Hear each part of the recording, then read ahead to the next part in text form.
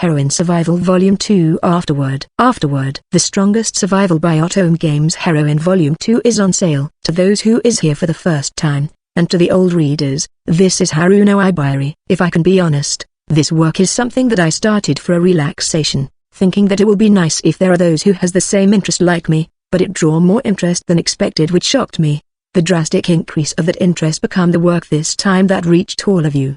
The third chapter, Ash-Crowned Assassin. When I started writing the story, I had decided the final scene before it, so my feeling of wanting to write that scene is becoming my motivation to write the light novel, but this third chapter is a necessary content in order to reach there, so I was really nervous when writing a story this bloody, wondering whether the reader will be able to accept it or not. Even so, I received a lot of support. From there I understood that, as expected, the most important source of motivation is the support from the readers. This time, continuing after Elena in the first volume, two characters who are important to this story has made their entrance. One is the sorcery teacher, Surjura. Her existence has been hinted since first volume, so I'm happy that I can finally show her. She is an older sister type with vulgar way of speaking. And then, the super dangerous character whose popularity rivaled the main character Arya, Carla. She gives off the scent of a psychopath strongly, but the response every time she showed up in the web novel increased. That's Carla. She is also one of my favorite characters. Her conversation with Arya is my greatest favorite,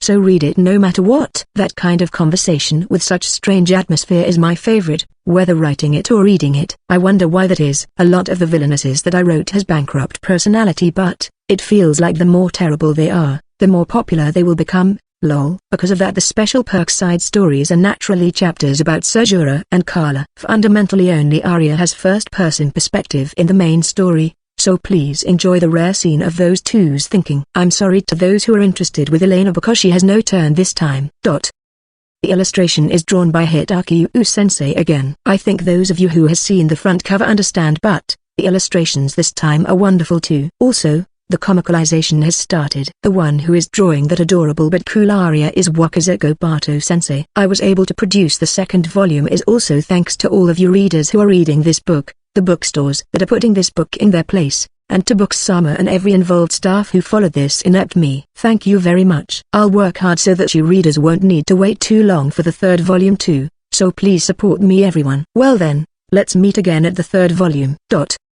Haruno Ibari. Character setting. https://bookapavert.files.wordpress.com/2021/10/iCharacter03.jpg Alicia. Adventurer equipment. Upper right text. Left arm protector made from black leather, a gift from Surjura. A crossbow is installed in it.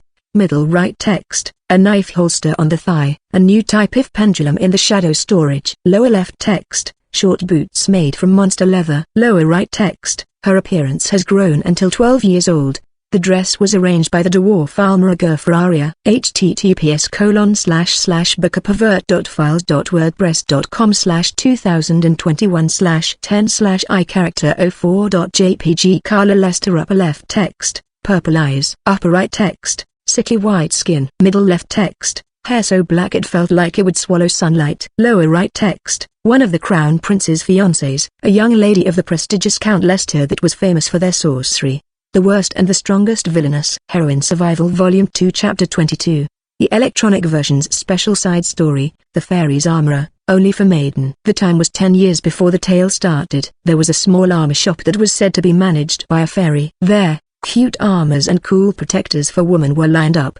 The lovely fairy would surely make armor equipment that suited you. Today the fairy was also working hard creating cute equipments in order to see everyone's smile. You aren't a fairy but a monster. The youth who said such thoughtless words were taught about love with a powerful hug. The one doing the teaching was the capital's fairy, aka Gurf, a male dwarf. That youth, even though he was released after only several hours, he ran away from the shop tearfully screaming, "I'll never come again." I'm sorry Gurf, I brought along a difficult fellow like that.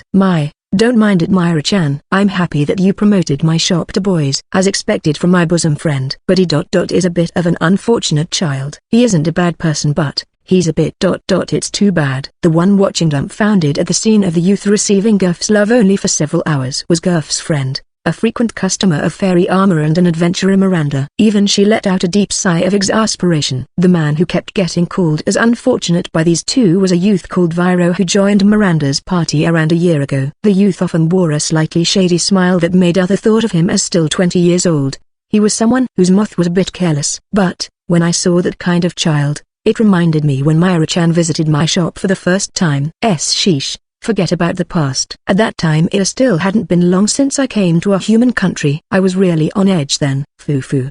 But I'm really happy that now we can be having a girl's talk like this. I too never imagined that I would become this close to you. Gurf was a rock dwarf who had maiden's heart. His dream was to create lovely armor for the sake of cute girl. When Gurf opened his own shop in the capital, although it was a small one, the one who visited it was the forest elf girl Miranda. Gurf was delighted, because her petite and slender body was the ideal figure for wearing the lovely armor Gurf created. But elf and dwarf were generally thought to have bad relationship. That was because dwarf had really stubborn personality while elf had really high pride. Even so, dwarf often got involved with human because of their blacksmithing, but the snobby elf never came out from inside their forest, and yet they had the habit to look down on other people despite being a country bumpkin. At that time Miranda joined an adventurer party called Rainbow Sword. Among her party members there were also a mountain dwarf and a human sorcerer, so she was a relatively decent country bumpkin. But when she first met Gurf, she became wary like a small animal who had just encountered a natural enemy. How do you think I would react when facing a dwarf wearing dress made from gold thread? Even Miranda, who was such a wary person, had encountered a lot of people in the capital. By interacting with a lot of humans,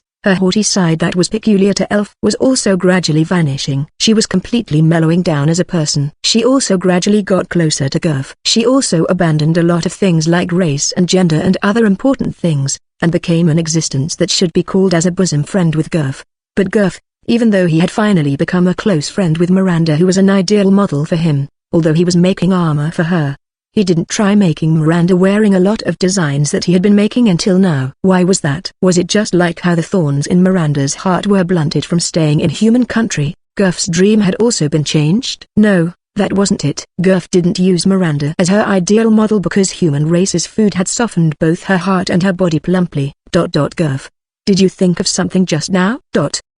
Gurf had the kindness of not saying anything about what he was thinking. Gurf wasn't a careless person like that human Viro. Even so, the flesh in Miranda's body had increased somewhat compared to the usual elf. Although she had gotten somewhat plump and lost her model body style, she wasn't fat in any way compared to human race. In the first place, Miranda herself wasn't in fault. It was just the environment that was bad for her. The elf settlement where Miranda was born only had fruits with little sweetness and strong sourness. There wasn't any fruit that had been selectively bred to have strong sweetness. For the little Miranda, sweetness could only be found from flowers, nectar or honey that the adults sometimes harvested. Even the rural village where she met her comrades was no different from inside the forest. Sugar candy that the merchants brought was something that she rarely ate, but it was different in the capital.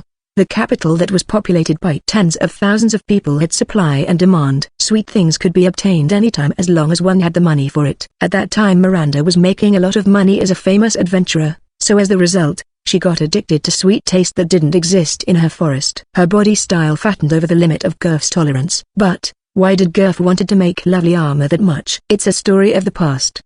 Why are you suddenly talking about the past? Gurf was born in a rock dwarf settlement in a dwarf country. Mountain dwarf was good with woodworking and handiwork, while rock dwarf excelled in blacksmithing and handling fire. Gurf was born as a rock dwarf. Even so, he was a child who loved cute things instead of digging rock in a cave. Rock dwarf loved digging hole like rabbit.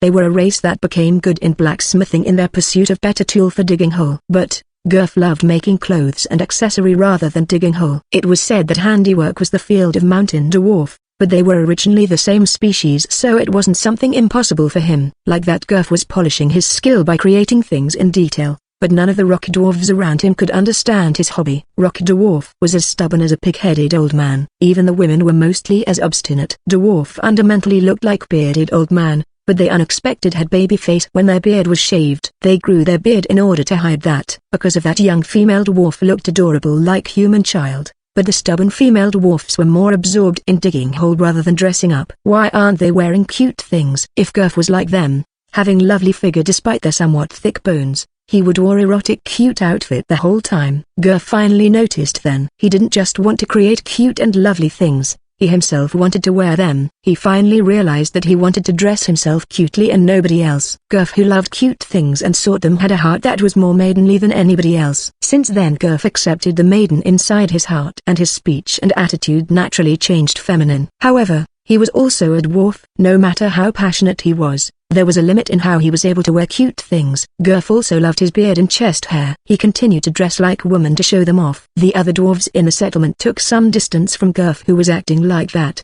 but only his big brother Galbers understood him. No way, does big brother also has the same hobby? I'll sock your damn face, you arsehole. Galbers was naturally also a stubborn rock dwarf, so he couldn't understand Gurf's hobby, but as a talented weaponsmith, he understood Gurf's passion and skill and became his ally. At that time, the war between human and evil race intensified. The dwarves that were also in the front line of that war sought a lot of weapons and armors. The kind-hearted Galbers decided to head to a human country in order to test his skill. He also invited his pitiful little brother Gurf to come with him. I'm going to create the greatest weapon. Gurf, make armor with that perverse passion of yours. If it's at human country, then surely there will be someone who wear it. Brother ... Thank you for praising my love. I ain't praising you. Like that, the two brothers departed from the dwarf settlement and created equipments while moving from battlefield to battlefield. After that, dozens of years passed and the war changed from large-scale clash to localized fighting.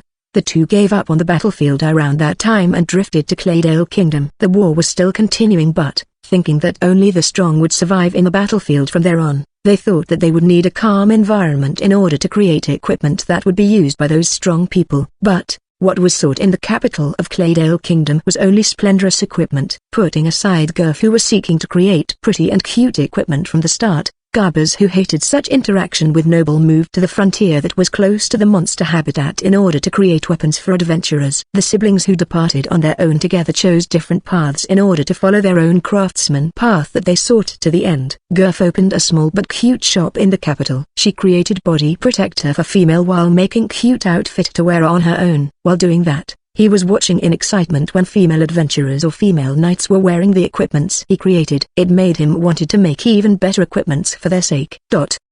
Ah, you're finished talking? Myra-chan, I told you to hold back with the fried sweets, right? Miranda listened half-heartedly at Gurf's important talk while eating sweets. Like that, she kept getting farther away from the path of being Gurf's model again. It can't be helped. After all, I had just finally returned from an expedition. Putting aside such excuse, certainly Miranda and her party members had just gone to an expedition outside the country for several weeks. It never happened with normal adventurer, but an adventurer as famous as Miranda could create connection with noble and from the received designated request that brought them until outside the country. The request this time, there was an attack from evil race at the neighboring country. A powerful noble of this country, the Melrose House, requested the mercenary guild that also had connection with the adventurer guild to guard some important people moving. Normally Miranda and her party wouldn't try to get involved with other country proactively even if it was a request from noble.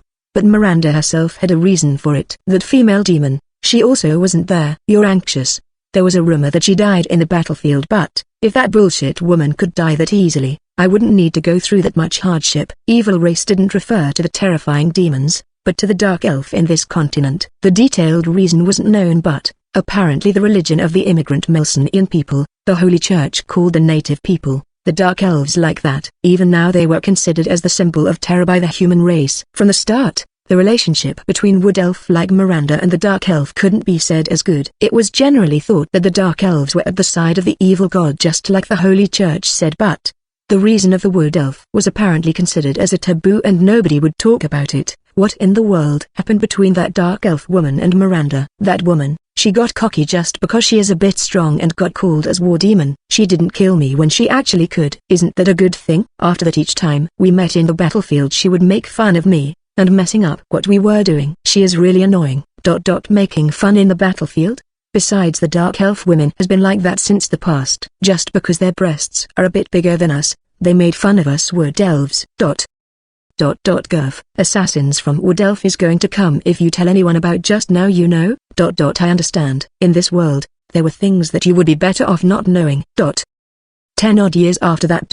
Even with the passing of time, lovely model who could make use of Gurf's design to their greatest effect never appeared. In the capital, There were also other elf girls with normal body style, but conservative girls like them would need decades in order to understand GURF's equipments. During that time they would fall victim and get addicted to the delicious foods of the capital. Was there no hope remaining for GURF? One day while he was thinking like that, "GURF, you there?" Miranda came after so long with some children in tow. The girl among them was GURF's destined one. The girl who came was still young, but the adventurer girl was clad in a dangerous atmosphere while wearing a dignified expression. Perhaps because the girl herself was still young, she was indifferent about dressing up herself even though she was a great beauty. The instant GURF saw the girl, he received the revelation that it was God's will for him to make this girl feminine. Even without that, she was someone who was given a weapon by that hard-to-please brother of his, so if GURF himself also didn't do something for her, he would be disqualified as a woman. But that girl Aria, even though not even 1 month had passed when she came for the third time to his shop, although it was just a temporary prototype, the protector that was made from real leather had become so worn out that it was impossible for it to regenerate. The girl looked apologetic, but armor existed for the sake of protecting the body. If the wearer was safe after going through such hard fight, it could be said that the armor had fulfilled its solemn duty. From the beginning that armor was a proper equipment that used the same monster leather like the actual thing, so there was no problem. But rather than that, GURF was more relieved from the bottom of his heart that Aria was probably wearing the article that he gave her before. It was a drawback that the person herself looked like she didn't really understand the meaning of wearing it, but GURF was unable to teach her about it. He spent his days in distress about his failure in teaching Aria that when the girl showed herself in his shop after 1 year. Long time no see, GURF. My, isn't it Aria-chan? Long time no see. You have really grown big, aren't you? Yes, I'll be 10 soon. 10 years old. So you are still 10 years old. Human is really strange. I wonder why is there such difference in growth rate based on their increase of magic power? Dwarf isn't like that. We are, all of us. But, in the first place, the lovely fairy race like dwarf and elf has high magic power value since birth. So there isn't any large difference of growth between individual like with human race. I see. A comrade of Myra-chan and Felt-chan. The two people who came together with you, Aria-chan, when you first came here. The sorcerer girl who retired from their party. Her growth was also really fast. It's fast for sorcerer. That's right. Especially that girl. She had bigger magic power than Aria-chan. So I was shocked when I heard how old she was. Only at first. Only at first. That girl. She. Her height was short. And Myra-chan called her shorty. It looked like her growth stopped midway. But, in exchange she looked about 40 years younger. She still looks like a teenage. Is she really human? She is a pure human girl, you know. Because of her beauty, she has 11 children from 5 husbands, 27 grandchildren, and 54 great-grandchildren, and she has a lot of great-great-grandchildren. Girl. Furthermore, before she retired, she stayed as an active sorcerer for more than 100 years. Is she really human? I'm not confident now that you're asking me. But, what about Felt? His appearance looks really old though. That boy, you see, he simply has old man face. Old man face. Ah, but it's not a bad thing, you know. That kind of type will always look like someone in their 30s, so result-wise they will look younger. He won't be popular among young girls though. Yep. It feels like Aria-chan is also growing fast. Growth from magic power makes someone looks 2 or 3 years older, but you look completely like a girl already. Even if you dressed up like a boy, you will still look like a girl. Troublesome. It can't be helped for someone as pretty as Aria-chan. Perhaps you look mature because you're taller than average. I'm tall. The average 13 years old girl should be a bit shorter. Perhaps there is something different about you, though your height is still within the acceptable limit. Perhaps.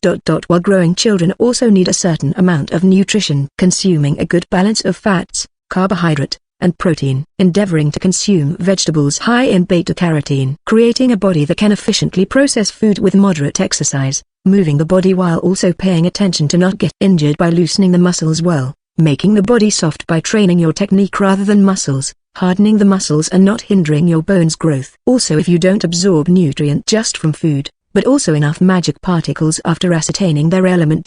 Perhaps you will get taller. Other than that, even monster ingredients that are generally not suited for eating. Yep, I get it already. I understand more than enough already. Is that so? Aria-chan, I wonder if you aren't interested with sweet things? There are a lot of them being sold in the capital, you know. Like Myra-chan, she loves fried sweet food. Digesting oily carbohydrate is difficult. Right you are. No, that's not it. You are a girl, so You like sweet food, aren't you? You like it, right? I'm keeping in mind to only consume the required amount for the brain. Alright. I heard that sweet thing is good for when your mind is tired. I purified black sugar using alchemy to always have efficient fuel for brain in hand. Fuel. Brain. It's convenient in case you need to continue fighting for more than a whole day, you know? Even if you tilt your head cutely like that.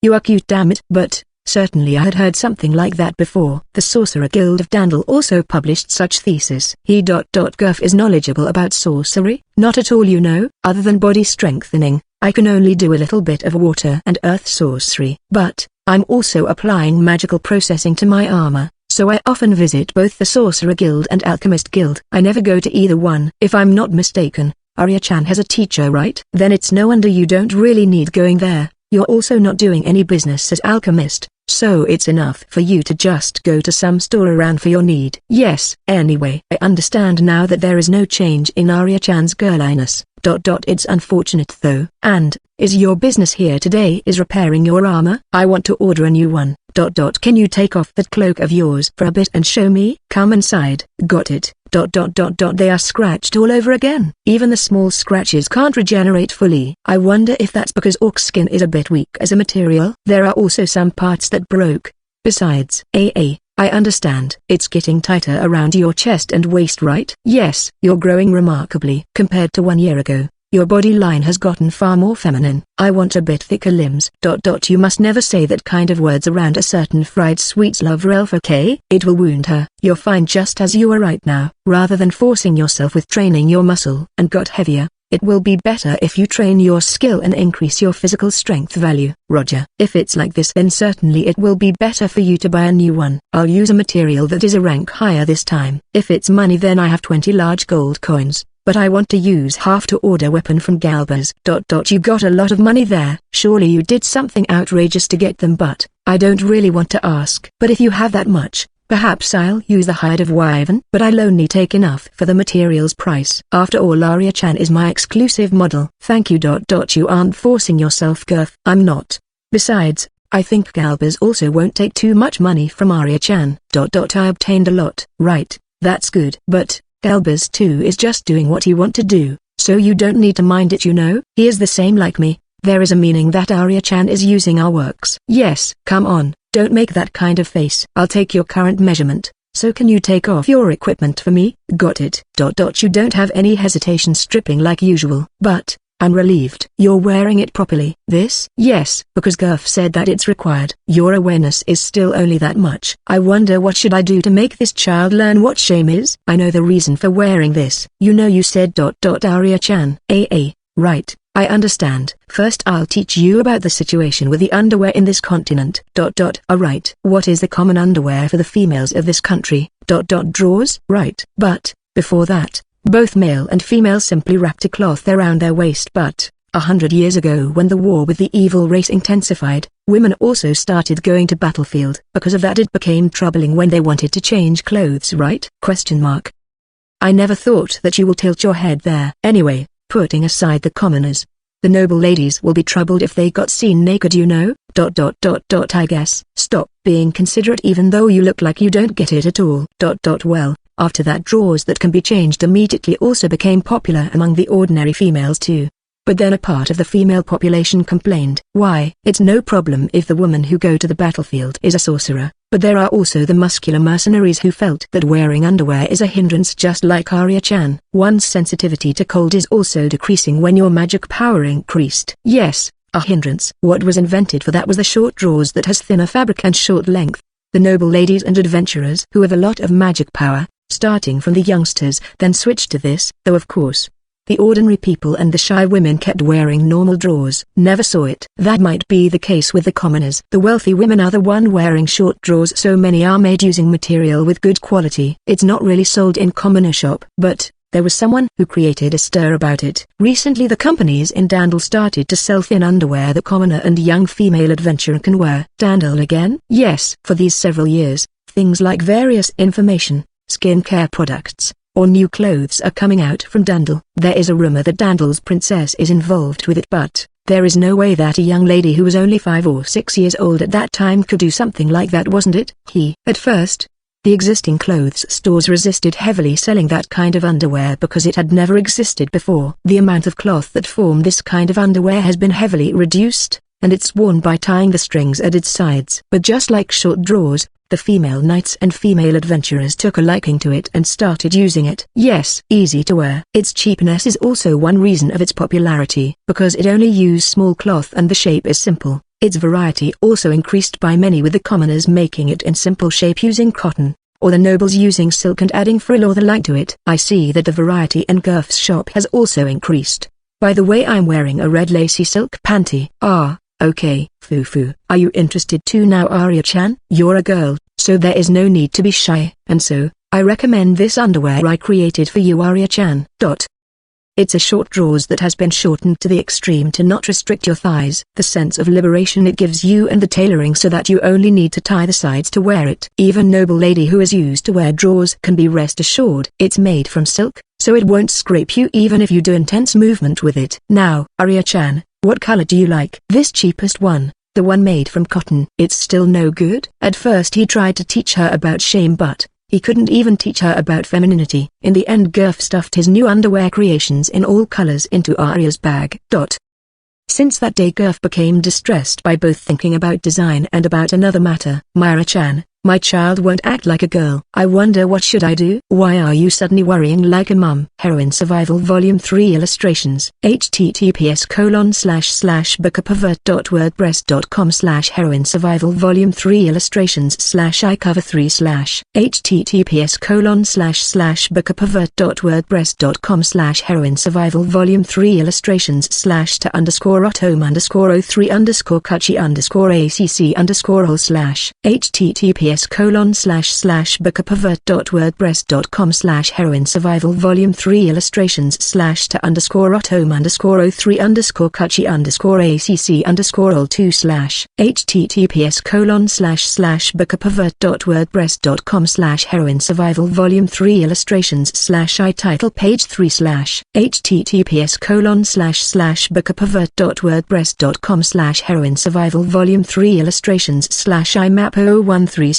https://bookapervert.wordpress.com/Heroine Survival Volume 3 Illustrations/I-map024/ https://bookapervert.wordpress.com/Heroine Survival Volume 3 Illustrations/I-character013/ https://bookapervert.wordpress.com/Heroine Survival Volume 3 Illustrations/I-character023/ https://bookapervert.wordpress.com/Heroine Survival Volume 3 Illustrations/I0012/ https://bookapervert.wordpress.com/Heroine Survival Volume 3 Illustrations/I0023/ https://bookapervert.wordpress.com/Heroine Survival Volume 3 Illustrations/I0033/ https://bookapervert.wordpress.com/Heroine Survival Volume 3 Illustrations/I0043/ https://bookapervert.wordpress.com/Heroine Survival Volume 3 Illustrations/I0053/ https://bookapervert.wordpress.com/Heroine Survival Volume 3 Illustrations/I0063/ https://bookapervert.wordpress.com/Heroine Survival Volume 3 Illustrations/I0073/ https://bookapervert.wordpress.com/Heroine Survival Volume 3 Illustrations/I0083/ https://bookapervert.wordpress.com/Heroine Survival Volume 3 Illustrations/I0093/ https://bookapervert.wordpress.com/Heroine Survival Volume 3 Illustrations/I-character033/ https://bookapervert.wordpress.com/Heroine Survival Volume 3 Illustrations/I-add/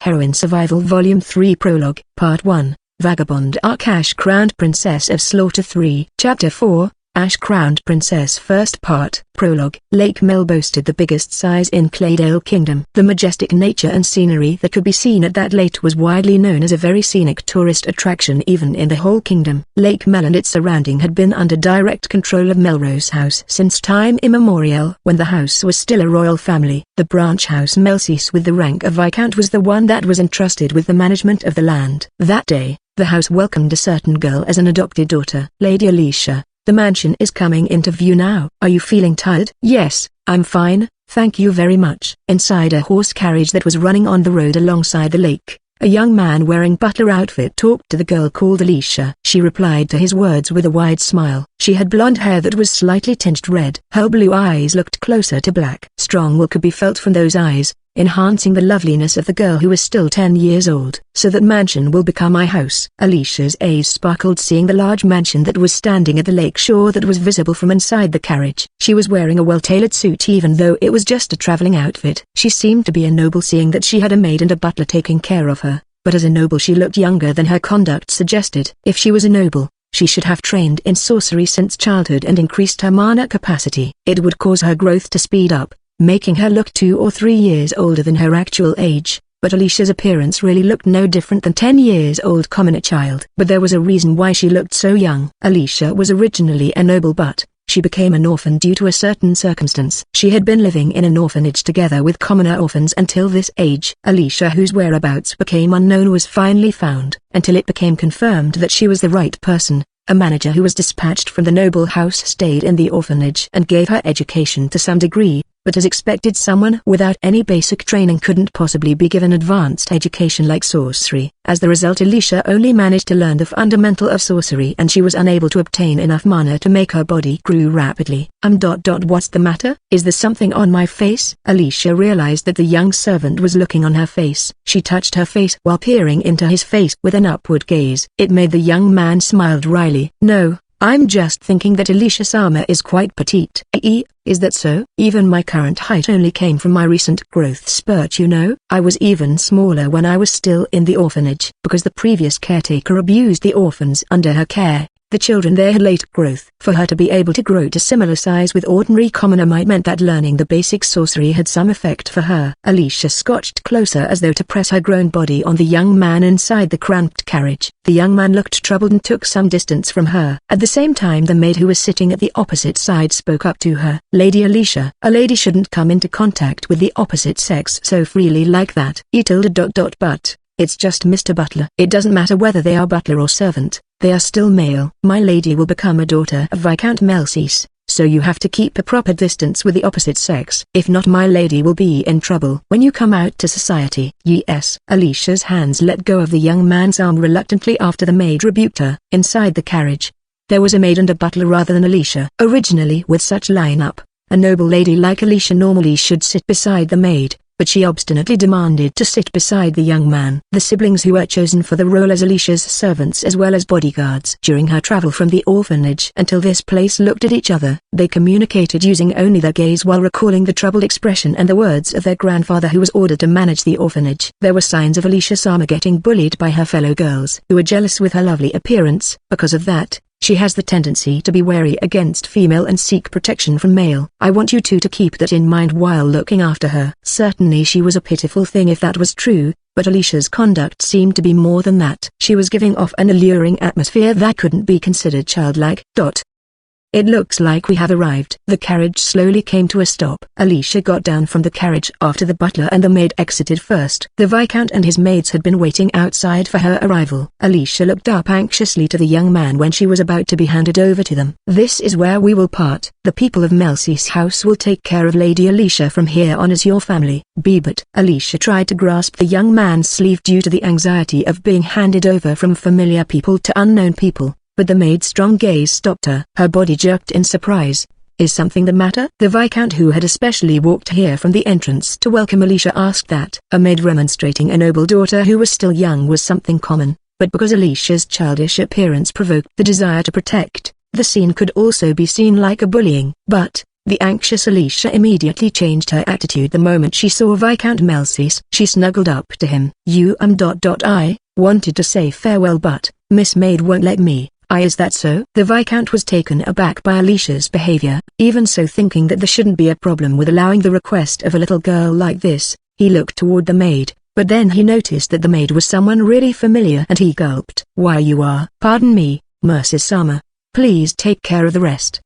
Yes, I understand. Alicia's face frowned for a moment seeing that exchange between the Viscount and the maid, but then she quickly changed it to a wide smile and she clung on the Viscount's arm without even giving any glance at the maid anymore. "Nice to meet you. Please treat me well from now on, dear father." In that place, other than the Viscount, there were also the Viscount's wife and the female servants and maids who would take care of the new child, but Alicia wouldn't meet their eyes and only had eyes for the new man who appeared before her. The maid who had accompanied her until here sighed without saying anything. Seeing that, she bowed to the Viscount, greeted the Viscount's wife too, then she got into the carriage again together with the young man and returned back. Is this all right? Doesn't matter. When the coachman asked like that, the young man that had been interacting with the girl with a gentle smile the whole time replied with a cold voice. Originally they should stay for a day at least in order to observe how their protection target would do in the location where they got delivered to, but it seemed that they wouldn't do that this time. His direct superior the maid also boarded the carriage casually, as though staying together with their protection target throughout these 2 months of travel didn't make her feel anything at all. Seeing that, the coachman also gave up asking anything further and drove the carriage away. Alicia, who realized that let go of the arm of Viscount Merces that she had been clinging on, and ran toward the carriage while waving her hand energetically. "Oz-san, please come to meet me again sometimes." That is the end of our report this time. Thanks for the hard work. Oz, Sarah, the head of Melrose House, Belt sighed while giving words of appreciation toward Oz, who had just finished giving him a written report for the last 2 months along with a verbal report that described what happened in general. Their mission this time was to escort Belt's granddaughter the princess from the direct lineage of Melrose House Alicia to Merce's house, a branch house of Melrose House where she was to be entrusted until she came of age in order to ascertain her personage. Although it was for the protection of an important person, the reason why Oz and Zara, who held important posts, got assigned with that mission was because Alicia's existence itself was still a great secret. Because of that, Belt couldn't assign a lot of knights in order to guard her. He could only rely on the 2 people who he could trust the most from among all his subordinates in regard to their loyalty and also strength. Sarah was one of the people in charge of protecting the Queen's residence and the Princess's residence. Oz served as the butler of Belt, who was also a prime minister. With them gone for this mission, many things got affected and he even received many complaints, but there was nothing that could be done about it. The dark side had serious lack of manpower. People with suspicious ideology got removed from around the royal family due to the incident with Grave, so the personnel that could be spared for protecting the VIPs were very lacking. They couldn't just recruit anybody to fill the lack of manpower. Even if they wanted to recruit people from among the graduates of the Sorcery Academy or adventurers, people with clear background and also could be trusted would always be fought over by many departments. If there is at least someone who can be entrusted with protecting the princess.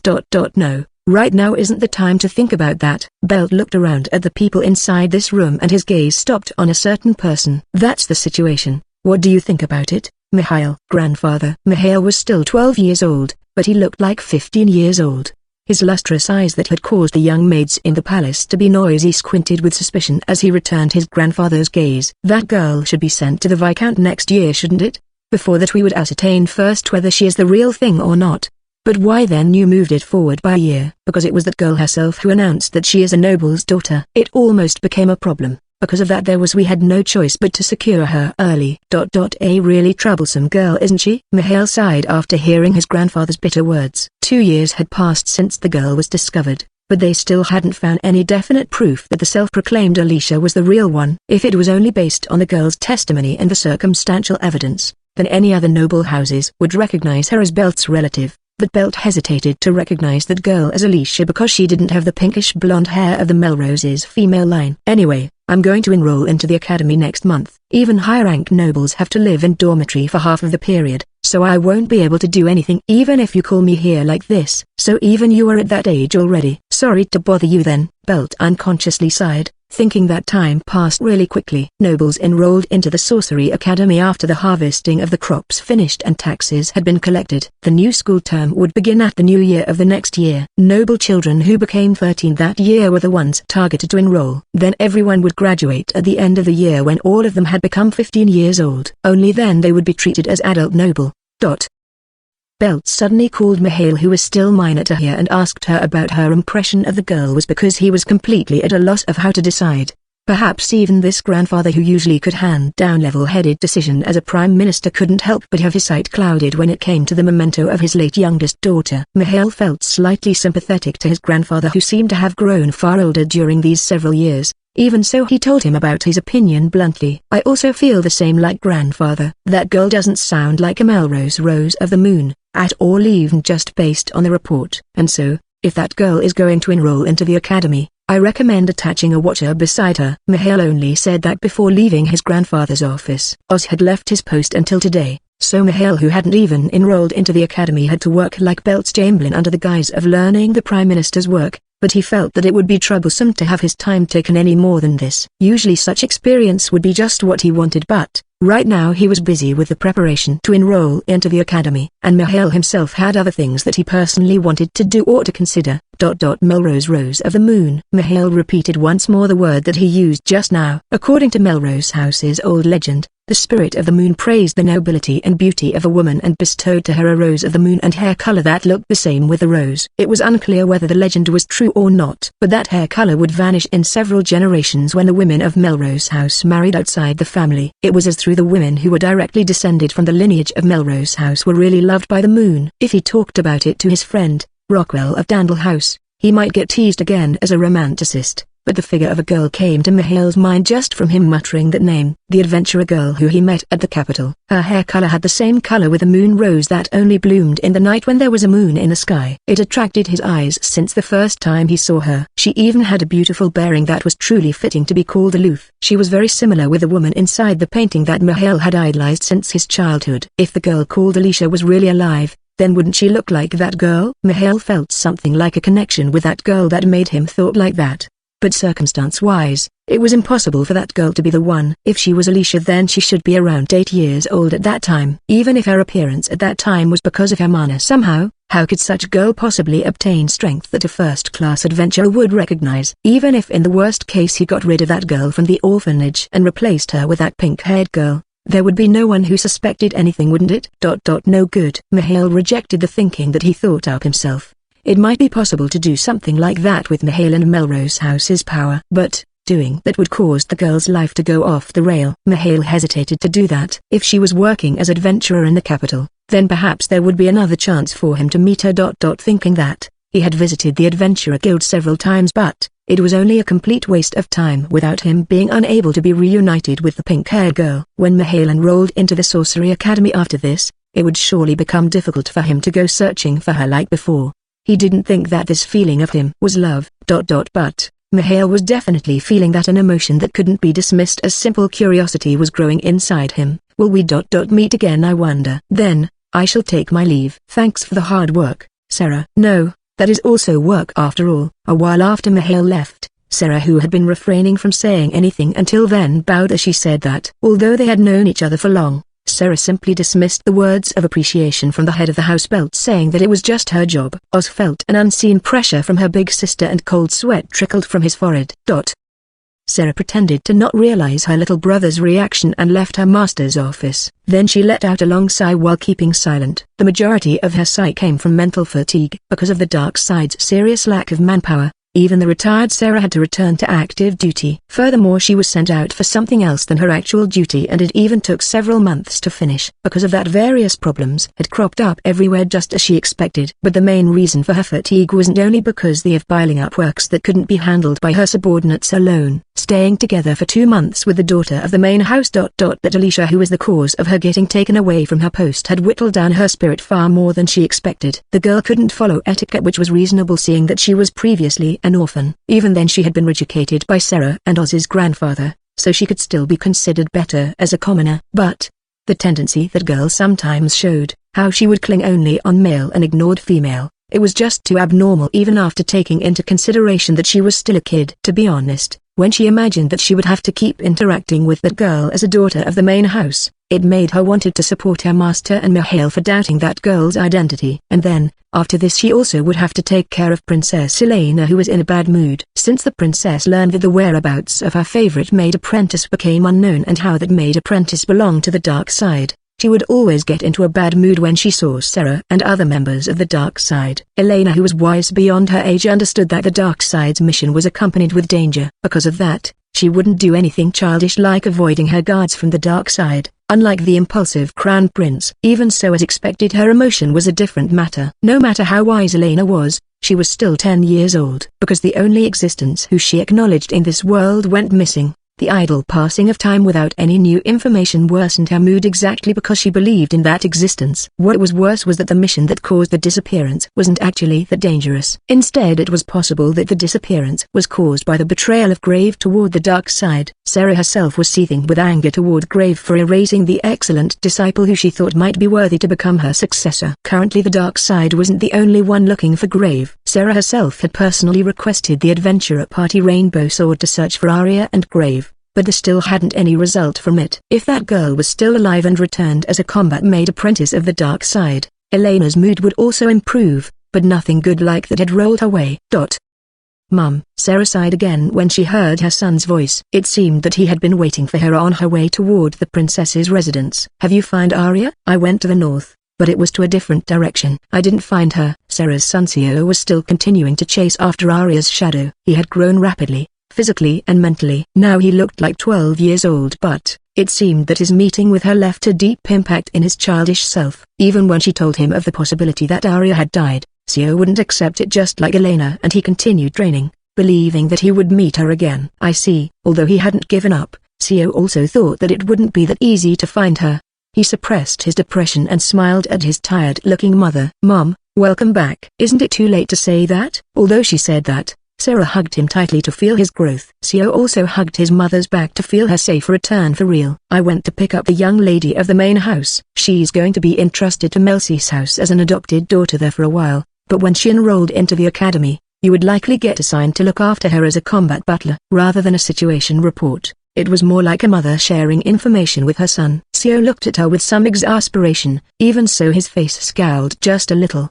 Perhaps he was recalling about that young lady. The rumor that I heard about her isn't really good though. You shouldn't say something like that loudly. Sio let a wry smile slip out on his face, seeing her mother not denying what he said despite scolding him. I'm going back to my task as butler apprentice now. Let's train together again later. Understood. Work hard. Sarah smiled with a motherly look. Sio gave her his best smile before parting from her in a corridor. He walked quickly while speaking his oath once more. Arya will leave me in the dust if I just relax. I won't give up. Sarah saw off the back of her son and felt slightly better. But then another voice called out to her just as she was about to head to the palace. Sarah-sama, welcome back. Castro. Is something the matter? It was Castro who previously assigned improper job to Arya and exposed her to danger. He had also gotten removed from his post as a bodyguard of the royal family because of him being an acquaintance of Grave. But it seemed that he had also taken a lesson from everything that had happened. Now he had stopped discriminating people based on their background and environment. It also affected him outside work. Sarah had heard about how Castro was personally making effort in searching for the missing Arya by gathering information from Viro or other adventurers who he knew from the past. Could it be there is a development? Yes, over here. Sarah's eyes scanned the paper that Castro handed to her. Her eyes widened slightly as she read, then she sighed slowly before looking at Castro once more. If this rumor is true. Castro, go contact Viro. Yes. Heroine Survival Volume 3 Chapter 1 Ash Crown Princess. The territory of Marquis Kendra's that was located at the northwest part of Claydale Kingdom. At the west area, there was Kondo Mine where the biggest ore vein of the southern part of the continent was sleeping. Presently its possession was being fought over by the neighboring country Il's Dukedom and Solhorse Kingdom. Both countries held each other in check even while the mining of the mine continued. The area was known as a buffer zone. Because of that, Marquis Kendras refused the national army to be stationed there for fear of provoking the neighboring countries. Because of its rejection toward the military strength of the capital, it also managed to repel any political intervention and obtained great profit from mining and metalworking. When there was light there was darkness. Behind the prosperity of Kendra's territory that managed to repel the intervention from the capital, there were several organizations secretly maneuvering to indulge in that profit. The Slave Guild, that was an illegal organization of the underworld. The intelligence agency of a neighboring country or crime syndicate. There was also the Thief Guild that boasted the greatest scale in the Northwest Frontier District. Their evil influences were spreading behind the scene. Because there was a mine, a lot of rock dwarves who were good with mining and smithing were living there. There were also a lot of adventurers who came visiting for the weapons created by those dwarves. The number of bars for dwarves and adventurers also increased, but due to the supply from the mining and the alcohol brewing couldn't meet the demand. The Thief Guild got their eye on that. They worked together with the slave guild to buy up orphans from everywhere and capture children from the slums for slavery trade in this land. Kendra's territory also had its own night order, and the Marquis also hated the secret maneuvering of the criminal organizations in his territory. He tried to remove them, but it was difficult to completely remove an organization that lurked inside a city with population of tens of thousands. Also, because the Marquis had received retaliation from the Thief Guild many times, he was letting them go almost unchecked at this point. One of the causes of that was because the Thief Guild of this area was known as a collection of formidable fighters, especially its leaders, the four Galga siblings. All of them were skilled level 4 and had killed many knights. They were feared in the underworld. The slave's quality has dropped recently, hasn't it? You aren't trying to trick us siblings, aren't you? In a clearing inside a forest that was a bit far from the city. Under the sky where the sun was starting to set, a slave delivery was being carried out in the usual place and time. The eldest child of 4 Galga siblings, the chief of Kendra's territory's Thief Guild, Lamia, intentionally threatened her business partner. In response, the chief of the slave guild shrugged his shoulders theatrically. You think there's anyone in this area who dare to go against you? We just got a little problem, but we even went until far away to gather the products in compensation. You know, they aren't lively from getting stuffed on the bottom of carriage, but they'll perk up if you just give them some food scraps. Fuhn. The children were all looking sick from being forced to go through a very long trip. Light had also gone out from their eyes when they thought of what they would be forced to do after this. They all trembled in fear when Lamia stared at them. It was rumored that her age was about to enter 40, but she still looked youthful, like someone at the early 30. Because of her beauty and cruelty, she got called as Lamia, the name of monster who sucked blood in order to maintain its beauty. The slaves that were delivered here this time were all children. There were 30 of them. They weren't all human, a lot of them were also demi-human, because when wandering dwarves or beastmen died, few orphanage wanted to accept their children. If you're bringing me demi-human brats, can't you at least bring me some elves? Oi, don't be unreasonable, Lamia. Ain't no way those elves gonna let their brat get out of their village. Even adult elves are mostly adventurer. It's just not worth it to try taking them. It would be a different matter if they were talking about half-elf. But elf children who take very long time to grow up almost never went out of their village. Even so, Lamia still sought them out because elf race's appearance was excellent.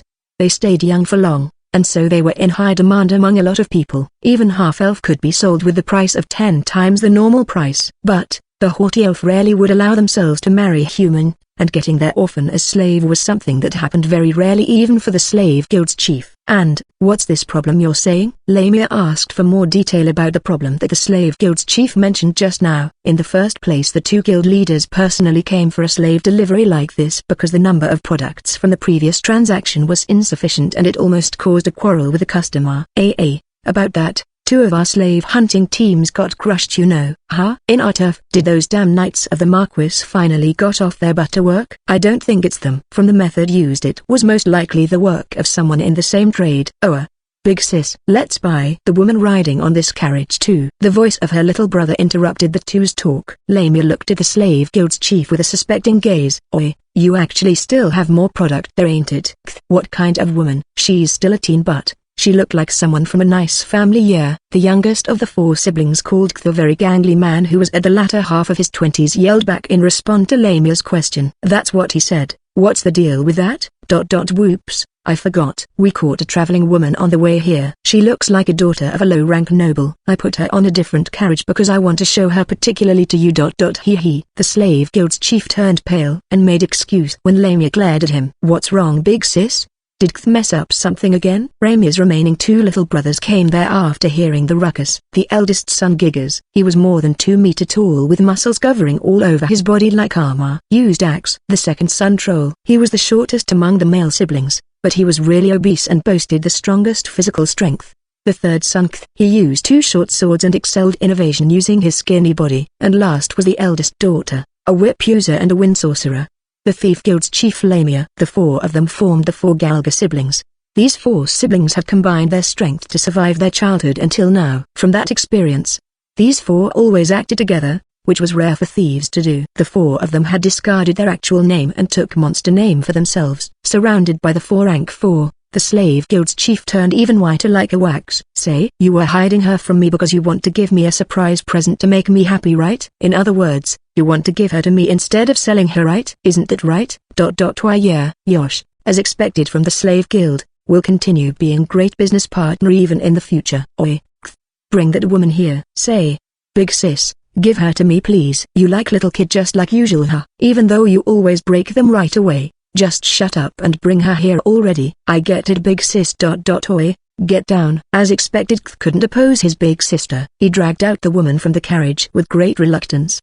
What came down from the carriage was certainly a woman who still hadn't reached her coming of age. She was wearing a traveling outfit like a lady from a good family. She could still be called a kid with her age, but more than her pretty face, the atmosphere that she was clad in was really eye-catching. Certainly after seeing her, it was understandable why Kth really wanted her or why the slave guild's chief tried to hide her from Lamia to sell her somewhere else. Just feeling her atmosphere and seeing the side of her face that was slightly looking down caused even a fellow woman like Lamia to feel her heart skipped a beat. That was exactly why she misjudged. She let her guard down exactly because she was a strong person. Someone as strong as Lamia could gauge someone else's true strength to a certain degree even without using something much like appraisal. But, focus was required to us that. It wasn't something that was done constantly and subconsciously. Just like how Lamia didn't doubt the actual strength of a child who got kidnapped to be a slave, Kth who was standing close to her also hadn't tried to gauge the true strength of that pink-haired girl. Gar? In that moment, Kth felt a burning pain on his throat and his breath got caught. No, his breath didn't get caught. It was flowing blood pouring into his lungs before getting spouted out through his mouth. With that Kth finally realized that his throat was pierced by the girl's black knife. Kth was a light warrior who focused in speed and specialized in evasion. He had never even considered that there could be anyone else other than his siblings who could possibly wound him. But, the girl before him had casually stabbed a knife into Kth's throat without even making any gesture beforehand that could hint him about it or giving off any bloodlust. And then, he realized from looking at the reflection from the girl's green eyes, that he was looking at his own face in death. Kth finally realized that he was dead. Lamia unconsciously shouted seeing her youngest brother grumbling while spurting out blood. Her other little brothers were also staring dumbfounded at that. He was killed easily. One of the siblings that had climbed until their current position by combining their strength for more than 20 years and swore to each other that they would still climb even higher with the four of them from now on, had died so easily. You're lying right. This is just another of your joke right? The eldest son Giggers gritted his teeth in anger. The second son Troll yelled asking if this was another joke of his playful little brother. Then at the next moment, Hig, the slave guild's chief let out a voice that sounded like a crushed frog. His forehead was hit by a crossbow's arrow. Then the girl who killed Kth and fired a crossbow at the slave guild's chief immediately turned around and broke into the run to the opposite direction to escape. You won't get away, Troll. Shit. You too. Troll started running after the escaping girl. Even Giggers, who was wary against the girl, quickly followed behind. Seeing that, Lamia, who was dumbfounded from Kth's death, returned to her senses right away and called out to the two's backs, but the two didn't stop and continued chasing the girl. I'll kill you. Troll didn't even hear his big sister's voice and angrily screamed.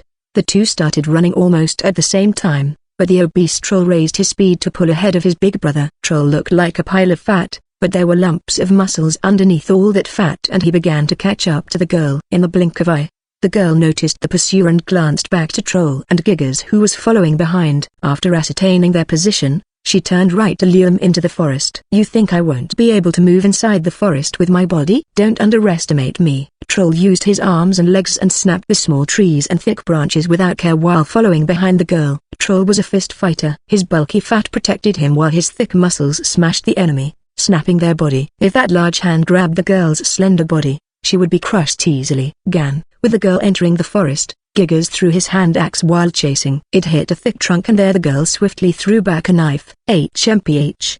But Giggers didn't use his favored weapon, the axe, and deflected the knife simply by tensing his muscle. Hi big bro's muscles are damn special. You two are gonna die from being crushed by them. Troll clenched his fist and charged from the side. The girl subtly changed her position while constantly keeping the two of them within sight. Astonishingly, she headed toward Troll on her own to get away from Giggers. Troll too rushed even further ahead to match her. Coming to your own death. Pain. Gugger. Troll stiffened from the enormous agony. Then the girl tossed a jar made from thin-baked clay into Troll's mouth. Pake in. Jaya. Troll. Troll's shriek echoed inside the forest. Giggers closed the distance in panic seeing that. Right at that moment, Barky. Giggers heard the sound of solid thin porcelain breaking from under his foot while dropping into a pitfall. The hole was 2 meter wide and 2 meter deep. He would never step into it unless he got lured there, and even if he fell inside he would only get sprained leg from that depth. but the sharpened stakes that were prepared at the bottom of the hole pierced Gigas' legs and back. The board that was made from thinly spread clay and hardened with hard before being baked wouldn't break from something like a wolf walking on top of it, but it couldn't endure a huge man stepping on it. Be big bro. Troll, who seemed to be fed with poison, struggled to help his brother with a purple face. In front of him the girl dropped a small fire into the hole. Then flame and death rose from the bottom of the hole. Troll screamed seeing his brother's death, but the girl jumped and stomped on his face before her black knife stabbed deeply into his skull.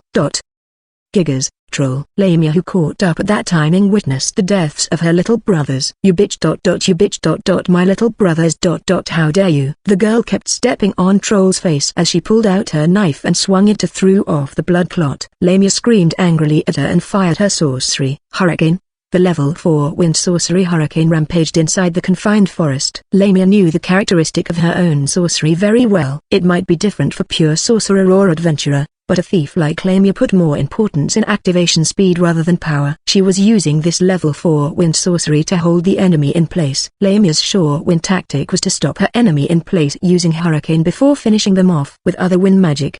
There weren't that many people who could dodge Invisible Blade even if they knew it was coming. But the girl also knew that wide-range wind sorcery had no strong wounding ability. What? The body of the girl who should be held in place that danced through the air. No matter how thin the girl's body was, Lamia's sorcery couldn't blow away a human like that. Even if someone could fly using magic like that, they would never consider getting dragged up by wind inside a forest with trees crowding closely like this. The girl cut through the sky using her dresses trained to move without fearing collision against tree. Her eyes were looking at Lamia without even caring of the branches and pebbles that were hitting her. It caused fear to bubble up inside Lamia. Wind cutter. Lamia yielded under her fear and fired the wind sorcery she was preparing toward the girl. The girl muttered something in response and crossed her arms to protect her head and blocked the attack. No matter how low wind sorcery's wounding ability was, that was only when the opponent was wearing armor. It would easily tear apart the girl's body if the magic hit vital spot. The navy blue dress the girl was wearing got torn apart and fluttered in the wind, but a black leather dress appeared from underneath it. Although her exposed arms and legs got wounded, all of her vital spots were protected by shield of light. She closed the distance with Lamia while brandishing her black knife in preparation for a decisive attack. Thrust. Lamia watched the black blade slowly approaching her while her mind became filled with images like a revolving lantern. Where did they go wrong? There was nothing that they siblings couldn't do if they combined their strength. At first they just wanted to survive.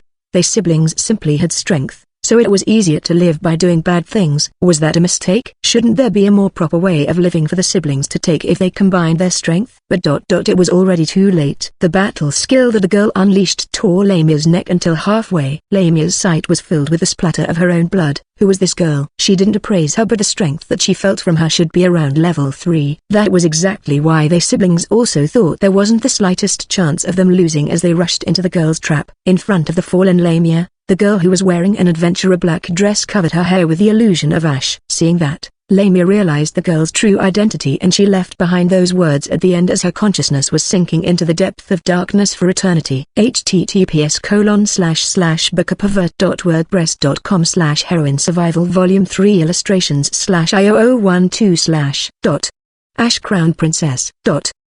Aria, Alicia, Race, Human - Rank 3. Magic Power, 174 240 30 up. Stamina, 132 190 20 up. Strength, 9, 12 2 up. Endurance, 9, 12 1 up. Agility, 13, 17 1 up. Dexterity, 8. Short sword skill level 3. Martial art level 3. Throwing level 3 1 up. Archery level 1 new.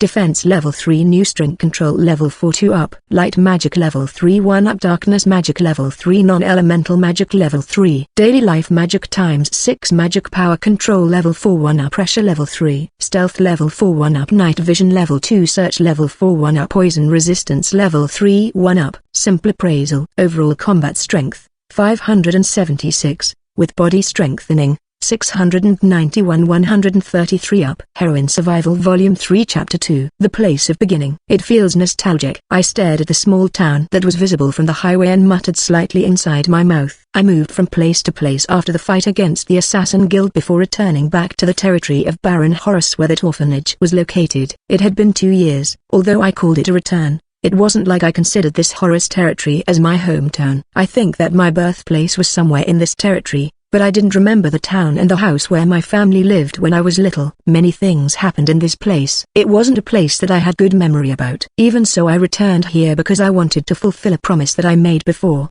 The small town where that orphanage was located. There wasn't anybody there who remembered me as I walked through it. I almost never gone outside from the orphanage, and so there wasn't really anybody who knew me. Even so, I could only say for some reason if I was asked why I wanted to walk through this town. Based from what I heard at a stall that was selling baked flour, it was filling but not delicious. After that hag was gone, a Crucian priest came to look after the orphanage. After that, it seemed that the environment of the orphanage and the orphans got a lot better.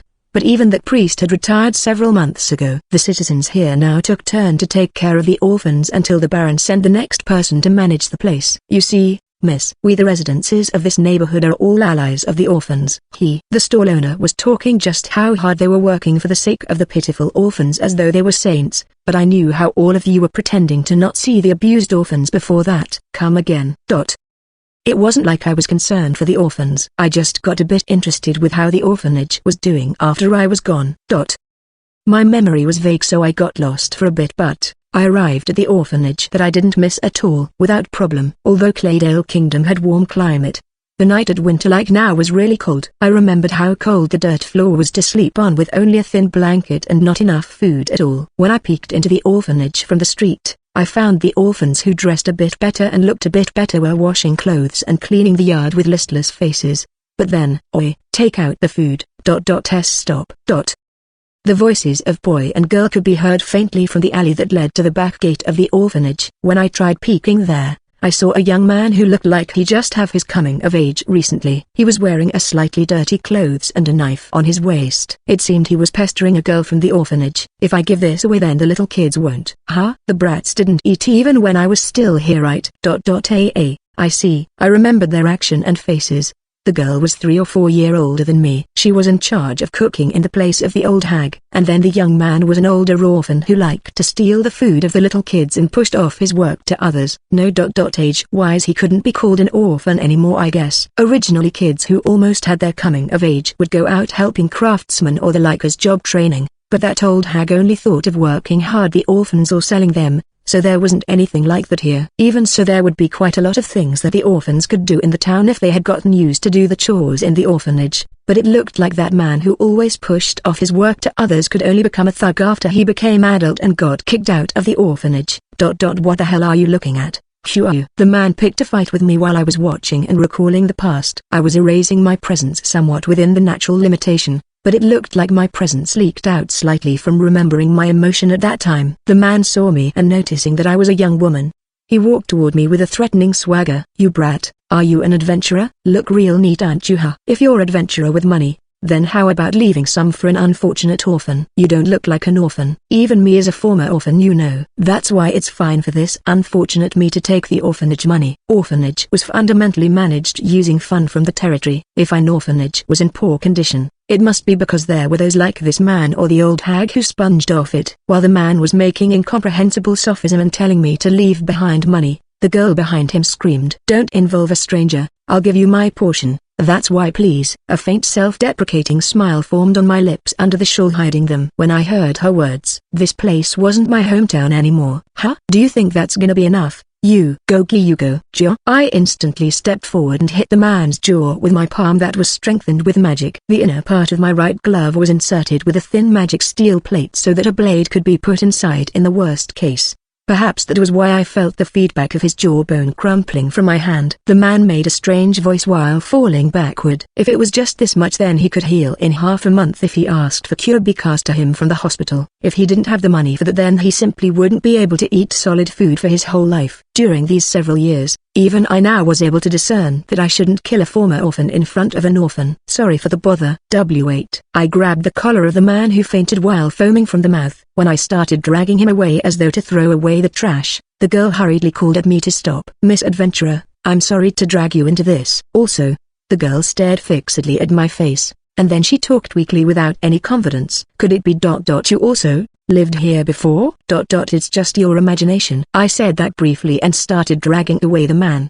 The girl didn't call out to me again, but I could sense her quietly bowing at my back ... But it was amazing that she noticed from looking at my current appearance.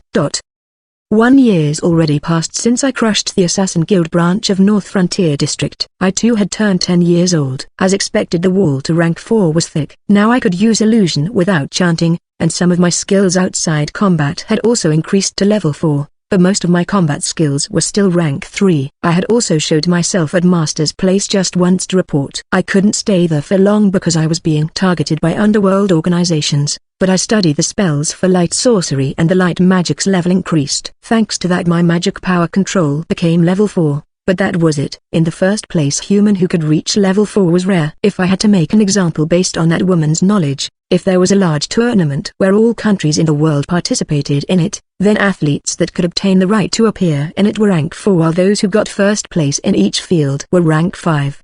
Trying to accomplish that while you were still a teenage would require training that put your life at risk and also unique ability. Even so, my body had been sculpted really well in this 1 year. I was feeling the effect. The number of assassins and thieves who had attacked me until now had been more than 50. I think I managed to turn the table on all of them. I was also proactively crushing those who preyed on children like the Thief Guild in that Marquis territory. Real battle was draining, and then it was definitely starting to bear fruit. But the greatest change that happened with me was my appearance, I guess. The change that happened to me made me unconsciously sighed. Perhaps because my mana increased again, or perhaps because of the nutrition management that I did under Master's teaching. My outer appearance was growing together with the increase of my mana and stamina, from looking like 13 years old previously into 14 years old now. Being able to look like a man by putting on a mantle to hide the so-called secondary sex characteristic in that woman's knowledge had stopped working for me. My current equipment was also something that I ordered from Jelf to match my current body build. It was a sleeveless black leather dress that reached until my knee,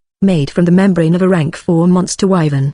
The exclusive knife holder to be attached under the skirt on my thigh had also been remade to match my leg's growth. There was a slit at the inner part of the skirt, so I could also unsheath the knife instantly. It was something very excellent with blade and flame resistances. Without this I would receive even more damage in my battle against rank 4 sorcerer. But Jelf wouldn't take any payment except for the material cost. My body shape had also changed. Flesh and fat filled some parts that didn't exist until now. It was a pain to adjust my balance and posture to account for those parts, but my status also increased together with my body's growth, so my ability was increasing on the whole. I got a strange nickname because of that though. What was strange with my own body was how the thickness of my arms and legs didn't really change even though my physical strength attributed grew to rival adult male. When I considered this phenomenon by matching it with what Master taught me, I was just guessing here, but just like how animal became monster from absorbing too much magic particle and formed magic stone inside their body, human who had formed magic stone also got their body optimized to use magic power more rather than muscle strength. It felt like my body structure was becoming similar with elf race like Master. Human's body grew faster because of magic power in order to deal with their enlarging magic stone. But even if that was the case, the human's aging would slow down and their lifespan would get a bit longer. Those might also be caused by that. But if my thinking was right, the status of someone like Felt who trained even their muscles like crazy might be something absurd. Even though the townspeople were looking at me with puzzlement, I discarded the former orphan with broken jaw to a garbage dump. Then I immediately departed to the largest town where this territory's lord was living in order to fulfill my promise with Galbers. Even the distance that took nearly 2 days before didn't even take half a day to traverse with my current capability. I left the city at evening. Then I ate and took a nap at the forest near the camping ground where I built my first base, wiped my body with a wet cloth, cleaned my body with clean, then I moved again and reached the neighboring city the next day before noon. Previously I entered from a hole in the wall into the slum district, but this time I came while the gate was opened, so I entered the town from the front. An adventurer who registered in this town. I never see your face before because I mainly worked at the capital and Dandel. That's amazing for someone your age. Adventurer could freely go in and out of the town where they registered. Even so, it had been 2.5 years since I came here. So the soldier questioned me some, but he let me past without trouble after checking my tag. You haven't come here for a long time, so be careful of the North Ruin. There's a rumor of a dangerous monster appearing, so ask for more detail at the Adventurer Guild.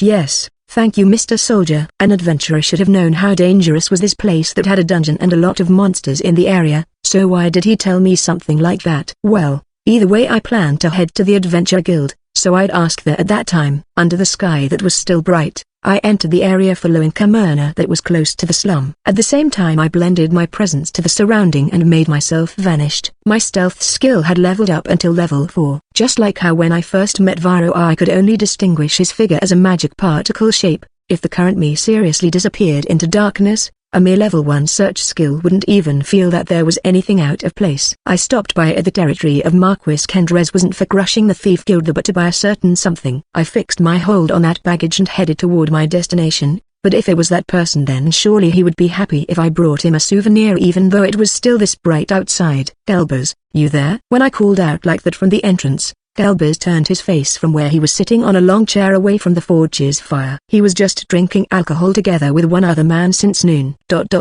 don't tell me, you're ash-covered? Long time no see you two. It was the person beside Galbers who called me like that. Inside there was Galbers who gave me the black knife and the old man from general store who introduced me to the smith. It has been really long. Wait, you real woman? Are your eyes just empty hole? She's a woman from the start. You blind old man. How can I know the gender difference of some human kid? You goddamn moron. What, are you picking a fight? You obstinate geezer. I'm not gonna be merciful even with obstinate geezer like you. Dan, I have a request. I placed a special grade strong alcohol that cost me 1 gold coin for 1 bottle with a third. I bought it from a settlement of rock dwarves who gathered as miners in the Marquis territory. The 2 eccentric drunk old men who suddenly started quarreling stopped moving. https://bookapervert.wordpress.com/heroine survival volume 3 illustrations/IOO23/.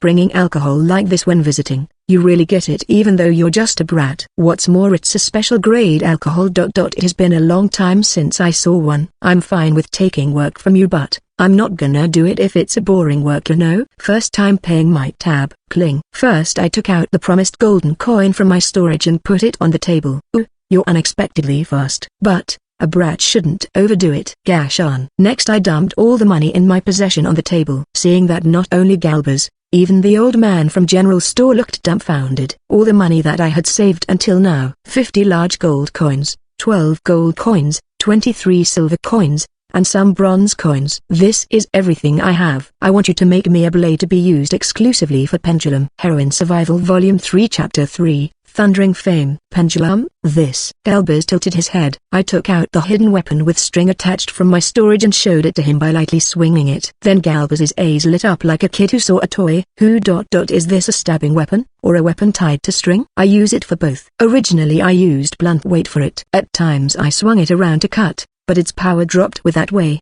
So I want to do something about it. The drop in power is due to the problem with the center of gravity. It's important to make it balanced so that it's not too heavy and not too light. What are you thinking for its material? I don't have any preference but something that blood won't easily stick on will be good. In that case it'll be better to use magic iron as expected. Using mithril will be too expensive in case you lose it. Magic iron also isn't cheap but Oi, Victor. Do you have some magic iron ore at hand? Victor. When Galbers shouted that name, the general store's old man grinned while watching the hidden weapon in amusement. There isn't anything in this city that I can't get. Ash covered. This isn't a weapon from this country huh? A weapon from the west is it? Unusual. This thing, it's a weapon from just your empire Oi, ash covered. Looks like that brat Viro isn't with you anymore. But, do you still have my knife? Of course. I handed the black knife that was attached on my back waist to Galbers together with the sheath. He pulled out the knife from the sheath and frowned slightly. It looks like you've been taking care of it but you must have gone through some flashy battles. Magic steel weapon ain't as good as mithril but it can regenerate bit by bit using the owner's magic power just like monster material. Yet this thing, it got some deep scratches and even nicks on it. Sorry, stupid idiot. It's a weapon so it'll obviously get scratched. This thing only has sharpness going for it and not enough power. A half-baked weapon. From what I see, you've gotten really strong ain't you? It should be a good time for you to get an exclusive weapon of your own. Exclusive weapon? This black knife was a half-baked product that Galbers created when he was young. He gave it to me because it was just right for me. That was why it seemed he thought that this knife didn't suit me anymore. But that wasn't it. This thing suit my fighting style. Even if nobody else can use it properly, this knife exists to be used by me, and I too have gotten stronger to be able to use this knife. Even so the knife got nicked because my technique was immature. After I said that, Galbers placed the knife in front of him and quietly crossed his arms and closed his eyes. It wasn't in my personality to be fixated with weapon but This knife had continued to remain in my hand even though it had been almost lost several times. It made me thought that it suited me really well. Galbers pinched 2 large golden coins from among the coins that were scattered on the table and tossed them. Victor caught those coins that were flying at him. Victor, get me materials using those. I'm going to draw the weapon design. Ooh. Leave it to me. You'll make me weapon? I asked the two who suddenly started getting heated up. Then Galbers only took 1 more large gold coin for himself and pushed back the rest to me. Leave it to me, you stupid idiot. Ain't no way I can do other things when a job this interesting came my way. But, just that much won't be enough for weapon made of magic iron. Viro told me before. A knife made from magic steel cost 5 golden coins at the market. He also mentioned that even Galbers' amateur work cost more than 20 gold coins. Kid shouldn't concern herself with that kind of thing. Ain't that right, Victor? That's how it is. Something like this is like hobby for old me like us. Ha ha ha. Thank you. I bowed to the two. The two laughed in amusement and Victor patted my head as though I was his grandchild. Ash covered. Come here again after 1 month. Also leave behind that knife. I'll fix it together with the new weapon. Yes.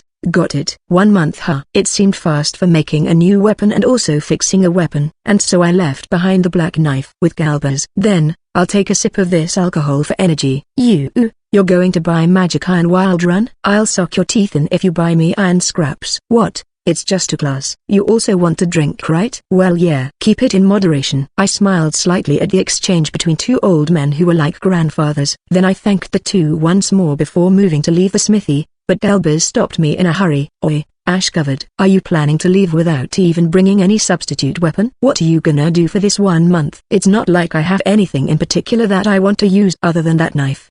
Besides, if it's weapon that I still have some more with me. I lifted the slit of my skirt and showed the knife holster attached on my thigh. When I did that, Galbers and Victor spewed the alcohol they drank and they held their heads as though they got a headache. That equipment. Jelf, huh? That guy created damn strange thing. Oi, listen well, Ash covered. It doesn't matter for old men like us, but you're a young woman, so don't show your legs so easily in front of me like that. Got it. Young women like to show their legs in the city based on that woman's knowledge though. I don't really get it, but certainly a hidden weapon wasn't something to be showed off. Wait for a bit. Galbers held his head again for some reason, seeing me nodding with a quiet expression. He stood up and went to the back. Then he handed me an item that was wrapped in leather. Take this with you for now. This weapon is just right for the current you. When I opened the leather wrapping, I found a magic steel dagger with strange shape inside. The blade's length was about the same with the black knife. It was a weapon with only sharp tip for thrusting and no blade at its sides, but it looked really robust with how it was a thick square at the bottom which got pointier the further above it went. Amazing. I tried swinging it a little and then thrusting it with a step forward. It was slightly heavier than the black knife, but it felt like this weapon could pierce even the thick skull of monster or the joint part of armor without turning crooked. Galbers looked in satisfaction at me swinging the weapon. Then Victor, who had just finished wiping the alcohol he spewed, muttered with an exasperated face. What are you saying, you eccentric old man? Isn't that the thing that you laboriously created right after you handed that knife to the Ash covered? Shut your trap, you drunkard eccentric old man. The two started fighting again for some reason. I didn't say anything and just bow once more to them. I equipped the black dagger in exchange of the black knife and then headed to the Adventurer Guild right away. Although this place was a remote region that was near the border, it was close to monster habitat and also dungeon. The Adventurer Guild of this town boasted the biggest scale in this area. It was a guild with a lot of skilled adventurers. The number of adventurers that constantly came in doubt was more than 100. Usually an adventurer guild would only have 20% of its members rank 3 or above, but in this town it was said that 30 until 40% of its members were rank 3 or above, so even the Baron who governed this territory couldn't really be forceful with a guild. The door opened with creaking sound as I entered inside the guild while still wearing my hood. There were around 20 adventurers inside with several men sending dangerous gazes toward me. It wasn't like this was the first time I experienced this. Before, nothing happened because Viro was with me, but if a kid who wasn't of age yet was entering here with equipments of considerable quality, there would be those who weren't amused by it. Such tendency would be especially striking the more half-baked of an adventurer they were. Based on experience, if I took off my mantle and showed that I was a woman, the place's atmosphere would change somewhat, but either way some people would still try something with me. It was only their reason that would be different, so I continued walking until the counter like that. The receptionist lady's eyes slightly widened when she saw me. Oh, You are. Long time no see. I want to update my registered rank. Change it to Close Range Adventurer Rank 3. The familiar receptionist seemed to be the woman who processed my registration as adventurer if I remembered right. It looked like she also remembered me from seeing my face that was visible from the hood. The reason I came to Adventurer Guild was to increase my adventurer rank. Until now I kept my rank at rank 1 because other people would pointlessly pick a fight with me if my rank was mismatched with my age, and also because it was useful to make my opponent let their guard down. But with my current appearance that had growth to look like a 13 or 14 years old, I judged that the demerit of that outweighed the merit. Rank 1 could come in and out for free only at the city where they registered, but rank 2 would have the toll fee waived off at any city in that territory, and for those who reached rank 3, the toll would only have to be paid when crossing to another territory, but the toll fee for entering a city would be waived off for any city everywhere. But as expected, there was someone here who got offended by that. A brat claiming to be rank 3? Keep it low-key when you try bullshitting. One of the adventurers who seemed to be in the middle of discussion with another receptionist nearby suddenly yelled, Male adventurer race : human, magic power : 75/75 stamina : 218/265, overall combat strength : 165 opening parenthesis with body strengthening : 185 closing parenthesis. Overall combat strength less than 200. Male human at the middle of his 20. Judging from his stamina and magic power parameters, he seemed to be a typical rank 2 vanguard who trained his body strengthening. If his base combat strength was more than 200, it was possible he could be barely counted as rank 3, but with this number, he must have worked hard to train up several skills and increased his combat strength, but he was unable to reach rank 3. If this experienced man faced a rank 3 who had only leveled up 1 or 2 skills, then he should be able to fight in advantage. That must be exactly why this man felt that a child like me reaching rank 3 was cheating and couldn't tolerate it. But what does it matter for me? An adventurer's rank is decided by the guild. Please don't say whatever you like.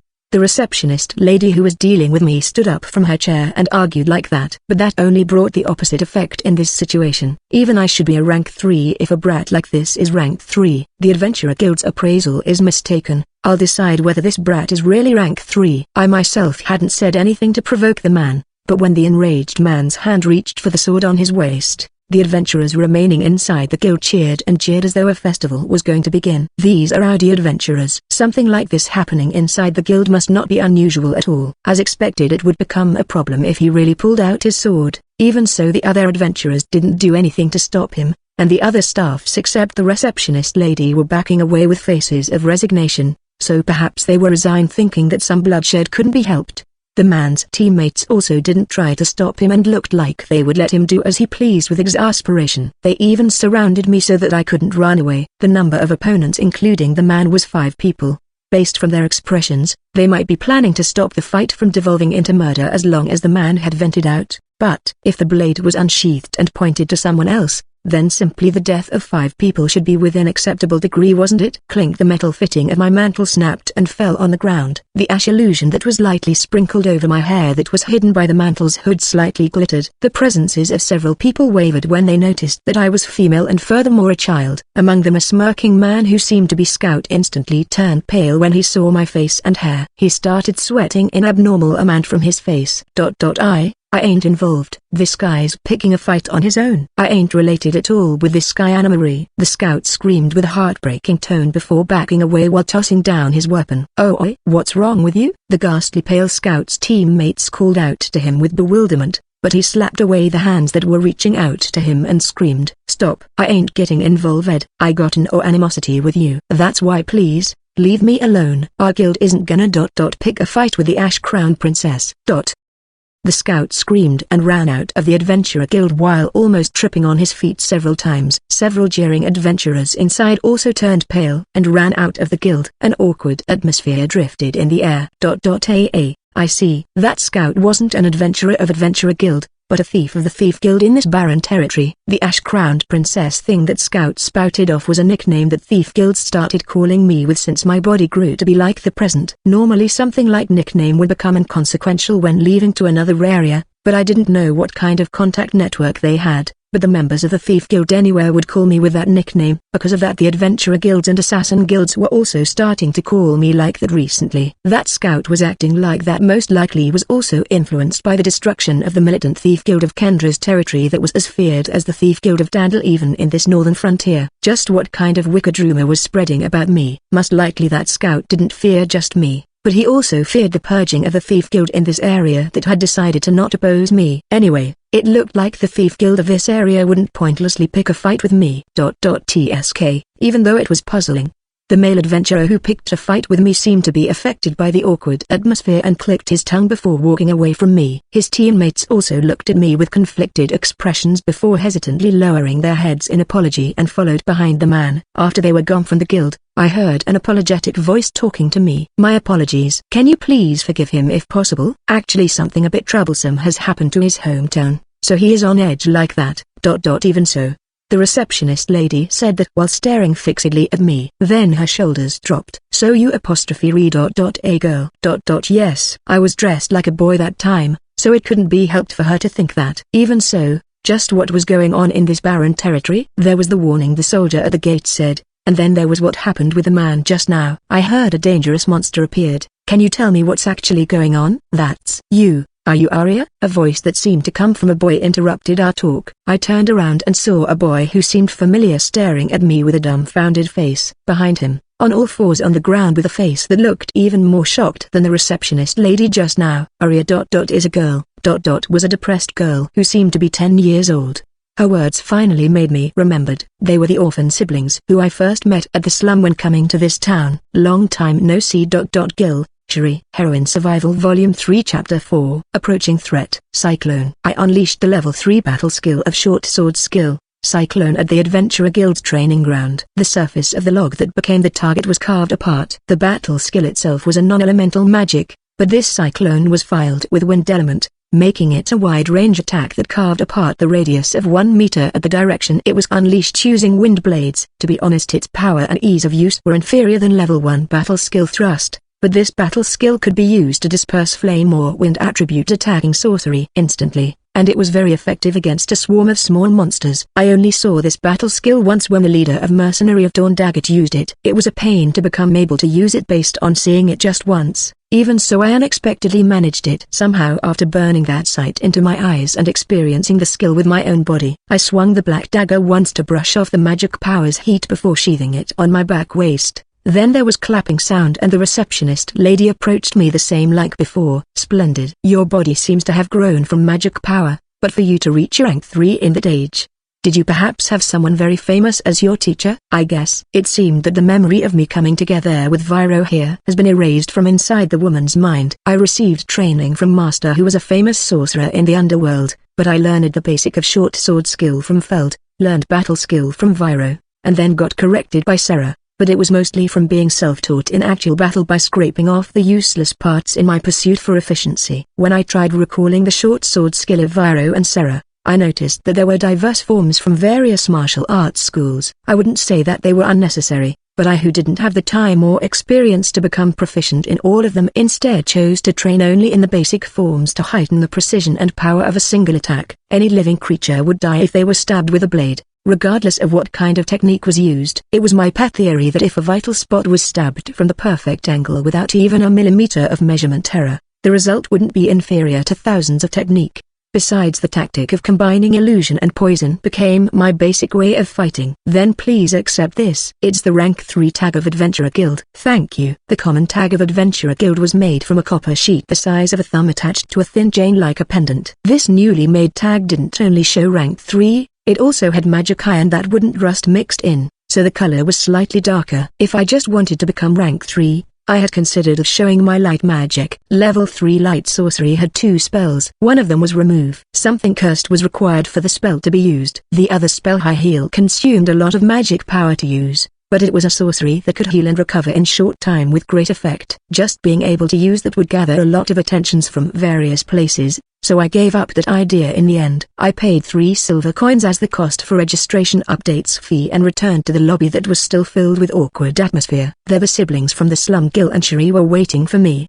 Cherie was about to call out to me, so I shook my head to shut her up. This wasn't really good. The adventurers who looked like they might be connected with the underworld had left outside before this, so it was alright right now, but although the thief guild of this town said that they weren't opposing me, it wasn't something that could be fully trusted. That was why it was possible that someone could be dragged into trouble later on just because they were my acquaintance.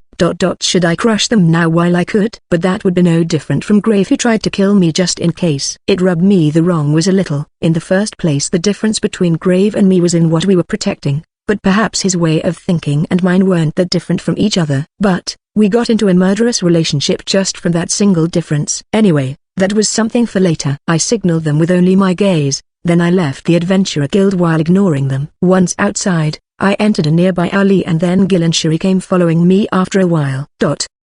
Is it alright with this? Arya? The big brother Gil called my name while acting suspiciously. He considered me as a rival previously, but the competitiveness had left him the moment he learned that I was a woman. As expected, he must be unable to consider a woman as a rival. Even though he would avert his gaze when his eyes met mine, he kept sending glances at me. He might be angry at me for hiding my gender. Yes, it'll be better if you don't get involved with me. It'll bring you a lot of troubles. What do you mean by that? You're so stupid, Nichan. Arya is rank 3, you know. Surely she's doing an important work, so she can't tam up with beginners like us. That's what she's saying. It looked like they wanted to talk to me because they wanted to team up. I know that. More importantly, are you alright already, Shuri? Even though you looked really down like that. A lot of things happened, like Arya suddenly getting this big or that she's actually a woman, but even if she's a girl, if she's this pretty and cool, then that too might be fine. Foo. https://bookapervert.wordpress.com/heroine survival volume 3 illustrations/IO033/ No,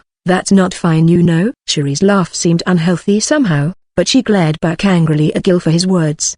Even though Nichan yourself also can't meet Arya's eyes now that she's pretty. Wah, you. Is that all you want to talk with me? Wah, wait a second. The talk was starting to deviate to a strange direction, perhaps because they were getting high tension from the reunion after a long time. When I ended the talk, Jill stopped me with an anxious look. We want to team up with you, actually, because there's a place that we want to go to. Nichan, Shuri, even you don't think that things are fine like this, right? You two, talk from the beginning. I ended their incomprehensible conversation and made them talk from the start. Actually, we weren't born in this town. We came from a smaller town at the west. Gil and Shuri talked alternately. I consolidated their incoherent talking inside my head. The two were born in a small town at the west. Their mother died early and their father married another woman several years later. But even their father apparently died from an epidemic several years later. For a while the two lived with a second wife and a little brother who was born from the second marriage, but as expected they had a difficult life. The second wife wanted to leave the family's field to her own son instead of the two who weren't connected by blood with her. She then colluded with her own family to chase away the two and abandon them in this town. It seemed I met them right after that happened. It was difficult for two children who had normal life until then to live in the slum where they had no knowledge at all. But surely they made it until now because someone like Victor from the general store watched over them even with all his nagging. It really helped us that time when Arya saved us and even gave us money. Arya was really cool back then, so we also wanted to become strong and now we became an adventurer. I see. I didn't do anything. I only killed an enemy. We sold rabbits to the general store's old man and asked Elbers to sell us weapon. Look, it's this one. The two of them proudly showed a steel short sword and knife to me. Certainly those weapons seemed to be just right for them right now. Even so, it wasn't likely that these two could buy weapons of this quality from selling battered rabbits that they hunted. Surely these were like gifts from those two eccentric old men. They were really kind-hearted. After that, when Shuri became 10, she became an adventurer together with Gil, who turned 13. Or not. They still didn't have combat type skill right now, so it seemed they were earning money by working as baggage carrier for other adventurers. There is a senior here who we knew from when we were living in our hometown. We asked him to become baggage carrier for his party. They also teach us how to fight sometimes. They don't know sorcery at all though. And then one day while they were living like that, they heard a strange rumor.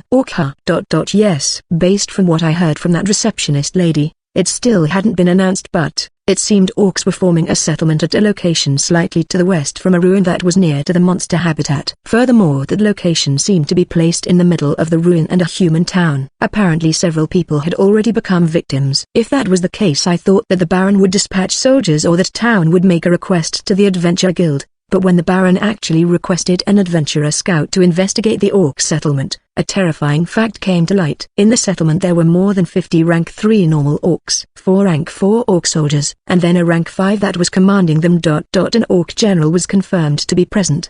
The soldiers of the Baron in this town numbered 150. That number would swell into 300 if soldiers from other towns were gathered, but the majority of them were rank 1 or 2. The rank 3 commanding officers only numbered around 30. Rank 4 knight or soldier numbered very few, and they were usually living in the capital or large city in this kingdom. There was also a system of recruiting ordinary people as militia in wartime, but that was if the opponent was human. Even if there was 1,000 of them, the possibility was high that they would be massacred if they faced a group of orc with rank 3 strength at the lowest. It might be possible to fight them with just the soldiers if there were only normal orcs or just the 4 orc soldiers, but with the presence of just one orc general, it was likely that they would have to sacrifice more than half of the soldiers to win. Furthermore, some soldiers had to stay behind to maintain public order. Dispatching 100 soldiers with 10 rank 3 as commanding officers would be the limit. The receptionist lady said that the subjugation force would likely be annihilated with such number. In that case they should ask for the Adventurer Guild to take care of it, but it seemed that just to defeat a single orc general would need a party of 5 where 3 or more of them needed to be rank 4. And in the end that number was only assuming that the opponent was just the orc general alone. But at present there was not a single rank 4 adventurer in this barren territory and the surrounding area. It seemed that right now the guild was planning to call for someone with such qualification and place them to lead the adventurers, but that plan also couldn't be approved right now. The Baron hesitated to send out his army, fearing that they would be annihilated, while the Adventurer Guild couldn't forcefully send out adventurers for this kind of situation, unless it was an emergency like the appearance of a lot of monsters. Even if the Adventurer Guild cooperated, there were a lot of things that hadn't been decided, like whether it was the Baron or the town that should pay for the cost, how far should the adventurers deal with the situation, etc. And like that there wasn't anywhere that could take action. Right now the town was still holding by using logs to reinforce the fence that had been there from the start to repel monster, but it was assumed that they wouldn't be able to hold for long if the orcs got serious. That town is our hometown. Jill said that while biting his lip. Cherie's face grimaced beside him. It doesn't matter what happened to that town. The woman who abandoned us is in that town. Even so, our little brother is also there, and we also have friends there. I don't remember any friend there anymore. Besides someone like that woman's son. Isn't my little brother. Cherie. Jill scolded Cherie, but he was at a loss for words. Perhaps because he could also understand her feeling. Then he turned toward me. Arya. It's fine if it's just me. Can you bring me to that town? Nichan, don't. Nichan might die there, even though he had no good memory and had bitter experience there. Jill wanted to help his acquaintances, although at the inside Cherie loathed to let her stepbrother die. She was more scared of Gil dying. You mentioned acquaintances. What about that adventurer who came from that town? It looks like those people are going there. I tried asking them to take me along, but they refused because it'll be dangerous. Obviously. Well, of course. I also won't. I won't take you two there. Arya. Gil took a step forward, but I lightly swept his leg to make him fell. Then I pressed a knife on his neck. You two will just die even if you go.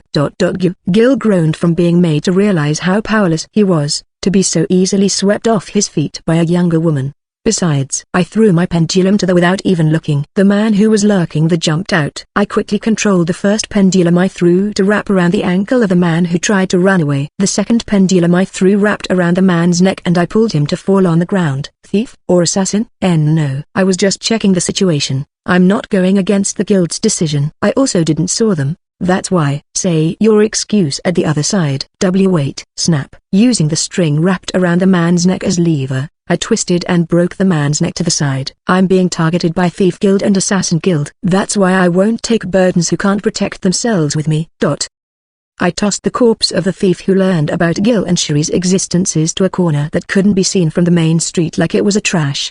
The two's complexions worsened seeing that. Even if we were at the same place, the world that the two and me were living in were too different. This was most likely the best way. It was so that the two who didn't have sufficient strength to fight would survive. That was why. I'll go check that town's situation. I'll at least help if anyone want to escape from there, so you two stay in this town. Arya. Gil muttered in a daze. Cherie rubbed her eyes with her sleeve. I walked not toward the main street but toward the dark back alley. Cherie's small please voice reached toward my back as I walked away. Heroine Survival Volume 3 Chapter 5. A small town, about the hometown of Gil and Cherie. I could look at its location from the geography information of this barren territory that the guild made available to public.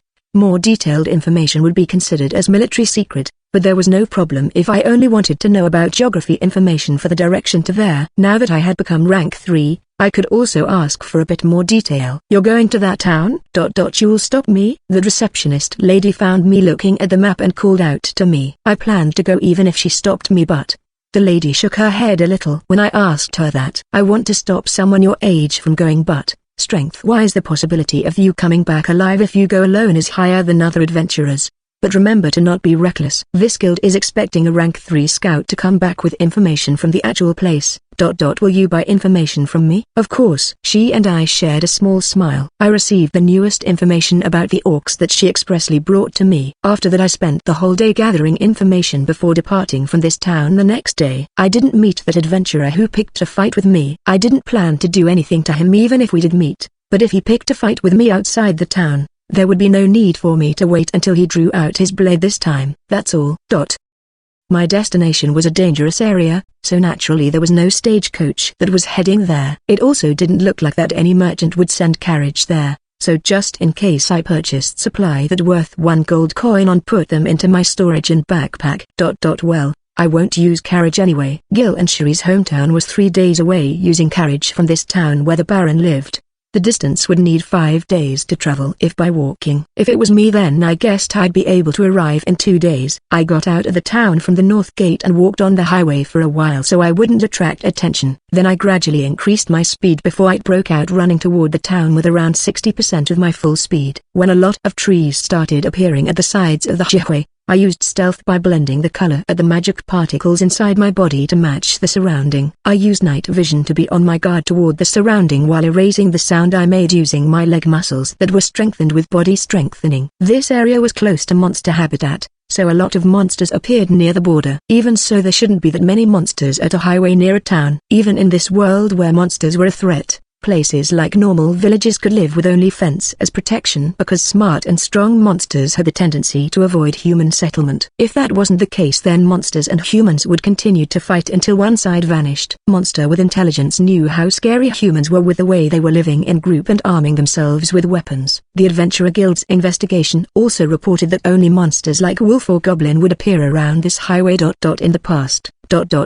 one hobgoblin suddenly appeared from the forest beside the highway. I saw it suddenly appearing from outside the range of my detection. I instantly strengthened my body while still keeping my stealth. Then using special footwork I leapt over the hobgoblin and kicked the side of its head with my heel. Gah! The hobgoblin groaned from the sudden blow. I used the momentum from my kick to pierce its brain from its neck using the black dagger. Then I used its head as a foothold and jumped. I landed on the ground and broke into the run before the goblin fell on the ground.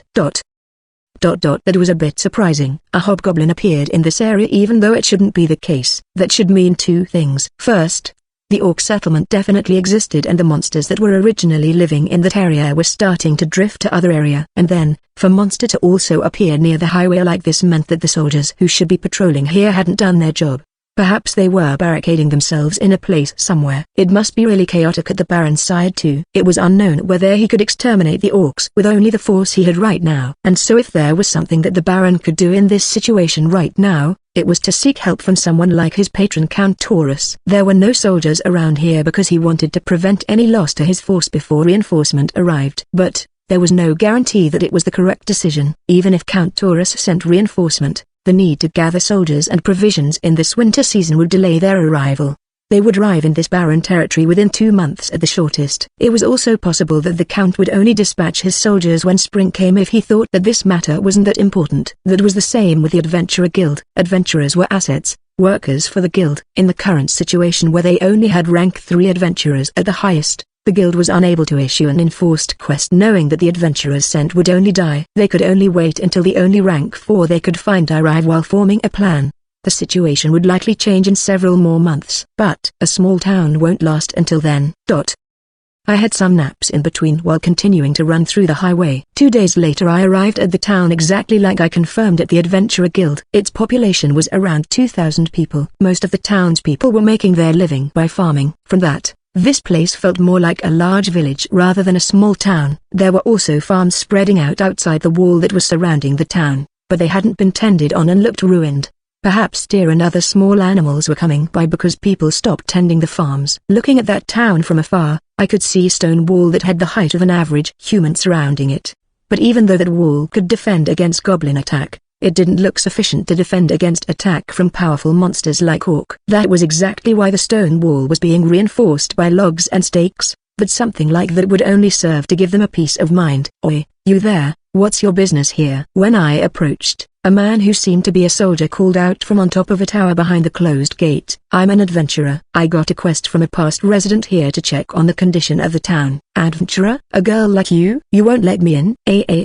Sorry, I'll open the gate, so come in quick." The soldier hurriedly got down from the watchtower and then the reinforced gate opened slightly with creaking sound. "Sorry, but we're going to close the gate right away." "Come in quick." "Roger." The gate was only opened until a human could enter, just barely. I entered into the town from the before. Two soldiers immediately closed the gate and placed a thick bolt over it. "Phew. You're adventurer? You know about this town's situation, right? To be honest, we'll be grateful if you can help protecting this place, but I understand." I had taken out some supplies from my storage before arriving. When I handed it to the soldier who first saw me, his expression brightened seeing what was inside. "Nice. Merchant won't come here, so salt is in short supply." With the town in lockdown like this, they would have little food to share with traveler who came during this trying time, though it would be a different story if the one coming could help with the fighting. When human lacked salt content, their body would seek salt and their sense of taste would change. The salt I handed wouldn't be enough to be shared with the townspeople too, but the soldiers and the people working to reinforce the wall needed more salt than usual. So I thought that they would lack salt when the merchants stopped coming here. Because of that I bought 1 gold coin worth of salt before coming here. "And, how's the situation?" I called out to the soldiers who were rejoicing that they would be able to have proper meal after this. Their expression immediately darkened and the two soldiers started talking alternately. "You're asking about the orcs, right? A group of orc came here several weeks ago and the farmers working outside the wall fell victim to them. Adventurers who said that they received a quest from the Lord also came. They investigated,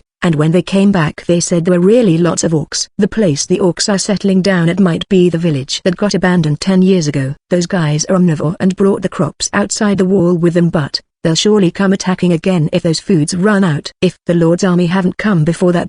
Hey, how's it going with the Adventurer Guild? Is there anyone coming?" At that timing, 4 men wearing armor who seemed to be adventurers came from the direction of the town settlement. We stopped talking when we noticed that they were running this way. "Did something happen?" "Why you?" Those adventurers were the man who picked a fight with me at the guild and his teammates. To meet him again at this kind of place. Come to think of it, I heard that this man was originally from this town, but could it be that his party was also the one that was hiring Gil and Shuri? As expected, the thief who pretended to be Scout wasn't here, but the man who picked fight with me stared at me and questioned me. "You, why the hell are you here?" Wait, I don't know what happened between you two, but stop it, Kevin." The soldier panicked seeing the dangerous atmosphere and cut in. Perhaps my action of handing salt was effective. The soldier seemed to be an acquaintance of this man who was born in this town, Kevin. For now it didn't seem that he would back up Kevin unconditionally. Then Kevin's teammates who had guilty feeling toward me also took advantage of that to remonstrate him. "Yeah, stop that. This little miss is really strong, right?" "That's right. Come to think of it, did you manage to become rank 3? "Yes, I was on my guard just in case while taking out my tag from behind the chest area of my leather dress." Seeing that, they and also the soldiers let out surprised voices. "Oh, she's really rank 3. That's amazing even though you're this young." Tsk. Kevin clicked his tongue seeing my tag and took a step back from the crowd. And what do you actually came here for?" "An acquaintance asked me to check the situation here. It seems he has family and friend here." "Rather than that, aren't the residents going to run away?" Kevin's eyes widened from that question I asked casually. "You don't understand anything. The people here have lived here since they were born. They don't know how to live anywhere but here, and there are also those who'll prefer to die together with their farm." "Kevin, I told you stop already." Kevin tried to lash out at me again. His teammates grabbed his arms and stopped him. The soldier who I first met seemed to think that the talk wouldn't progress if Kevin kept butting in every time like this. He sighed before explaining to me. People who got money or relative at other town had already run away a long time ago. But, just like that idiot said, there were old people who can't live anywhere else and sick people here. The families of those people can't just get up and run. "We might manage if we have time, but..." He said that around 30% of the townspeople were still unable to evacuate. After saying that, the soldier looked at me with a pleading gaze. "Say, you, how's the situation at the Adventurer Guild? Can't they do something?" "Still nothing. The guild can't move right now when they still can't find a rank 4 party." "I see." He must have guessed. The soldier's shoulders dropped dejectedly hearing my words. Do something about this if you're really rank 3. Kevin, who was being held back by his teammates, spat that out while looking at me. I see. Let him go. I'll keep him company for a bit. Wait, Kevin is just being too on edge. When I said that, one of Kevin's teammates who was holding him back spoke to stop me. He might be worried for either of us. I paid him no mind and lightly beckoned with my fingertip while looking at him coldly. Can you only talk? You want to know, right? Of rank 3. What did you say? Kevin was enraged by my provocation and he finally unsheathed his sword. Oi, stop. As expected, the soldiers couldn't overlook it if this devolved into a bloodshed. They tried to stop us, but I unleashed level 3 pressure together with killing intent. The soldiers and Kevin's teammates froze from my killing intent. Among them, only Kevin, who stopped just from my killing intent, brandished his sword at me even though his expression was convulsing.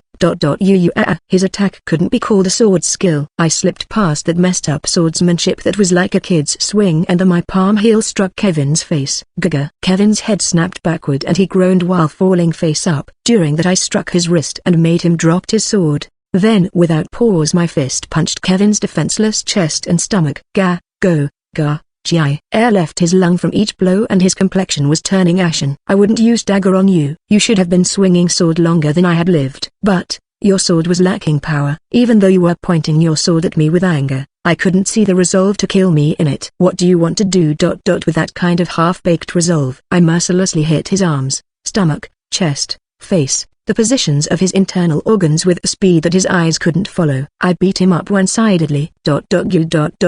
Kevin crumbled like a puppet that lost its support when my fist stopped punching. Kevin was in tatters in less than 15 seconds. The soldiers and Kevin's teammates were looking at me in fear. I paid them no mind at all and looked down coldly on Kevin, who was lying down face up. Kevin, who's your enemy? What's the reason you're wielding sword? Even so, I didn't deny him. If you were pointing your sword toward me with your own reason, at that time I'd kill you as a human. As a warrior.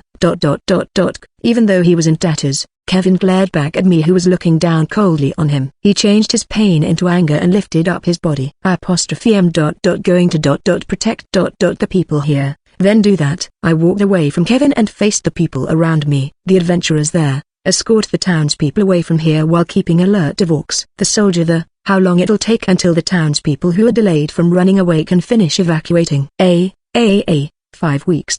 No, give us 4 weeks. All the soldiers here'll manage it somehow. Then please do. The soldier seemed to think something from watching the exchange between Kevin and me.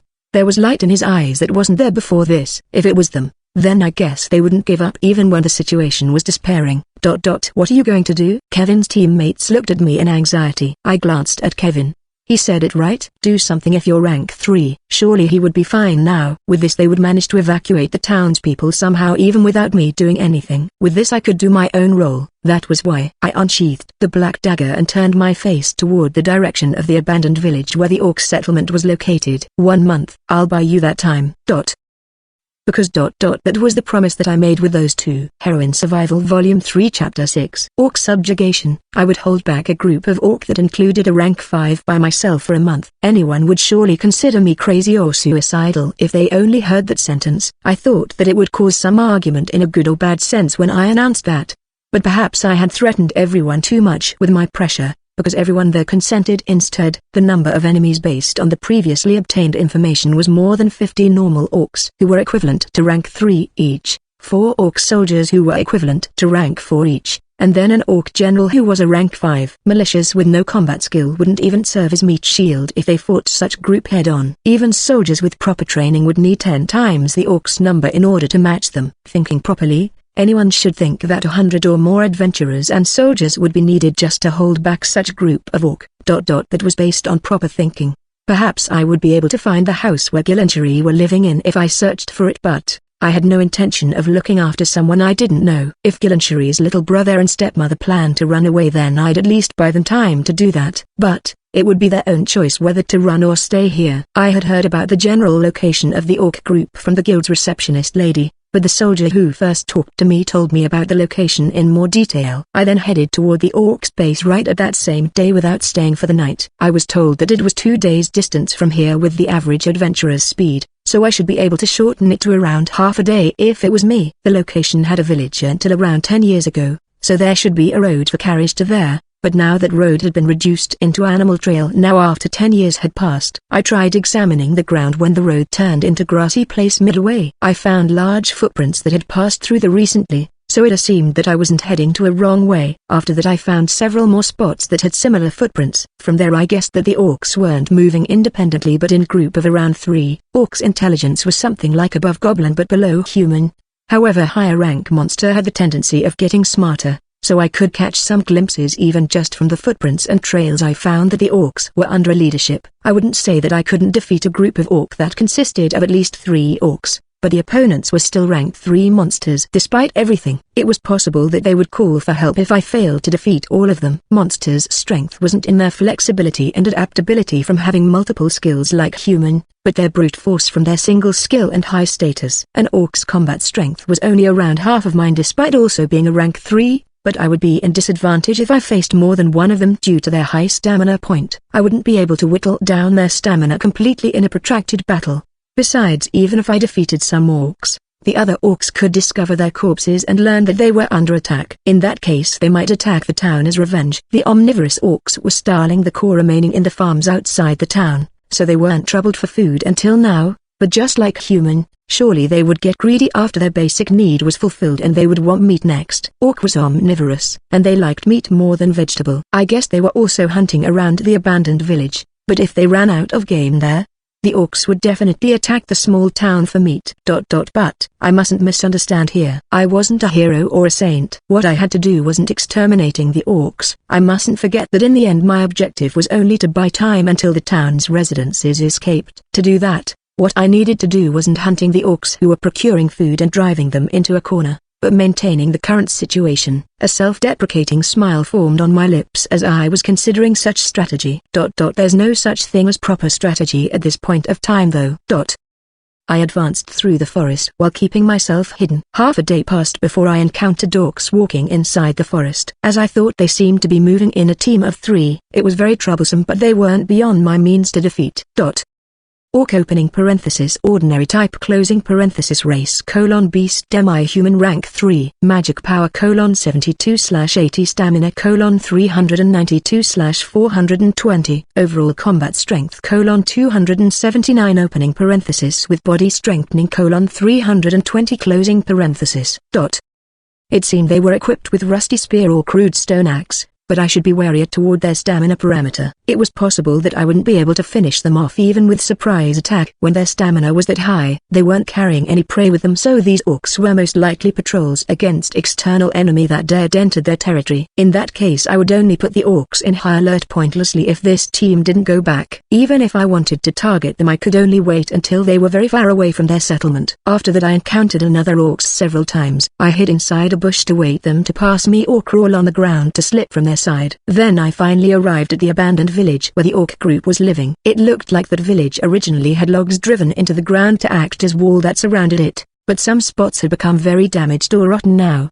The orcs only piled some rocks half-heartedly at those spots to block the hole. I returned into the forest temporarily, then slathered my mantle with the soil and mud of the area to cover up my figure and scent. I also slathered mud on my face and hair. From here, I couldn't be discovered by them even once. They mustn't detect me even once until I had finished all my preparations. I had a meal that only consisted of a bit of dried meat and nutrition pills that were made with alchemy. I hid myself by clinging on a tall tree trunk until it became dark at night. When I saw that the surrounding had become dark enough, I placed rabbit leather on the bottom of my boots. It was a countermeasure to erase my footsteps sound. I blended the magic particles inside my body with the surrounding using magic power control that had become level 4. Using stealth that had also become level 4 thanks to magic power control, I became a shadow inside the darkness and started moving. I didn't touch the orcs. I didn't put my hand on them even when there was a chance. According to that woman's knowledge, one should approach from downwind when moving stealthily.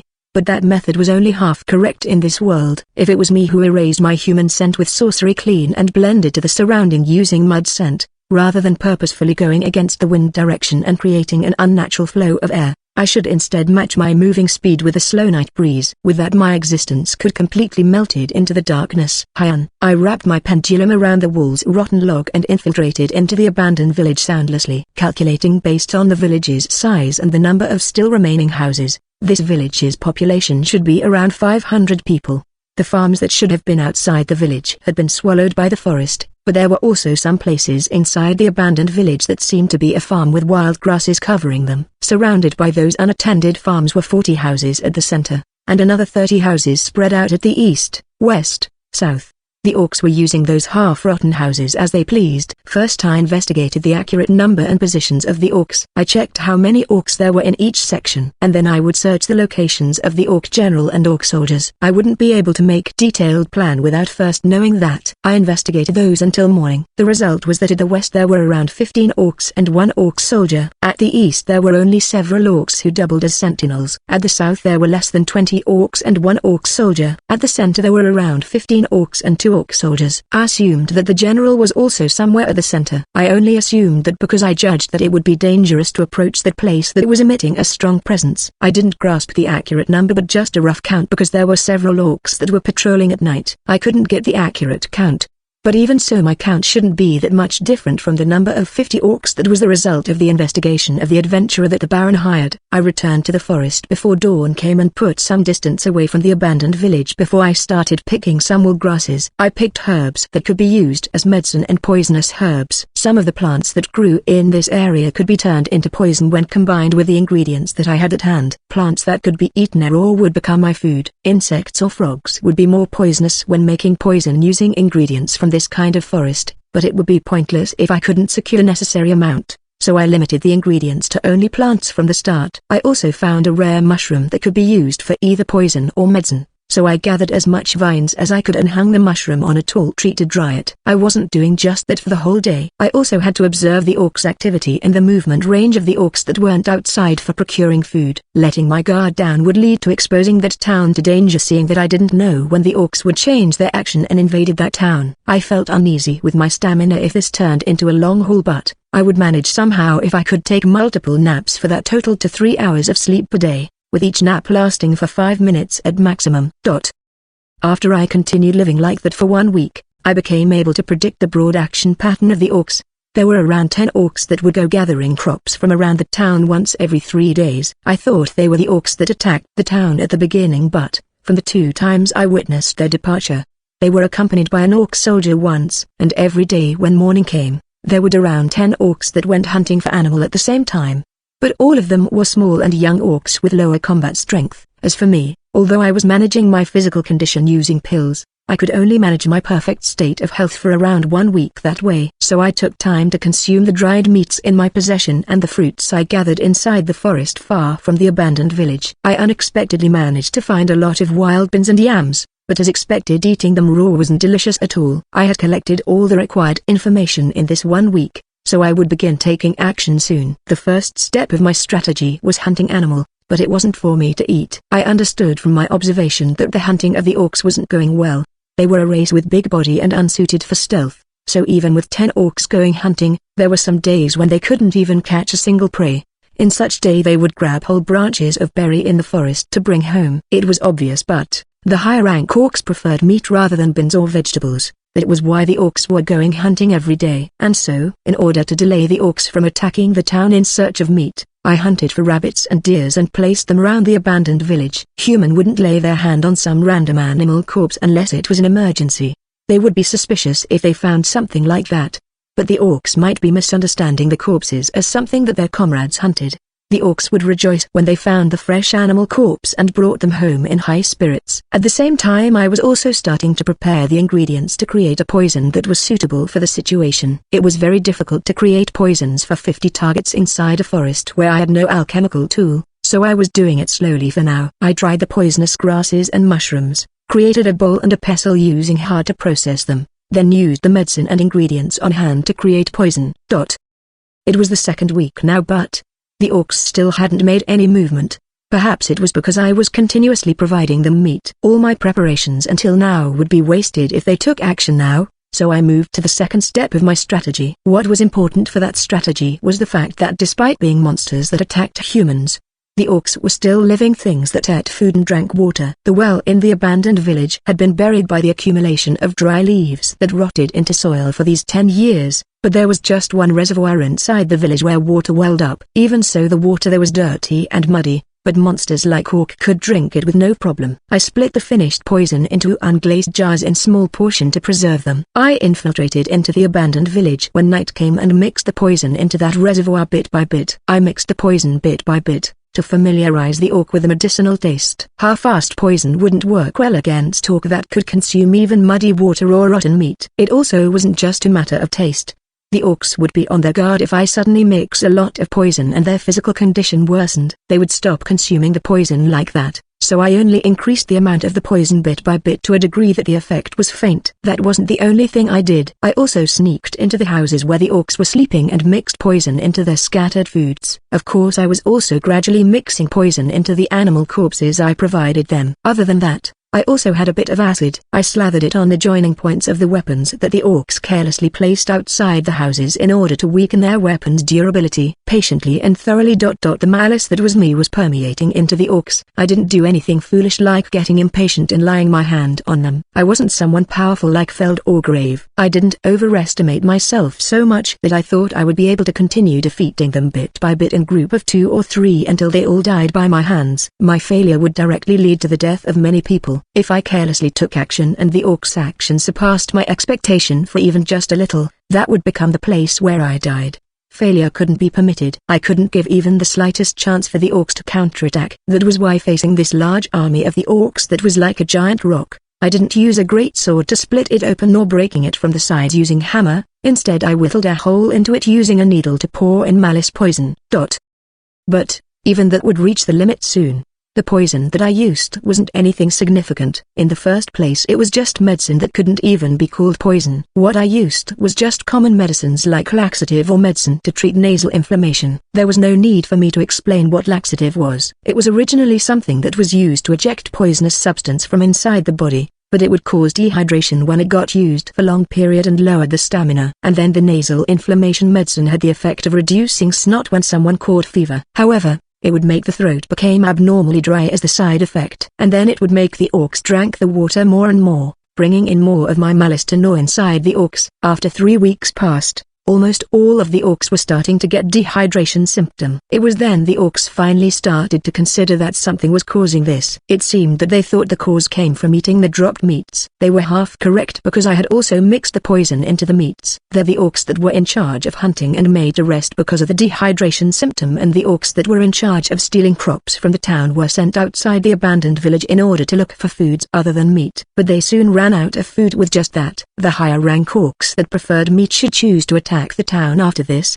There was 1 more week until the evacuation of the residents who could run away was finished. I sensed that my effort to buy time in this way would reach its limit soon, so I started with the last step of the strategy, which was me directly stopping them. 3 orcs were walking inside the forest. They were carrying furs that they used as bag instead of large weapon, so they were most likely planning to gather fruits and wild plants that seemed edible instead of hunting. But their condition was different from 3 weeks ago. They seemed lifeless and it looked like just walking through the undulating ground of the forest was a difficult task for them. I would manage somehow if it was like this.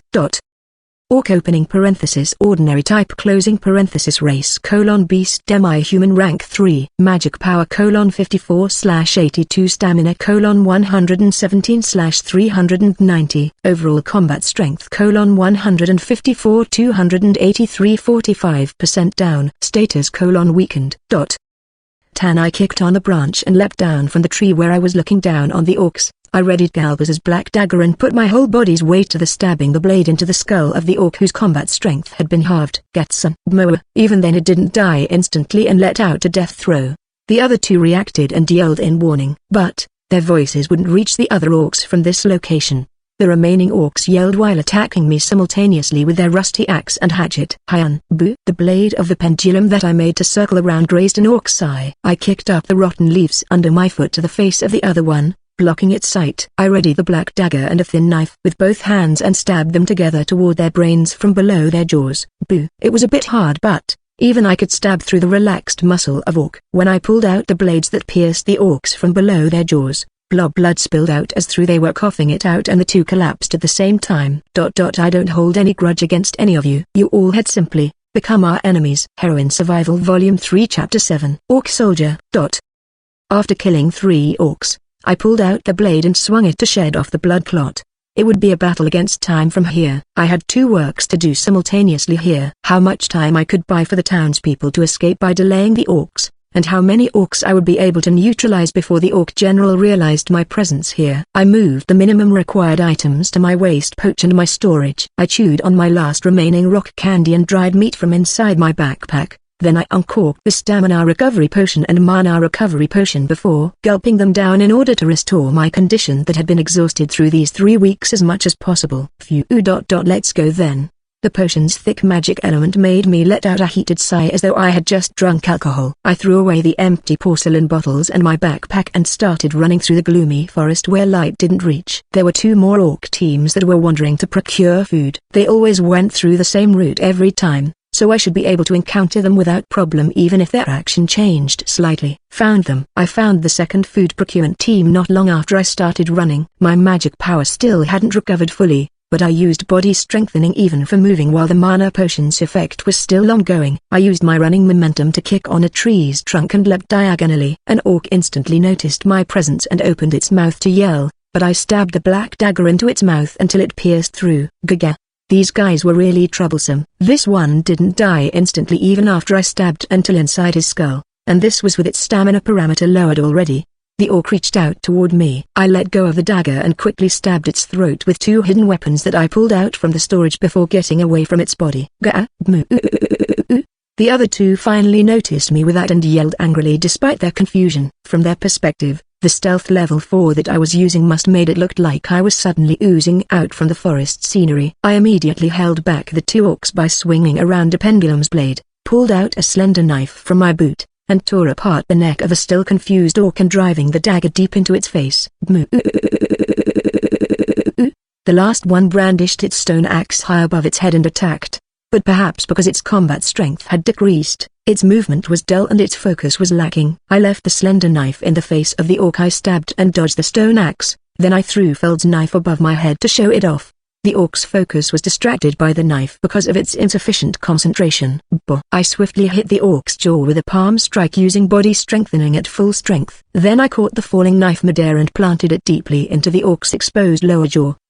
Next, the orc that I attacked first had also already died. Even though its life force was originally powerful, its stamina parameter had decreased so it looked like it was beyond any help. I collected my knives from the dead orcs, wiped the blood from them carefully, especially the blood sticking on the steel. Then I started running toward my next destination. Even though they were in a weakened state and their stamina parameter lowered, it was difficult to kill them in one strike if I missed their vital spot because of their high life force. Normally I'd have a bit of a harder time if I was facing rank 3 opponent head-on, but in their current condition where their concentration was lacking and their combat strength lowered, I was able to deal with several of them simultaneously even without using illusion or battle technique. If possible, I wanted to use mana as little as possible until the higher rank variant came out. I would be able to defeat them more consistently with just martial art if I had more weight in my body, but there was no point crying for something that I didn't have. I dealt another food procurement team that consisted of 4 orcs and a patrolling team of 3 orcs in the forest with surprise attack just like before. I had finished off 13 orcs with this, but I couldn't take my time leisurely. I started running toward the town in order to also deal with a team that was heading there to steal crops from the surrounding farms. I used body strengthening to rush out of the forest swiftly. When my physical ability was strengthened like this, I could easily surpass the muscle strength of adult male, and in agility my parameter could jump up until twice of ordinary person. If such parameter was given to the light body of an early teenage girl, it was possible to run inside a forest faster than a wolf and nimbler than a panther. I moved through the forest by jumping from rock to rock, or branch to branch without getting down on the ground. When the effect of the recovery potions ran out, I found the orcs before they could get out of the forest. I had 1 more mana recovery potion inside my pouch, but I really couldn't waste any mana at all right now to prepare for the fight against the higher rank variant. I was able to find this team, but was their number a bit higher? Just from a brief glance I could see 12 of them. Even so, it didn't change what I had to do. I got a bad premonition, but I had no leeway to observe them first. I entwined my pendulum around a thick branch and climbed up the tree. I strengthened my muscle strength and stealth while jumping from branch to branch. Then I jumped down without pause and launched a surprise attack at the rearmost orc. But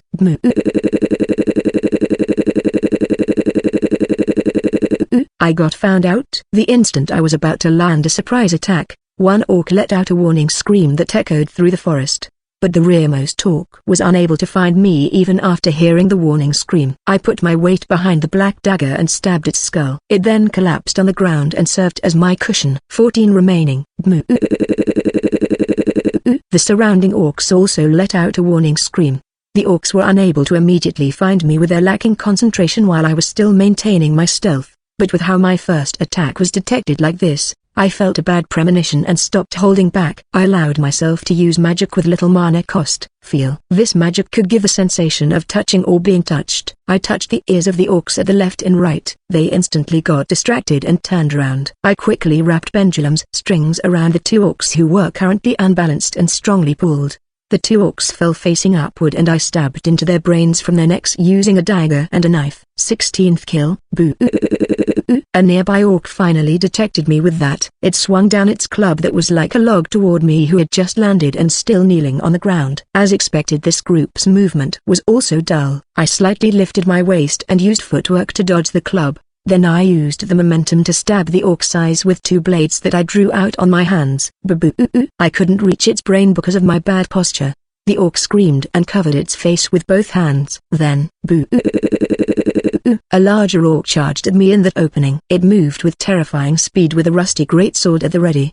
An orc soldier, a powerful enemy with rank 4 difficulty level. As expected, it was fast, but it wasn't something that I couldn't deal with. I dodged to outside the range of the greatsword while also kicking the blinded orc toward its direction. The orc soldier's greatsword bit until halfway into the body of that orc. 17th. Seeing the orc soldier's greatsword digging into that orc, I immediately drew out a knife from the slit of my skirt and threw it. But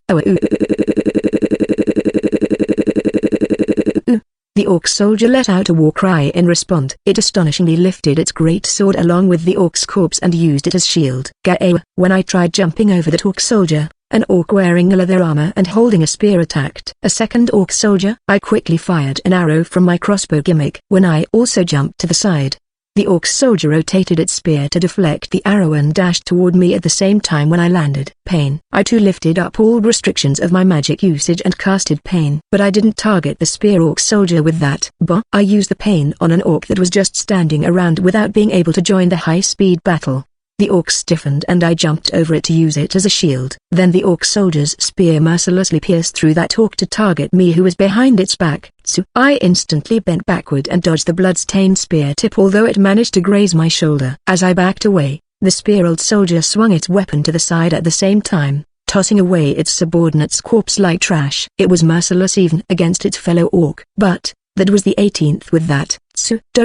I felt increasing mana and killing intent and leapt away. Then the ground where I was standing on just now and the large tree behind me got cut apart by a shockwave. When I looked that way, I found a large orc wearing a rusty iron armor and holding a rusty two-handed axe, taking a stance once more with the axe that it had just swung down while glaring at me. Another orc soldier. There were 3 of them.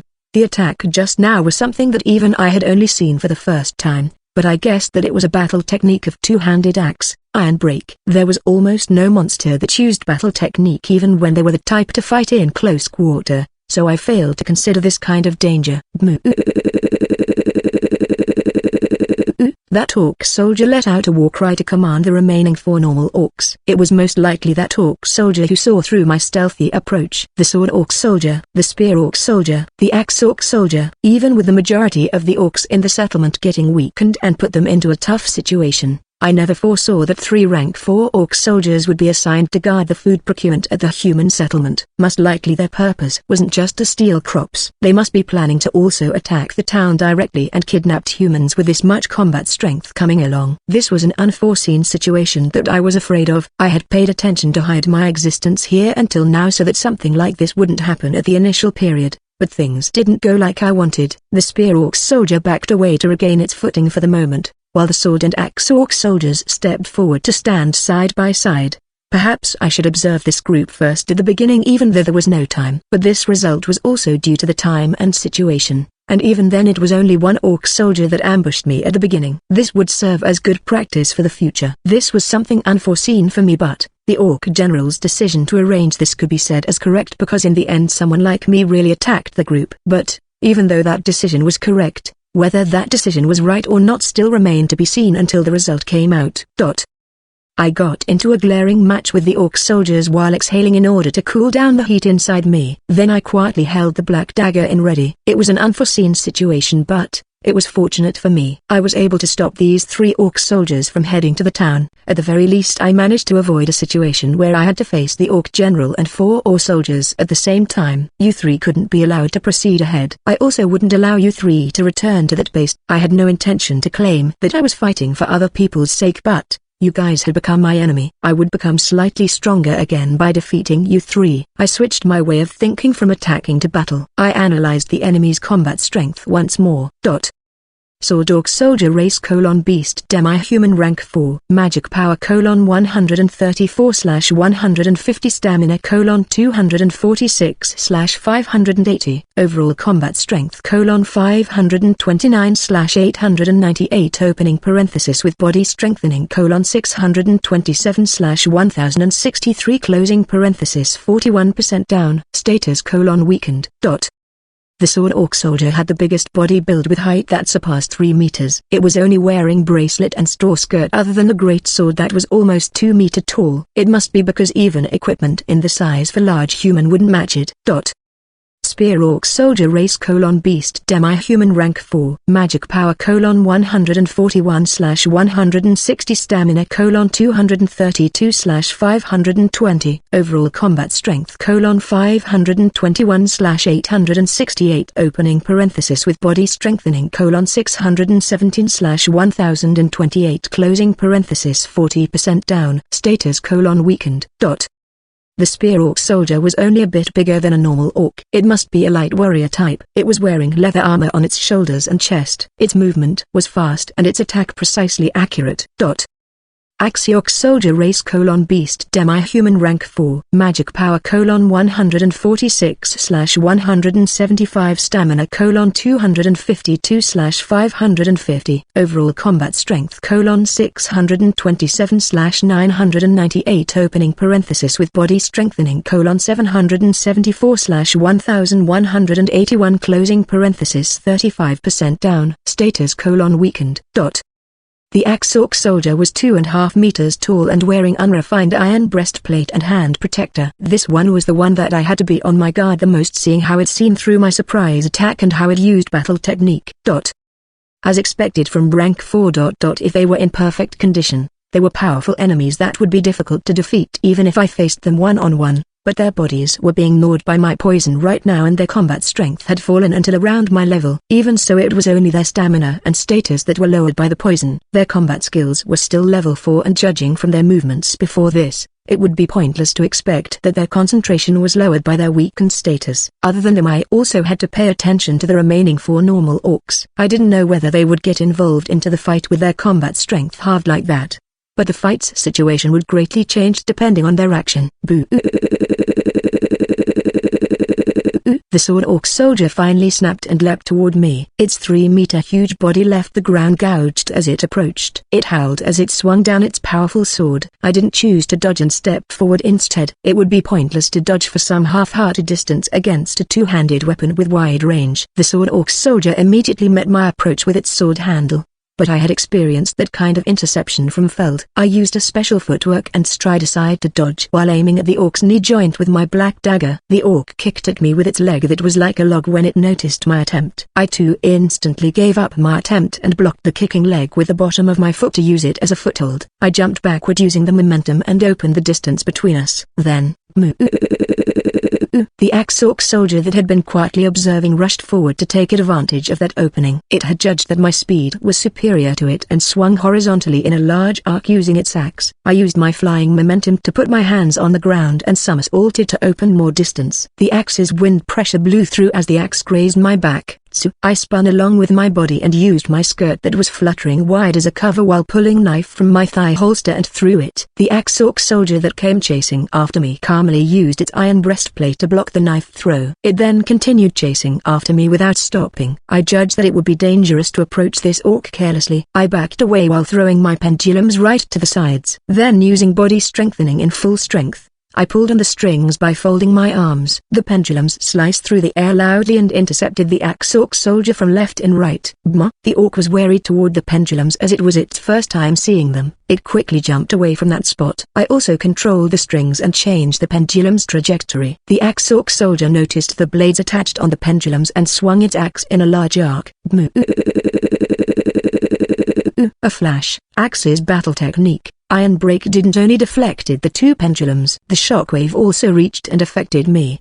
I barely avoided direct hit. Even so I couldn't completely dodge the shockwave's impact and my light body got blown away greatly. The spear orc soldier saw my unbalanced posture as a great chance and rushed forward. I parried the spear tip that was swiftly lunging at me, but the orc didn't stop with that and slammed its body on me, blowing me away. I used martial art to spin my body acrobatically while fixing my posture. But the sword orc soldier had approached behind me when I realized it. It brandished its sword toward me. Pain. The orc froze for an instant from the dark magic I chanted, but it glared fiercely and kicked me away. The sword orc soldier must have the resolve to feel pain seeing how it didn't wear armor. But I managed to put up my guard using that momentary opening. I managed to reduce the impact and regained my balance even after rolling on the forest's ground that was covered with dry leaves. The orc soldiers kept some distance from me to rally themselves. They got into a glaring match with me again after that. Seeing the higher rank variants having the advantage in their fight against an opponent that killed their comrades in a blink of eye, the remaining orcs cheered and made a ruckus. My stamina had been reduced by more than 30% even just in this short time, and yet I hadn't managed to even land a single blow. So this was rank 4. Although their combat strength had decreased, the combat experiences and skills that had brought them until this far hadn't vanished and still burned inside their soul. Phew. I exhaled out a breath that sounded a bit like a laugh. The orc soldiers kept up their guard warily. I'm really a moron. I thought that I would be able to fight against 3 rank 4 just because their parameters had dropped and their combat strength now matched mine. Even though I was aware that carelessness would lead to death, I had become completely conceited just from getting a bit stronger. These 3 orc soldiers recognized a mere human child like me as enemy. They were putting in serious effort to grasp victory for their group without letting their guard down. And yet, I was filling my mind with the foolish thinking of keeping spare strength for the next fight even though I was currently facing 3 rank 4 opponents that were clearly above me. I spat out the blood pooling inside my mouth. My body let go of all tensions and I shifted my posture so that only one side of my body faced forward. Seeing that the orc soldiers became even warier and let out threatening growls, they also started to close the distance gradually. I kept all of them within my sight while asking my own resolve inside my heart. Remember that you are the weak. Remember how have you been fighting until now? You had never won against a stronger opponent by fighting head-on. Not even once. You had come very close to death many times in just this 1 year. How did you survive those until now? What I could do was only my own way of fighting. Observe. Lay trap. Not a single one of my ways of fighting included the proper way. Pushed down all your fear and conceit to the bottom of your heart. Simply become a single stroke of iron blade. Let's show them my way of fighting that wouldn't show up in rank or combat strength. Ga.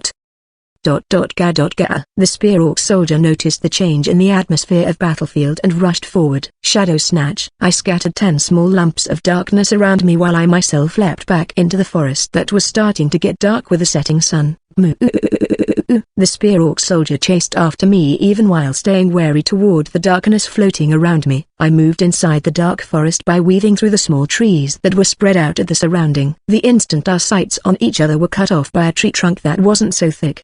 The orc's spear lunged forward and stabbed my shadow that ran out from behind the tree. Gagawa. I aimed at that instant to circle behind the orc and my black dagger gouged its neck. A pained scream echoed through the dark forest. It was too shallow. It wasn't fatal yet. I sensed the sword and axe orc soldiers approaching this way, so I didn't continue attacking the spear orc and got back into running through the dark forest once more. The sword orc soldier charged forward, mowed down a shadow together with a small tree. Even though it was nothing more than a lump of magic element shaped to look like a human, it was difficult to instantly distinguish it from me if it took my place inside this dark forest. The sword orc soldier tried to kill me by mowing down everything. The orc soldier instantly became furious when it learned that none of its attacks hit. It caused it to step forward between the trees carelessly. But a weapon flew out from the darkness the orc stepped on at that moment. It pierced the orc's foot through until the other side.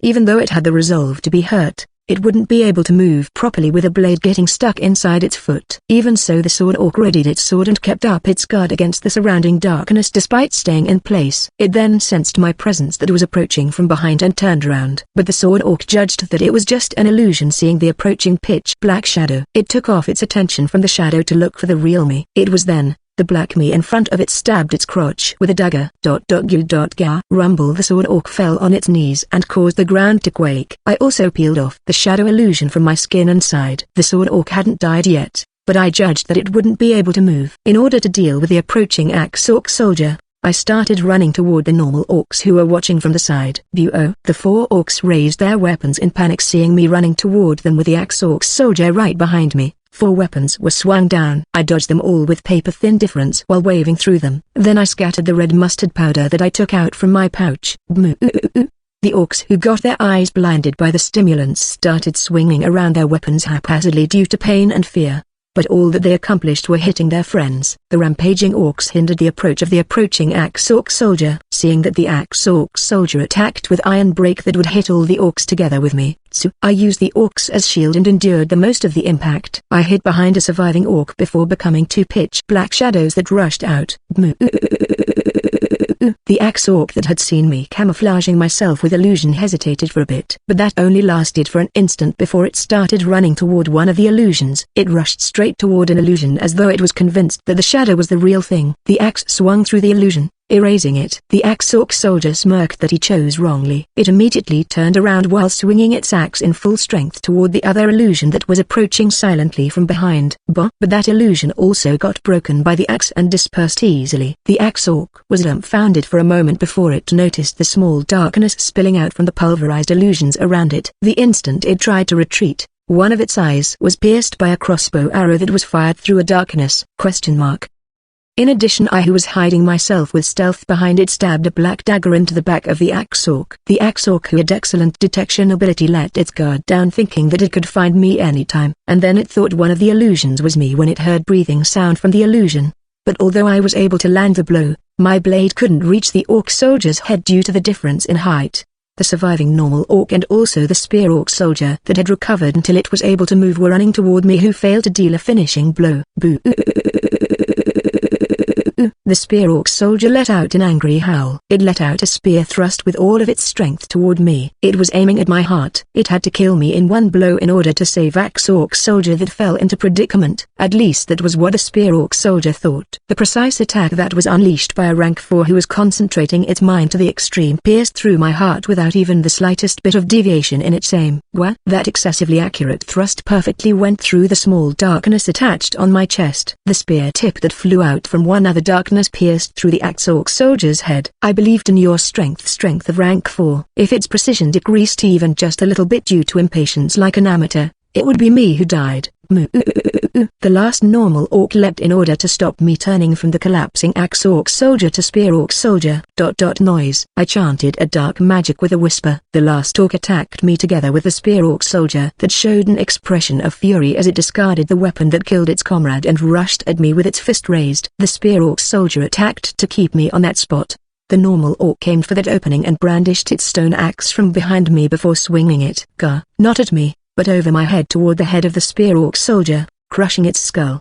The orc's eyes had stopped hurting from the red mustard powder, but its visual acuity was lower than before. In the first place, monster had better 5 senses than human. They could stay active to some degree even when in darkness, but that was exactly why I thought that they would be able to rely on sound to attack even when their eyes were blinded. And so the normal orc relied on the sound from my noise, and its stone axe struck the spear orc soldier's head.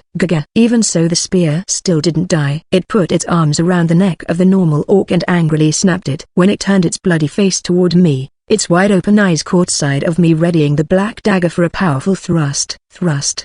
My battle technique was executed, piercing the bloody face of the spear orc soldier right from the front. And then, the last remaining sword orc soldier appeared by dragging its bloody legs on the ground. Its already weakened stamina was decreasing even more. In addition, due to the heavy bleeding, it looked like it was already on its last leg even from the perspective of a human like me. The sword orc soldier saw its comrades' corpses and raised the sword that it was using as cane. Moo. The huge 3-meter body swung down the huge sword, but that blade's speed was clearly slow. I took half a step back to dodge that sword. Then I ran on top of the sword when it sank into the ground and I jumped. I stabbed the black dagger that I held in reverse with both hands between the orc's eyes. Ha. I ran out of mana after killing all the orcs and fell on my knees on the spot. I swallowed a pill before I entered a starving state that was an indication of mana exhaustion. Then I gulped down my last mana recovery potion in one go. It wasn't just my mana, I had also overused my stamina. There was also the exhaustion that had been accumulating until now, so my body most likely would be unable to recover completely. But 25 were now dead with this. Just a half more. I ate more pill and chewed. Then I put strength into my trembling legs and stood up. I started walking toward the abandoned village where the orc general was residing, in order to hold back the orcs for the remaining several days. https://bookofpervert.wordpress.com/Heroine Survival Volume 3 illustrations/IO043/Heroine Survival Volume 3 Chapter 8 Orc General. Perhaps there was no need for me to go this far by myself. I had done this much by myself, so perhaps it was already enough. But it looked like I couldn't live smartly like that. There were 5 more days until the evacuation of the townspeople was finished. I returned until the abandoned village inside the dark forest in order to hold back the orcs. I also had an option to return to the town first, but there was a distance around 2 days from the location where I fought the orc soldiers until the town. If I wasted several days for going and coming back, the orcs would realize that the food procurement team had gone missing and they might start attacking. Even so, I might be able to replenish my supply if I went back, but I judged it would be better to use my time sleeping rather than for traveling that long. But it didn't seem like I would even have the time to take a proper sleep. When I arrived at the abandoned village in the evening the next day, the orcs were starting to prepare to leave by gathering their remaining food under the command of the remaining orc soldier. Based on my observation, they wouldn't depart right away. I assumed that they would depart in the morning tomorrow after the hunting team that should be gathering food around the forest right now returned back. I was just guessing, but the force of orc soldiers that I defeated wasn't going to procure food but as advance party to attack the town. If that was the case, I could understand why that unit contained such extreme force. I just barely made it. It was already impossible to keep the orcs contained here, but I made it in time before they departed. I climbed a big tree that was located in a distance where I could observe the movement in the abandoned village. I ate the blackberry and mountain yam that I found on the way here before closing my eyes until it became dark. My body was exhausted from being unable to have proper sleep and meal for these 3 weeks. I forcefully recovered my body yesterday using potions, but the accumulated fatigue made me unable to recover my stamina more than 60% even after a whole day had passed since the battle yesterday because of the accumulated fatigue. There was 1 more hour until the sun went down. I consciously slept to recover my stamina and mana. When I slept, my mana and stamina could recover in double the speed than when I was awake. I forced myself to sleep also to recover from the accumulating fatigue. Then an hour later the sun had set and the sky became dark. When I opened my eyes, it was then I started moving soundlessly and slipped into the darkness of the night. The orcs' action couldn't be stopped anymore. I wouldn't have any way to interfere if 30 orcs that included superior variants started taking action. But there was something that even I could do before they started moving in this current situation when the orcs were scattered throughout the abandoned village. That way was assassinating the orcs. If the orcs were in perfect health, something like assassinating monster with high life force would be difficult, but it should be impossible right now when they were weakened from poison. First would be the orcs that were patrolling around the abandoned village to procure food. They wouldn't get too far from the abandoned village because the group would depart soon, but in exchange they also stopped moving in group of 3 and walked around on their own. I circled to get ahead of a patrolling orc and hid myself on a tree. Then I jumped down on the back of the orc that passed below me while putting a wire around its neck at the same time. I then tightened the wire around that thick neck in a snap using my whole body weight under my falling speed. That orc didn't even realize that it was under attack. It scratched on its neck from the sudden feeling of suffocation. But the spider string that was strengthened with mana wouldn't snap with just that much. My posture was half upside down. Even so, I kicked at the back of the orc's head using my heel and tightened the string strongly to completely strangle it to death. What was troublesome about monster was how they could resume breathing again even after this when some time had passed. That was why I used water on the leaf mold on the ground to make a water puddle before pushing the orc's face into it to suffocate it. This was the 26th. Right now I still didn't want to smell of blood, so I didn't shed any blood. I found a second patrolling orc and sneaked up on it. But perhaps this orc was still young and cowardly. It would only walk through an open space. It was important to jump down from a tree to gain speed so that I could strangle the orc's thick neck instantly, so I couldn't use the same method like before with this one. But there was also another way to fight for an open space. I quickly wrapped a spare string on the hilt of my black dagger and threw it in a large arc to hit the orc from right above. Gun. The orc got hit on the back of its head by the hilt of the dagger that was strengthened with centrifugal force and mana. Its eyes rolled back and it collapsed. I immediately approached and dealt with the orc in the same way like the previous orc. Then I covered the corpse with some rotten leaves to hide it before searching for the next orc. Like that I finished off 3 more patrolling orcs in the same way. With this there was no more orc outside and I moved on to the next step. It was 30 orcs with this. The orcs in the abandoned village hadn't seemed to realize what I was doing because I had been avoiding to shed blood until now. Just in case I checked the surrounding with my night vision that could see the color of magic particles. Then I blended into darkness and infiltrated inside the village.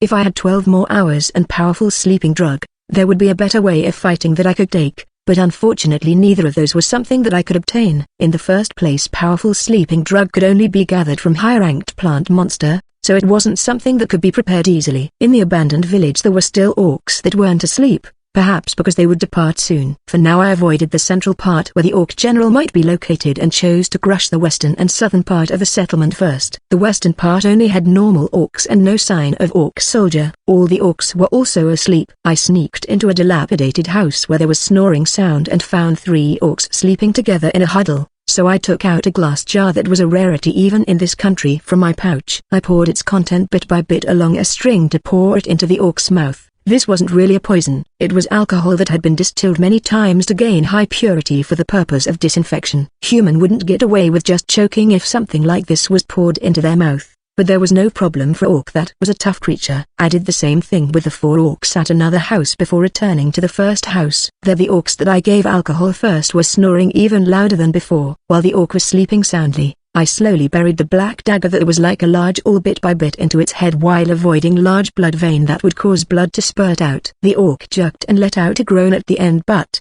that orc didn't wake up nor the other orcs noticed me. So I continued killing the other orcs. I didn't apply poison on my knife during normal battle because poison would become almost ineffective when it became dry. Even if I applied the poison right before the battle started, the poison would degrade just from touching air. If it was a weak poison that was difficult to degrade like what the female thief who kidnapped Elena was using, there was exclusive sheath that could be used to preserve the poison. That was what Jelf told me. But that wasn't what I sought. It wasn't like I was fixated with any particular way of fighting. If it was for the sake of killing an opponent who I had to kill no matter what, I wouldn't hesitate to use cowardly method. But if I got too focused on poison from continuously fighting by relying on it, it felt like I wouldn't be able to arrive at the strength that I sought. This was simply my selfishness. It was 37 orcs with this. There wasn't any sign of sentry at the east. When I headed to the south next, I only found 3 orcs that were still awake. There should be a lot more orcs at here and the west area, but perhaps it was those orcs who were in the hunting team or the orc soldiers team. Perhaps these 3 here were awake was for taking turns with the patrolling orcs. Those 3 orcs were sitting in a circle while eating something that looked like a long yam. Troublesome. I observed them for a while but they showed no sign of moving from that spot. So I carried out their assassination forcefully. I used feel to the 2 orcs at the opposite side. Those 2 felt like their ears were touched and looked back. I raised my sound and ran toward the back of the one orc who looked puzzled seeing what the other orcs were doing. Then I used my running momentum to stab the orc's skull with a black dagger until it went out from its mouth. Gobble. The 2 orcs looked forward again hearing that strange voice. I already let go of the black dagger at that time and jumped over the murdered orc. The palm heels of my hands struck their jaws to return their gazes back to behind. The orcs who were unable to catch sight of me were unable to think of the pain and impact as an attack. I quickly pulled out 2 knives from my boots and stabbed the knives into their brains from the base of their ears while they still couldn't understand what was going on. The 2 of them were assassinated simultaneously. It was a total of 40 orcs killed with this. The corpses were letting out a lot of blood. The bloody smell would spread out and it might get noticed anytime. The remaining enemies were the orc general at the center, 1 orc soldier, and then some 10-odd normal orcs. But the problem wasn't the number. After all, just 1 orc general was as big of a threat as 50 orcs. Phew.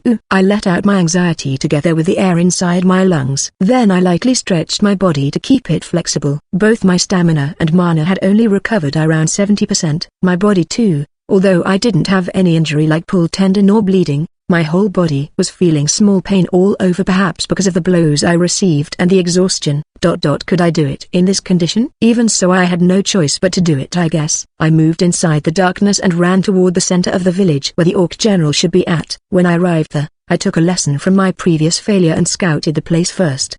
There were 11 normal orcs that I could see just from looking with my eyes that perceived magic particle. All of them were gathered at the central square to finish their preparation for attacking the town. At the center of that was an orc soldier watching the surrounding vigilantly. It was carrying an unrefined bow that seemed to be made from a bent young tree and bowstring. And then the huge orc that was taller than 3 meters at the back must be the Orc General. I got down from the tree and climbed to the rooftop of the dilapidated house that was nearest to the orcs. I removed the short arrow from the crossbow gimmick on my hand protector and took out the steel short arrow that could fly the farthest from my pouch. I checked it for any scratch or bending. Originally the small crossbow that Master passed down to me was a weapon for close quarter to keep the enemy within 5-meter range in check. It had no strength to pierce through a monster's skull even in such close distance. Even when it was shot toward a wooden plank, it wouldn't be able to pierce deeply if the distance was more than 5 buildings. Just from looking at the distance like this, I felt that it would be pointless even if I shot at the Orc General. Most likely it would be able to dodge long-range attack even if it was a surprise attack. Even so, the reason I climbed on the roof was for sniping at the bow orc soldier. The distance was 40 meters based on my eye measurement. Even the steel arrow that could fly in longer distance couldn't possibly pierce its skull. That was why I used my trump card in order to make this sniping worked. I took out 2 small white porcelain bottles from storage. I carefully removed the lid of one of them and poured several drops on a leaf that I had prepared. Then I closed the lid again. I removed the lid from the other jar and dipped the arrow's tip in it. Then I closed the lid and returned the 2 jars back into storage before I finally let out my breath. I mixed the tip of the arrow that I dipped into the drug with the drug that I trickled on the leaf. The steel arrow instantly rusted and a strong stink rose from it. This was a deadly poison that Master created. When separated into 2 liquids, they were almost harmless, but they would change into a powerful corroding poison when mixed. I never used it until now because just inhaling its scent was dangerous. Even the user would be damaged if they used something like this twice in a day. Furthermore, it was weak against water and its effectiveness would degrade just from coming into contact with the water vapor in the air. I paid attention to not breathe in the fumes or to even blow my breath to it while inserting the arrow carefully into the crossbow. Then I chanted the darkness magic that I built up in my head. Wait, it was the dark magic not to change weight but to direct an object to the selected direction. I called it magic instead of sorcery because I had changed its composition and increased its precision. My archery skill was only level 1, but if I used it in conjunction with dark magic level 3, I could increase its accuracy and range and power dramatically. The Orc General raised its head at that timing. The bow orc soldier let out a yell of warning while readying its bow. The bow orc sensed me. Perhaps because of the poison's scent or because I used magic. It knocked an arrow that might be as tall as me on its bow that might reach 2 meters wide. It drew the bow powerfully and aimed toward me, but I continued pouring mana into my crossbow while carefully taking aim. Even then, bead of sweat trickled down my forehead due to my extreme concentration. The bow orc who had level 4 archery lifted the corner of its lips in a smirk and aimed not at my body but my face. Shpan! The bow orc fired its arrow. It sliced through air and approached with howling sound. I burned its trajectory into my eye and fired the arrow in my crossbow gimmick too. Inside my internal thought that was lengthened by more than 30% using body strengthening, I had twisted my neck the moment the arrow was fired. The excessively precise trajectory sliced several strands of my hair as it flew past right beside my head. The crossbow's arrow that flew through exactly the same trajectory with the orc's arrow shot through the left eye of the bow orc that froze in fear for an instant. The 41st. You weren't weak. But my resolve toward death was simply a bit higher than yours. Goobuga. The bow orc who was hit by the poisoned arrow pressed its hands on its face while shrieking. It then collapsed with half of its face turning bluish-black centered on its left eye that was hit by my arrow. It was already losing its life. The orcs who were making a ruckus by such gruesome death fell silent. This poison was something that I received from Master with very strict warning attached when I returned once at Master's place. But I could understand why, seeing its power. It would be me who died first before the enemy if I relied on something like that too easily. Gaga. The Orc General returned the orcs who were roaring in fear back to their senses. It exchanged glare with me who was standing on the roof. He was putting on countless metal rings on its naked upper body as substitute for armor. On its lower body it was wearing a large insect shell as armor. It was a huge orc with height that surpassed 3 meters. The Orc General considered me as enemy after I killed the orc soldier. Orc General Race Beast Demi-Human Rank 5 Magic Power 173/190 Stamina 347/710 Overall Combat Strength 973/1622 Opening parenthesis with Body Strengthening 1177/1961 Closing parenthesis 40% down. Status Weakened. Several orcs noticed the gaze and found me on the roof. They threw their crude spears at me like scared children. I didn't dodge and entangled one spear with my mantle to grab it. Then I immediately threw it back. It pierced the neck of an unlucky orc that was looking for something to throw. The 42nd. If you possessed combat skills to a certain degree, you wouldn't be amateurish even when handling a weapon you never used before. I couldn't use spear's battle technique, but even I could do something simple like throwing it back. Gah! The Orc General let loose its war cry seeing its underlings getting attacked. It swiftly reacted by charging forward. It used the black hexagon pole in its hand to mow down the house I was standing on from below to blow away the building together with me. It was a pitch black hexagon pole with length that might be around 2,5 meters. This feeling, it might be made from magic iron. Far from destroying it, even parrying might be impossible against something like that. But my bad. I didn't have any plan to fight you head-on. I was starting to retreat the instant the Orc General charged forward. I rode on the pulverized rubble that whirled through the air to leap at the other side of the house. Then I landed using my legs' muscle strength and joint to cushion the impact. The Orc General pulverized the remaining wall and closed the distance right behind. But my figure wasn't there. I had left behind shadow as bait and left that spot to rush toward the normal orcs. It was as though I was switching spot with the Orc General. Gah! One orc looked startled by my approach. I stabbed the black dagger into the orc's fearfully twitching face using my running momentum. 43rd. The powerful poison didn't only kill the target, it also made those watching to be scared. I targeted the bow orc soldier first, not only because it was higher ranked monster, but also as example to bind the others with fear by killing that stronger variant cruelly. I pulled out the dagger from the orc's head. At the same time I turned while kicking the jaw of the orc at the side, making its jaw wide open. I stabbed that unprotected spot into its brain. Gah! Gah! One orc noticed that and charged me with a stone axe. But it was hesitant. It was scared of fighting me directly. Your attack wouldn't hit like that. I dodged the stone axe. It swung down. The orc lost its balance and fell forward. I planted the black dagger into the orc's fearful eye. 45th. Gaga. Level 5's pressure shook the air together with its war cry. The Orc General returned. The Orc General found me and came running while raising up its hexagon pole. One orc broke free from its fear thanks to that war cry and charged forward with a rusty spear. Their distance to me was different, but I gauged that they would arrive almost at the same time. I used stealth while chanting dark magic. Shadow. Shadow didn't work by deceiving the opponent's sight. It was a dark magic that deceived night vision. The shadow overlapped with my body before it separated from me as though I was splitting into two. Even so, the Orc General accurately determined the real me and swung its pole. But that attack smashed the skull of a normal orc that got tricked by the shadow and cut into the path of the attack. 46th. Gawak. The Orc General roared furiously, seeing its subordinates being killed one after another. But I already started running from this open space toward the area that had a lot of houses grouped up, which provided a lot of cover. A group of orc wasn't an opponent that could be held back by facing them alone. No matter the situation, the correct choice would be to join the Adventurer Guild's recruitment drive or wait for the arrival of the Noble's army. But there was also ways of fighting that could only be done when alone. If one could ignore the fear of being tortured to death gruesomely if they got captured, a stealth fighter like me had ways of fighting even by myself. One of those ways was by poisoning the opponent's food from the start. The other way was by using guerrilla war.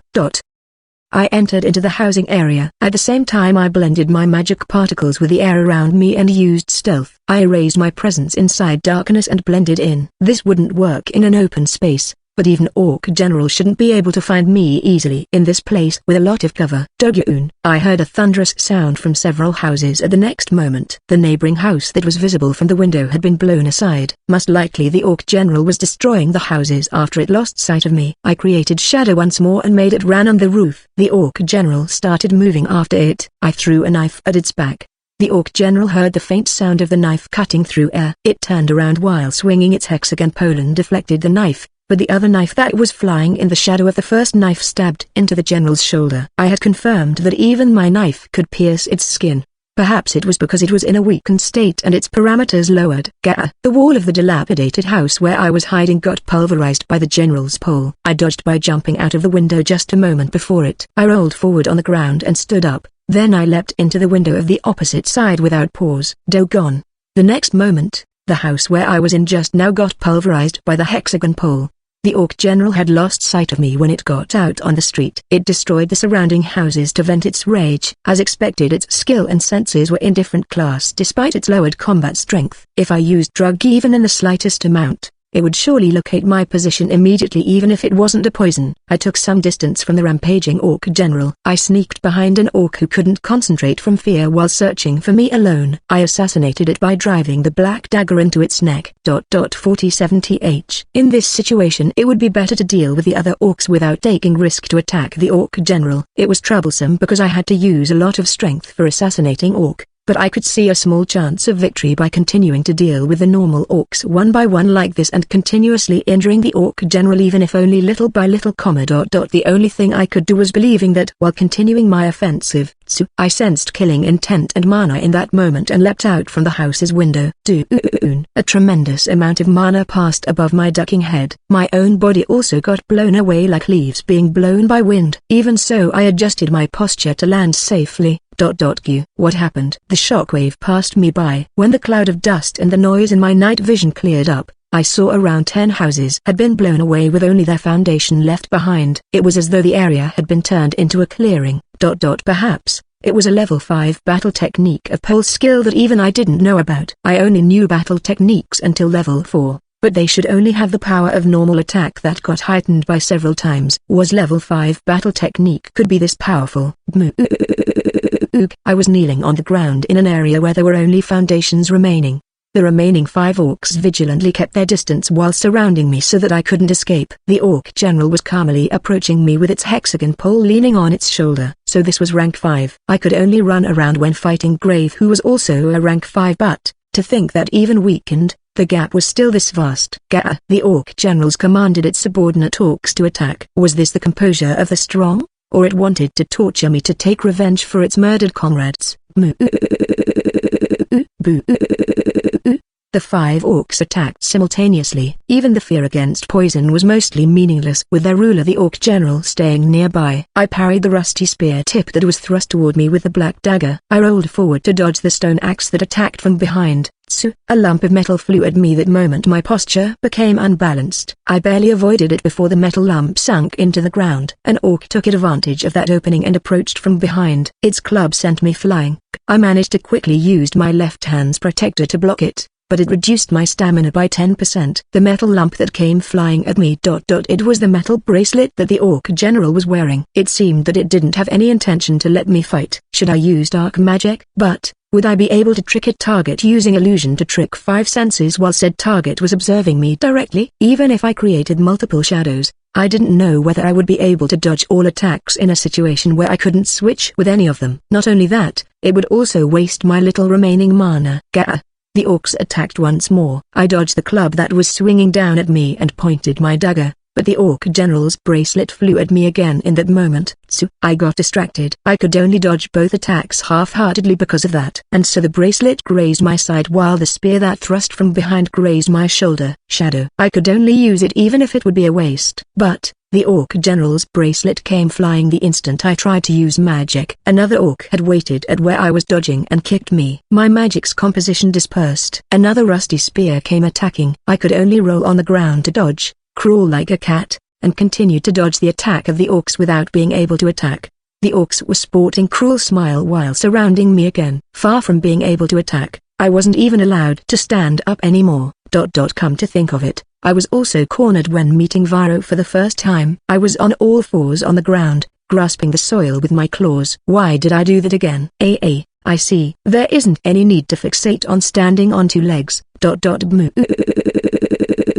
When I spoke, an orc got provoked and thrust with its spear. But I gave up already on forcing myself to stand up. I kicked on the ground with one leg while still crouching down. I changed position using the weight of my waist, Then I rotated as though I was sliding on the ground using one hand as pivot to dodge the spear tip. Next I entangled a pendulum string on the orc's leg by moving my hand like a clawing cat. Boo!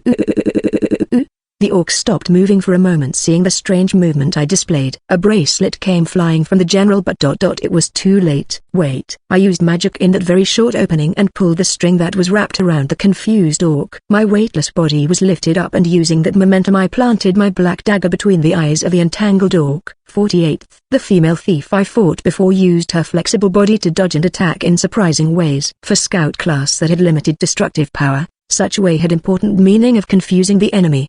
The orc general leaned forward, seeing my suddenly changed movement, and threw its bracelet. The orcs were also attacking with their weapons at the same time. I lied down like a cat and dodged them. I kept such posture while rotating using my waist's weight and kicking my foot. I slid using the effect of weight to change my weight's direction to slid between an orc's legs. I wrapped string around its leg while kicking up at the orc's growth using the blade inserted inside my boots. The orc general seemed to lose composure seeing the situation. It rushed forward with its hexagon rod in hand and executed a sharp attack. I fell backward and pulled on my string strongly. With that, the orc whose crotch got kicked staggered and got its head smashed open by the hexagon rod. 49th. The general's leg tried to stomp on me, who was crawling on the ground. I pulled the string that was still wrapped around the orc's leg to slid away. The orc general's movement slowed from a momentary bewilderment. Now, I used weight's effect and the stretched string to strain the muscles of my whole body like bow. Then my body got fired in high speed like a single arrow. The speed surpassed the orc general's kinetic vision. I surpassed even the movement of the hexagon rod that tried to intercept me. The black dagger tore the general's face. The orc general groaned in pain from its torn face. I flew past the orc general. I landed with a thrust into the forehead of the unlucky orc who happened to be there. After that I breathed hard with a feeling of lethargy assaulting me for an instant. It was shallow. If I stabbed with the dagger in that speed, even an orc general should get fatally injured. But the general managed to move its face slightly and avoided direct hit even against such speed. If it could dodge like that, then using the black knife that was currently under repair might leave more damage than the black dagger, but a knife was lacking as a finisher in the first place, so it was pointless to hypothesize that. Rather than that, what was this feeling of lethargy? This sensation was similar like when I used body strengthening for the first time. No. It was a bit different. I felt lethargy and heat accumulating in my muscles like when I used battle technique for the first time. I was concentrating and circulating mana through my whole body, but what could be the cause of this? I guessed that it was thanks to that I could move faster than expected, but there wasn't any time to ponder about that right now. The remaining enemies were only this orc general and two orcs who were looking at me fearfully. Perhaps there were also still other orcs who were out hunting, but it wouldn't be a problem to leave them alone if they weren't here. The general glared at me through the gap of its fingers that were pressing on its face, then it spoke with word. This thing. I had heard that superior variant had high intellect, but it could talk with human language. Perhaps because orc general had different vocal cord structure than human, the words it let out were halting and slow. Human. Whoa, man. Why, attack us. Why, kill comrades. From where the orcs stood, I was an evil who attacked their settlement and killed their comrades. What was right and what was wrong would also change with the change in perspective. Mankind that consisted of human race and demi-human races wouldn't always be in the right. Even mankind's enemy, the demon race, should have their own reason why they were hostile toward mankind. There were even good people among such feared demon race, just like Master. But what meaning such thing had? I understood your claim, but I too had a reason why I couldn't withdraw. I don't hold any resentment toward any of you. Even animal will fight with their life on the line to protect their children if someone else enter their turf. You guys had become enemy ever since you appeared here. That's all there is to it. In the first place, conflict wouldn't occur if this was a world where everyone could be satisfied. If you came to take things from others, then surely you also had the resolve to have things taken from you, right? Humans were also the same. That was why conflict would never end. Got it. The orc general narrowed its eyes at my simple answer and seemed to think of something. Its hand left its bloody face and it held the hexagon rod with both hands. From its stance I could feel no haughtiness as the strong, and how it recognized me not as assailant but formidable enemy. The fearful two orcs might have also sensed the general's feeling. They grasped their weapons tightly and stood at the sides of the orc general. My name, Goljul. Warrior. Your name? Arya. I see. Here I come. Arya. The orc General Gol'Ul roared. At the same time he rushed forward explosively and struck with his hexagon rod. I dodged it in a hair's breadth. I placed a single hand on the ground and kicked on the ground with one foot. I moved flowingly without pause while handstanding and planting the blade in my boot from right below into the jaw of an approaching orc. Gol'Ul finally got serious. Although his body was weakened from poison, there was a large gap in skill between him and rank 3 like me. I could only rival him in speed. My parameters weren't lowered, but my mana and stamina already dipped below half due to the accumulating fatigue. Did I still have a chance to win even in this situation? Until just now I also considered the option of running away in the worst case. But now I had discarded such thinking. Gol'Ul recognized me as an enemy. He discarded his pride as the strong and challenged me in battle proudly despite his weakened body. If I ran away from Gol'Ul right now, it felt like I wouldn't be able to go up to this stage anymore. The strength that I wished for wasn't just power, I would become strong at heart. The orc who got his throat gouged vomited foaming blood while falling down. Gol'Ul used that orc as cover as he approached and thrust forward with his hexagon rod. I bent backward to dodge that and opened a distance between us by crawling on the ground. Rod had wide range of attack because it didn't have an easy to understand threat like a sharp edge. It could thrust like a spear,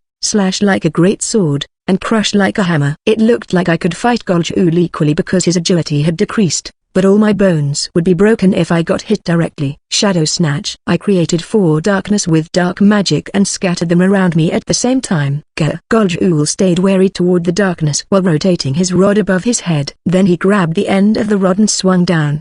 The distance of more than 3 meters was instantly closed in by the rod and the arm's length. I used footwork and slid away while using my own shadow to fire crossbow arrow from the darkness that was floating beside Gol'Ul's head. Gol'Ul saw the fired arrow and dodged by sight. His rod smashed the ground and caused fragments to hit my body. But I opened the distance once more using the opening that was created from that. I was at least able to prevent him from continuing his attack. I was unable to use magic effectively because of Gol'Ul's cautiousness. Shadow Snatch was convenient to use, but it also had weakness. An object had to be covered with magic particles in order for the effect of space-type dark magic to extend to it. With storage I could take out Pendulum outside although it had a bundle of string attached to it, but to make something travel from shadow to shadow, there needed to be a clear separation. In the battle against Spear Orc Soldier, I was able to make its spear travel through shadow because I was directly touching it. When the Sword Orc Soldier stepped on hidden weapon from the shadow on the ground, it was still wrapped in darkness and completely separated. That was why I couldn't do something like stabbing blade into shadow to attack at a location far away. I could only send throwing weapon or sorcery using Shadow Snatch. But see, Gol'Ul. You didn't know the depth of dark magic. Gar? One of the darkness that Gol'Ul hit cracked and a sphere of light fell out from inside. It released a powerful light for just a moment. Space-type dark magic contained spell formula and caused various phenomenon. The darkness just now sustained a daily life magic light and directly sent it out when it almost reached 0. There was also the possibility of light and darkness cancelling each other, but by enveloping light with non-elemental magic particles, the magic didn't vanish and activate in the end. I rushed toward Gol'Ul with all my strength the moment it lighted up and blinded him. I used the effect of weight that was still remaining and body strengthening and closed the distance of 5 meters in a single breath with speed that was twice that of ordinary person. I thrust the black dagger toward Gol'Ul who was covering his eyes. But that full-powered attack pierced the chest of the last remaining orc. It was unknown whether it was just a coincidence or it tried to protect Gol'Ul even with its eyes burned by light. Either way the dagger went through its breastbone and got buried until the hilt. The moment I tried to pull it out, Gol'Ul's hexagon rod hit that orc together with me while his eyes were still closed shut. I rolled on the ground and vomited out blood. Even so it still wasn't fatal. Most likely he counterattacked with only his detection without relying on night vision. The large body of the orc served as a cushion and I managed to at least avoid a direct hit. Gol'Ul narrowed his pained eyes and glared at me. He held his hexagon rod with both hands once more. I too filled my legs with strength and stood up. I thought my bones weren't broken. There also wasn't anywhere that felt terribly painful in my muscles or joints. Even so I was aware that my stamina had lowered down until almost the limit. I would be able to restore my stamina and wound if I used light magic's high heal. But I didn't think that Gol'Ul would give me the time to construct level 3 magic. And even if I used it, my mana would become almost empty. If it was heal that I was used to cast then I might be able to use it after looking for an opening but no, let's forget it. Rather than wasting mana to give myself small recovery, it would be better to use it for attacking instead. Even if I managed to restore my stamina, It would be pointless if I didn't have any finishing move. This was the weakness of Scout class. Although this class excelled in surviving, unlike Sorcerer or Warrior class, I had no finishing move. I had somehow made it until now. I thought that anyone would die if I could stab them with blade. That was fine if I was against normal adventurer. But now I realized that alone wouldn't be enough to face against the strong like rank 5 or above by myself. I needed a finishing move. A powerful attack, just like what the battle technique that Gol'ul used. We slowly faced each other. I lowered my waist and raised the black dagger. Gol'ul seemed to feel something and he lowered his waist as though he had resolved himself. He twisted his waist and raised his hexagon rod far above his head. That was the level 5 battle technique that Gol'ul used. I felt the mana inside his body was heightening while I exhaled and accelerated my thought. Remember the feeling from before. The attack that tore Gol'ul's face. The level of my magic power control had also increased from training my body strengthening. The level of my non-elemental magic that was in charge of battle technique had also increased. Not a single one of them was something complete. It would be no good if even a single one of those three was absent. The battle technique in close quarter combat skill was nothing more than an assistant tool. When I looked using my eyes at the mana flowing throughout my whole body when using body strengthening, there wasn't only non-elemental magic particles there. It was slight but elemental magic particles were also mixing in. I paid no attention to that until now, because I thought that was only normal. But if mana was likened as water, wasn't that mixed in elemental magic particles something like off flavor? That attack was a result of extreme focus. Until now I absorbed magic particles from the surrounding and blended it into my own mana to use elemental magic. But by concentrating I concluded that I used my own magic particles before they were turned into mana. The magic particles inside me were purely non-elemental. Using them in that state had bad efficiency, so they would be refined into mana first, but various elements got mixed in during that process. When using non-elemental magic, one should only use purely non-elemental mana. In that case this time I should consciously remove any element from my mana. Even if normally that couldn't be done, it should be possible using my eyes that could see the color of magic particle. Concentrate. Threw away the off flavor with the delicateness that was like pinching iron sand from among the other grains of sand using a pincet. Refined my non-elemental mana to be as clear as a transparent glass. My non-elemental mana was visibly becoming even more transparent. The mana that was flowing along the blood inside my whole body was flowing even faster. All my muscles got tinged with heat due to the speed of the mana. This state was like when I was on the verge of using battle technique. Gol'ul sensed my mana and swung down his hexagon rod. His battle technique was unleashed. Inside my mind that was accelerated through extreme focus, I was able to perceive the mana of the swung down rod smashing the ground, creating shockwave, and spreading it. The mana rushing inside my whole body couldn't be controlled and became consumed in the blink of eye. I kicked on the ground in that instant and rushed forward. My body surpassed even the limit of body strengthening. I left behind even the scenery that was reflected in my eyes, jumped over the shockwave that Gol'ul unleashed before it could spread through the ground, and hit Gol'ul whose eyes were wide open in astonishment. Exclamation mark. My body couldn't endure the recoil and got blown away. I was rolling behind Gol'ul for dozens of meters. Kefu. I lied spread-eagled on the ground and immediately got a violent coughing fit. Blood flowed out from my mouth. I could only move my eyes, and what entered my sight at the distance was Gol'ul's huge body slowly falling backward. With my body that became unable to even move after losing almost all stamina and mana, I saw the black dagger that was stabbed deeply between Gol'ul's eyes. After I confirmed his death, I closed my eyes in a silent prayer and darkness quietly enveloped my mind. Aria, Alicia, race, human - rank 3. Magic power, 4 250 10 up stamina, 7 210 up strength, 9, 12 endurance, 9, 12 agility, 13, 17 dexterity, 8 short sword skill level 3 martial art level 4 1 up throwing level 3 archery level 1. Defense level 3 string control level 4 light magic level 3 darkness magic level 3 non-elemental magic level 4 1 up daily life magic times 6 magic power control level 4 pressure level 4 1 up stealth level 4 night vision level 2 search level 4 poison resistance level 3 simple appraisal overall combat strength 612 with body strengthening 732-36 up. Heroine Survival Volume 3 Chapter 9. New weapon and nostalgic face. Anything to report? Nothing for now, It's eerily quiet. A town soldier asked the question. The rank 2 adventurer Kevin, who was keeping watch on the watchtower, was looking toward the harvested wheat field spreading outside the town and the forest that was visible at the other side with a grim look.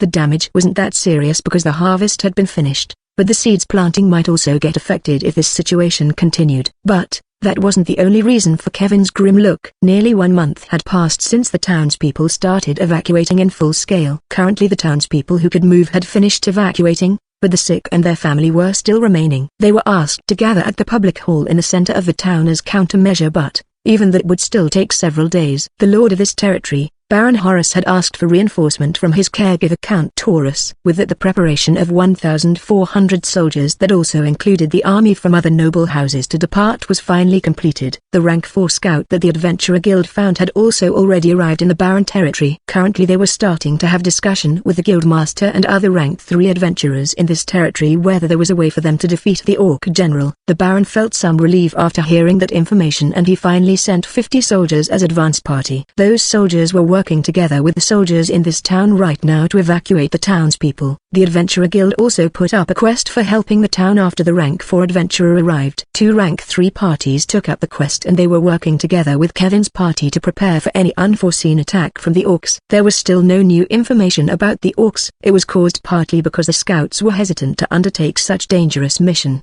but partly it was also because the rank 3 girl who should be doing that information gathering right now still hadn't returned. As promised, it looks like we'll make it in time with the evacuation of the townspeople who can move. You adventurers also repelled the Orcs who came before this. The familiar soldier who previously in charge of keeping watch of the area around the gate climbed up on the foothold created behind the stone wall and looked toward the same direction where Kevin was looking at. There had been no movement for more than 3 weeks, but several days ago, they discovered 5 Orcs trying to take out food from the storehouse. Kevin's party and the rank 3 party worked together to finish them off.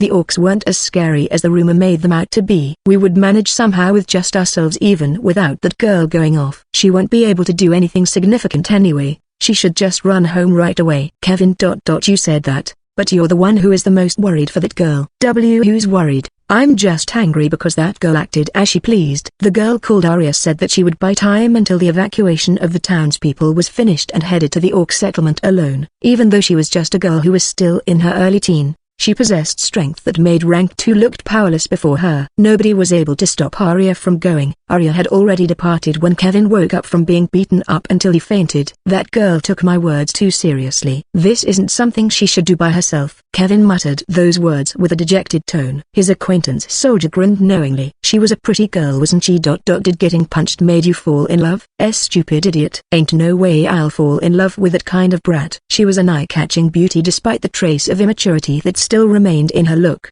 He didn't notice when he was harboring dissatisfaction toward the girl, but looking back he noticed her consideration in the subtle details. The girl didn't pamper or reject Kevin. She treated him as a warrior from the start. That was exactly why she used harsh words to rouse him up while going to the most dangerous place by herself to practice what she preached. A part of the soldiers and adventurers in town were saying in contempt that the girl was already killed or that she ran away from the start. But Kevin was the one who got angry and argued against those detractors the most. There was no way that girl would run away. For some reason that was the one thing that he could say with complete confidence. Kevin's behavior toward the girl wasn't how one treated a junior adventurer no matter how others looked at it, but the town soldiers didn't bring it up and change the topic. Well, setting that aside, thank God that the Orcs aren't that strong. I heard that Orc is a rank 3 monster. But is it really not as strong as what the rumors say? You're mistaken. The scout of the rank 3 party that was staying in this town had climbed up on the stone wall's foothold without them noticing. He was the scout who investigated the state of the Orc force by the feudal lord's request when the Orc was discovered, so he knew just how much of a threat the Orcs were. That was exactly why he participated in the town's defense this time with his party. Doyle-san. What do you mean? The Orc that Kevin happened to see before left very strong impression in him. But the Orcs that appeared before this got defeated so easily it felt anticlimax. Though perhaps that was also thanks to the help from Doyle's party. Doyle paused for a beat at Kevin's questioning look before he lit his smoking pipe. You know how I infiltrated into their settlement, right? The condition of the Orcs who came before this was strange, so I tried to appraise them. I found out that all of them were in weakened state that halved their combat strength. It was as though they got poisoned by someone. It wouldn't be that strange if it was just 1 or 2 Orcs who were in such state. But it was a different story if all the orcs were in the same condition. A veteran scout who was at his later 30s said that as he inhaled the smoke from his smoking pipe, Kevin and the soldier felt the credibility from the story and looked at each other. "Don't tell me it's her." She said that she will buy time, but the figure of the ash-covered girl flashed in the mind of Kevin and the soldier. Doyle had heard about the girl but he hadn't met her personally. He lightly shook his head. "I'm not saying that. Even I couldn't enter to the middle of that abandoned village and could only observe from outside. Do you get it? I was scared. Death will definitely wait for me if I got discovered. If I want to poison that many orcs all at the same time, I'll need to infiltrate inside the village and stay undiscovered for more than 10 days at the very least. Sorry, but I don't have the guts for something like that.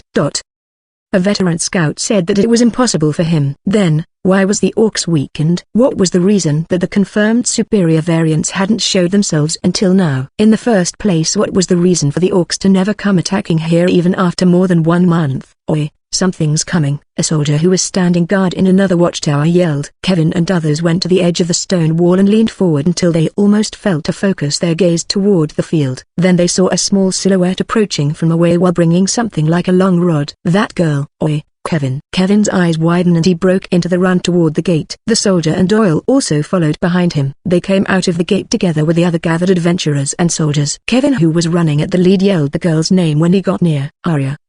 Kevin. The girl was wearing a mantle that had become covered in mud and tears like a dirty rag. She was dragging a bag that was made from skin while shouldering a huge rod. She repositioned the rod on her shoulder while turning a tired face toward their approach. Kevin gulped, feeling her ghastly atmosphere and the dried blood on her cheeks and hair. His acquaintance soldier stepped forward and called out with a nervous face. "What happened to you?" "What about the orcs?" The orcs won't attack again. There might be still several remaining, but the superior variants are already gone at the very least. Gone.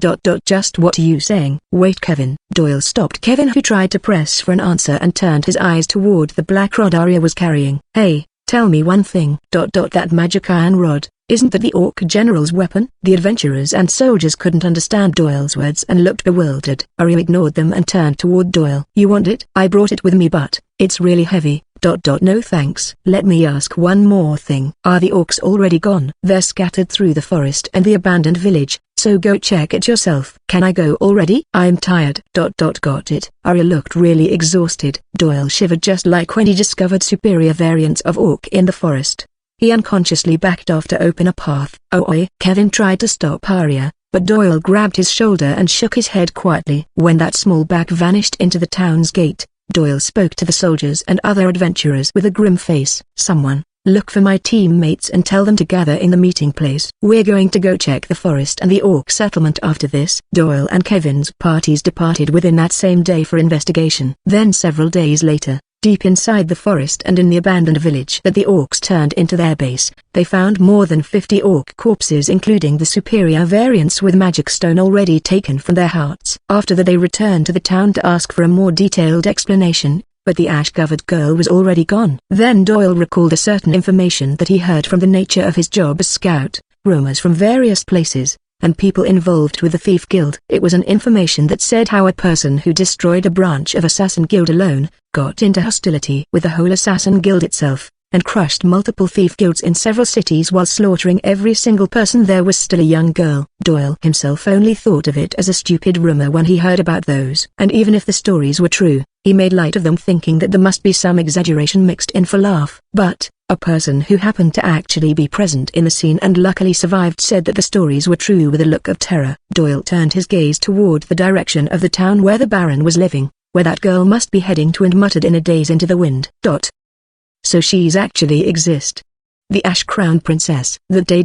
When I woke up after fainting from defeating Gol'Ul, the blue sky was spread out in front of me. My stamina and mana were reduced to the extreme. If my damage was just a bit more severe, I would enter a hungry state while still unconscious and died from emaciation. I couldn't move my body even after waking up because I used my physical ability past the limit. The muscles and joints through my whole body were greatly burdened. That was my guess. Other than that, there was also the recoil from the sudden deceleration when I stabbed the dagger. The bone of my right upper arm broke and my shoulder was also dislocated. I also received damage from blows on several places of my body that also reached my internal organ. Even I was puzzled that I was still alive. It was lucky that my head at least didn't get injured. I would surely never wake up again if my head also got injured. With me returning to the land of the living, I confirmed my present situation despite the haziness of my mind. I used daily life magic water using my slightly recovering mana to create water around my head. Then I supped the muddy water on the ground to regain my energy even for just a little. If there was still even one orc surviving, I wouldn't be able to do anything in this state and got killed. It was a pain because the amount of mana flowing inside my body became irregular. Perhaps the magic power circuit inside my body wasn't working well, but I adjusted it using my magic power control that had leveled up and repaired my body bit by bit using cure. With that my hand became able to move while trembling and I grabbed my few remaining nutrition pills and consumed them. Like that, one whole day passed before I finally recovered to a point where I could move. I had accumulated fatigue and damage. My stamina and mana couldn't recover for more than 50%.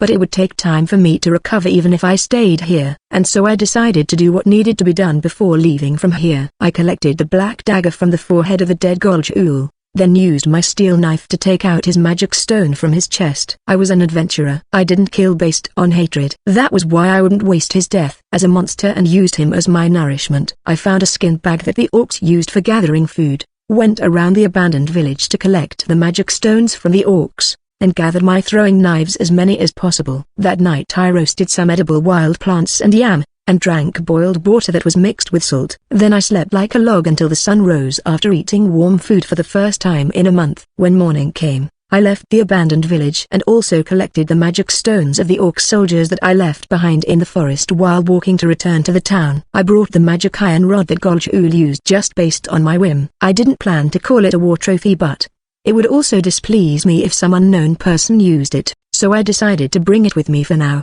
but I regretted it midway because of how heavy it was. When I returned to that small town, I only told the adventurers including Kevin and the soldiers that the threat was gone now. I dropped the whole process of clean up to them. I didn't say much because I was tired and it was troublesome to explain, but also because they would surely reach their own conclusion after seeing the actual scene rather than hearing long-winded explanation from me. It was doubtful anyway whether I would be believed if I tried to explain what I did, so this way was less troublesome to convince them. I couldn't see any townspeople other than the soldiers inside the town. It looked like the evacuation in preparation of the orcs' attack had progressed really far. I should have only bought time, but I did something that far surpassed that plan. But there was no problem because the worst case was averted with this. Maybe. I found an inn that was still open inside that town and entered inside. It seemed to be a place that adventurers or soldiers were using as a station. I borrowed a spot at the corner and wrapped myself in my mantle before catching a sleep. Right now I wanted to sleep in a safe place even more than proper food. There was no guarantee that a place with other people around was safe, but it should be better than open space where wild animals and monsters loitered around. Perhaps there were only men around. I only found dried cheese and hard bread left on the table, so I washed them down into my stomach with water. After I got enough sleep and woke up, my stamina and mana had recovered until around 70%. A soldier returned almost at the same time when I woke up. I asked him some questions and heard how some adventurers and soldiers went to the abandoned village. While I was sleeping, there was no need for me to wait for them to return. They might want me to explain, but I would have to explain in the guild anyway. I wasn't interested in giving the same explanation twice, so I immediately departed to the town where the guild was located. I had noticed since I started walking on the highway, but although there was fatigue, my body felt sharper than before. It was caused by my martial art and non-elemental magic reaching level 4. My elemental magic and combat skills didn't level up, so I was still rank 3, but physical ability-wise, I should be very close to rank 4. With this I finally got a foot on the stage where the strong stood. I was running when coming here, but I was walking when returning. It was in part because I still wasn't at full health, but it was also because I was still feeling uneasy with doing body strengthening. That technique that I used to defeat Golgul. I thought that it was like body strengthening in a rampaging state, but it consumed a lot of mana in one go and also put a lot of burden on the body. I never heard about this kind of phenomenon even from Master, but perhaps Galvez, who was knowledgeable about weapon, might know something. And then when I returned to the large town after 1 month, I found the number of guards increasing as countermeasure against Orc. This state of high alert wouldn't stop until they confirmed that the threat of Orc was already gone anyway, so I paid it little attention and headed toward the gate. I was seen with suspicion thanks to my ragged and dirty mantle, but the guard got surprised by my rank and appearance when I showed my adventurer guild tag and I was allowed inside easily. It had been 1 month since I was here last time, but there wasn't really anything different. Midway I visited a stall and bought some plants that I had run out of. Originally I should head to the Adventurer Guild first and gave simple explanation to that receptionist lady, but I headed to Galbuz's workshop first. Before that, I used stealth when entering a back alley like usual and moved soundlessly. I paid careful attention to the surrounding and confirmed that there wasn't any eye of the thief guild before lightly knocking on Galbuz's workshop. "Galbuz, you there?" There was the sound of hammer from inside, so I thought that he might be inside. But it seemed that he didn't hear me because of that. I called out first just in case before getting inside. Galbuz, who was making something at the forge, noticed me and his eyes widened. "Ash covered. You're completely beaten up. The protectors that Jelf made for me were only dirtied, but the mantle that was only made from leather needed to be replaced completely with how tattered it had become. I got into a fight. Is the weapon finished? Also this souvenir. You're pretty bad at giving explanation, huh? But this thing." I handed the luggage I shouldered. That was the magic iron rod. Galbuz took it and stared at it with curiosity before he groaned. "Yuma. This is a pretty old thing. It was roughly made, but it doesn't warped or bent even though it has been used quite often. The magic iron in it got pretty high purity." So he could learn that much just from a glance. "Can you create weapon using this?" "It's a lump of magic iron, so I can make a lot of things from it, but Oi, ash covered. Where did you get this from?" "An orc general used it. Huh? You said orc general?" "Yep. That's for you, so tell me one thing." First I told Galbuz the short summary of what had happened until now, and then I talked about how my body strengthening went wild. Galbuz had gone past feeling exasperation and he sighed while holding his head in great perplexion. "You damn stupid idiot. It's unreasonable to tell an adventurer to not be reckless, but treasure your own body a bit more. Sorry. And about the strange body strengthening. I'm only around rank 2 in fighting. Even so, I believe that I'm pretty well informed when it come to weapon." Galbuz glared at me reproachfully, then he poured alcohol into a cup and gulped it down in one breath before he started talking. "I made weapon with the assumption that the user will use battle technique with it. That was why I investigated various things when I was young. The current battle technique had only existed for around 2,000 years. But it had a predecessor before that. What you used is most likely the origin battle technique." Galbuz said that what I used was a phenomenon that couldn't even be called a technique. The thing that became the basis for the current body strengthening and battle technique before they got systematized. The heat from the rampaging body strengthening heightened my strength, but that was a double-edged sword. It seemed that by controlling non-elemental magic so that you could use that heat and then concentrating it to a single point would result in battle technique. With it, I wondered if I would be able to create my own battle technique using that, but it wasn't something that simple. After all, battle technique is something that the spirits created. Galbuz said that and drank alcohol again before he taught me more. It was said that battle technique was a monosyllabic non-elemental magic, but the language used wasn't spirit language but the common language that human race used. Monsters like orc didn't even us word and used battle technique just by roaring. In other words, it was no different from activation word like fire arrow or stone throw that was used in normal sorcery. And yet, if asked why there was a need to use voice, because that activation word's meaning itself was the magic. When that word that had meaning got recognized by spirit, it became spirit language of this world that had power. Just like how sorcery could activate as magic as long as you understood the right meaning. If you correctly understood the effect of close-quarter combat skills technique and battle technique themselves, that would act as magic composition that could activate battle technique or magic even just from a monster's roar. Our predecessors had repeated trial and error countless times for many years to do something about the rampaging heat, and the result was the currently existing battle technique that was created from the spirit's recognition. Just like how a weapon couldn't be created just from finding ore, even if I did trial and error repeatedly in my spare time. It would take dozens of years until my effort took shape to become a new battle technique. And even if I managed to luckily complete it, I didn't think it would result in something that surpassed the existing battle techniques. By the way, the battle technique that Golchul used was so powerful because it was said that battle techniques of rank 5 and above were created by spirit for the sake of hero who guarded the balance of the world. In short, the current battle technique was the stabilized version of the unstable primitive body strengthenings technique. It was said that if you wanted to become strong safely,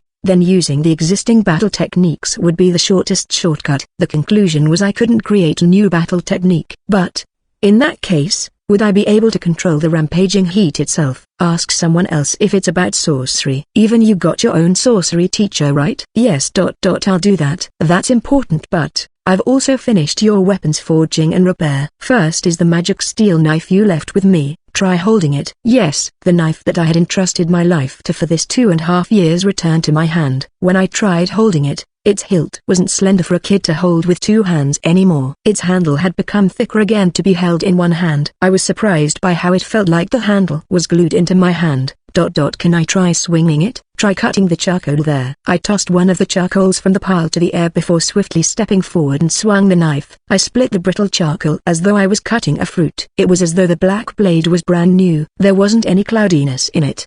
The center of gravity was slightly leaning to the front while its sharpness was just like before, increasing its power. Yes. It's really good. Then, about the dagger I borrowed.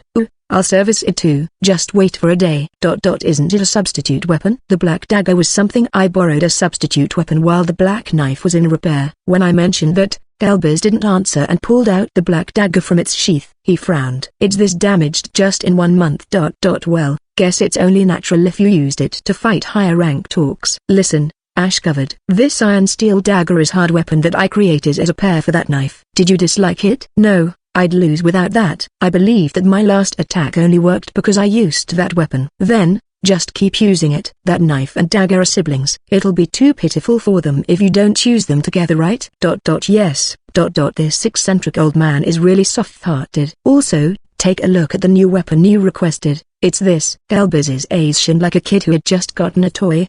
He opened the wrapping of the item he brought. For some reason the new blade for the pendulum that I requested from Galbers had 4 types. You'll change the way you use this weapon depending on your purpose, right? I tried creating various things based on those purposes. Galbers proudly explained with flushed face. All-purpose type diamond-shaped blade with moderate weight. It could be used for cutting, but it was mainly used for stabbing. I should be able to use it in the same way like I had done until now. Slashing type. It was a circular blade that looked like chakram. By swinging it around to speed it up with centrifugal force, it could tear like razor and slash like axe. Sickle type. Sickle in the shape of anchor. It could saw off the target by swinging it around just like the slashing type. It made it possible to kill even creature with strong life force with one blow. Weight type. It had the shape like a thick cross. It would become horizontal by swinging it around. The slightly pointed edges would be able to smash even skull if they were used like hammer. You look like you understand how to use them. I have made the molds for them, so I'll make some spares for you soon. You also just gave me the material for it. Gahahaha. Galbers said that and slapped the magic iron rod. Thank you, stupid idiot. It's still 100 years too early for a brat like you to act reserved. Galbers intentionally acted brusquely. It made me to smile a little too. Also, I want some throwing knives too. It doesn't matter even if they're just ready-made things. I said that and directed my attention to the shelves where weapons were lined up. It was then I felt a gaze from behind me, and something out of place at the entrance. I pulled out a knife from my skirt's slit and threw it. That presence shifted slightly and dodged the thrown knife. I sensed that the presence was very skilled and stood in front of Galbers with my knife raised. It was then the owner of the presence oozed out from the background in front of me and hurriedly raised his voice. Wait. Don't throw that kind of thing around. How can you try to kill your honorable master like that when I finally found you, Arya? Viro. The man who showed up was the rank 4 adventurer Viro who took me away from this town and taught me the skills as scout. Why was he here? But just now, he said something about found. I immediately activated body strengthening in full force and pointed the black knife's tip toward Viro together with my killing intent. Was it that organization that requested it, or the assassin guild? Viro hurriedly shook his head when I quietly whispered that. Listen to my story. I was looking for you because there's a personal matter that I want you to help out with. Help out? I wonder why. I got another bad premonition that this would become troublesome. Heroine Survival Volume 3 Chapter 10. A new job. Viro Dawn Race Human Rank 4. Magic Power 172/220 30 up. Stamina 283/320 10 up. Overall Combat Strength 1056 opening parenthesis with Body Strengthening 1281 closing parenthesis 156 up. Viro 2 had his combat strength grew a lot throughout these 3 years. With his age it should be difficult to experience a rapid growth in status, so I guessed he mainly grew in his sorcery skill. With this number he should be able to fight even not weakened orc soldier head-on. Furthermore he had combat experiences for many years, so I guessed it would be difficult to win against him fair and square with my current strength. I returned the black knife into the sheath and attached it on my back waist. Then I turned toward Galbers and took the finished pendulum blades. It's magic steel even though said that it would be magic iron. Is the way to clean it the same like before? Yeah, excellent work aren't they? You need to mix in just a bit of granite to turn iron into steel, but in Magic Iron's case you need to mix some powder of magic stone to turn it into magic steel. If someone unskilled do it, then its strength will lower even as its hardness increase. Oi, what's with you two? Viro said something like an explanation when I directed my killing intent to him, but he seemed taken aback and looked alternately at Galbers and me. It was only a joke just now. You tried to sneak up on a scout, so we're even, right? Gahahaha, Viro boy. You got outwitted by your student. This is why you always got tricked by woman. Stop calling me boy already, Galbers. Also, why are you mentioning woman here? Galbers drank alcohol while slapping his knee. Viro looked exhausted and sat down on a nearby bench. Any job that Viro brought would be troublesome thing in the end, but I at least trust him to not sell me out and vice versa.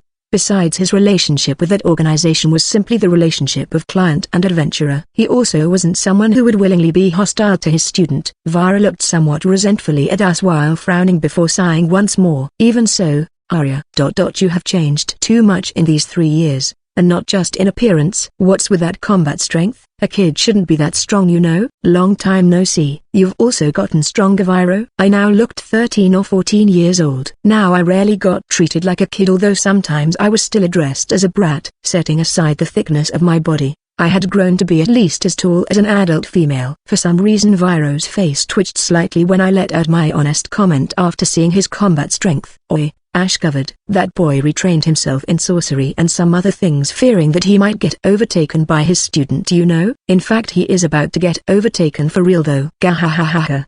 I'm telling you that's not the case. Viro glared at Galbers before returning his gaze to me. A lot of things happened even after you vanished. It's true that organization is looking for you, but Sarah and her son are also worried for you. Then a while after that there were rumors about someone who got called with exaggerated title like Ash Crown Princess. Rumors like this person getting into quarrel with the Assassin Guild and Thief Guild, or that a branch guild somewhere got destroyed. That kind of crazy rumors kept popping out. Viro poured Galbers's alcohol into a cup without asking and gulped it down. The underworld seems vast, but it's also small. There it's possible to unexpectedly run into some guy who has been making waves, so it's only natural for everyone to be on their guard, right? The more someone know about the underworld, the more they will avoid making those two guilds into enemy.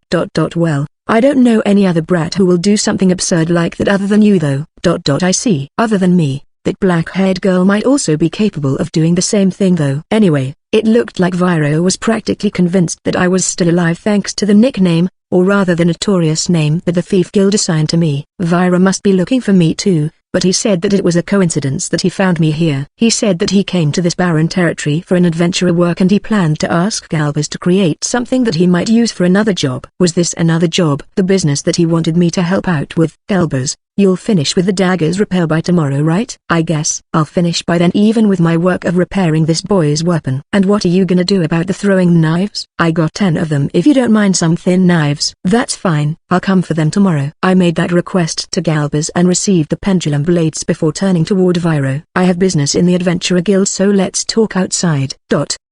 I left Galbers's workshop together with Viro. I also stopped by at Victor's general store to let him know that I was alive while also buying some second-hand mantle. I also handed him several silver coins to deliver food and alcohol to Galbers's place. Ash-covered. If it's you, you should be able to buy a mantle that suit a rank 3 rather than rackety thing like that, right? In my case, it'll become scrap in half a month at the shortest. I see. Galbers wouldn't receive any payment for the black dagger too, so I wanted to pay him with things like this. Did Viro also has the same reason for bringing things like material or magic stone to Galbers? After that we headed toward the Adventurer Guild. On the way the Viro got interested with the leather bag I was carrying. Is your business at the Adventurer Guild related to that sack? You didn't sell it to the general store's old man.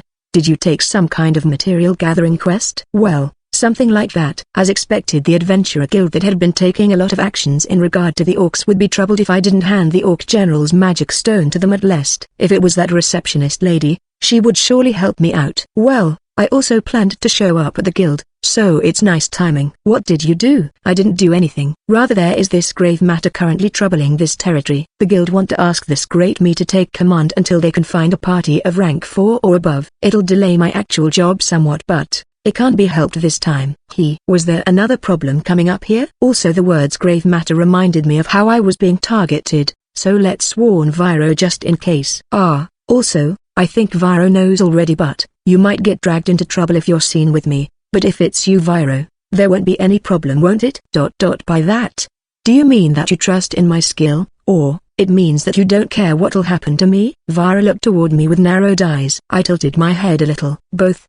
If it was Vira, then even if he got dragged into my trouble, he would surely deal with it skillfully. He grimaced.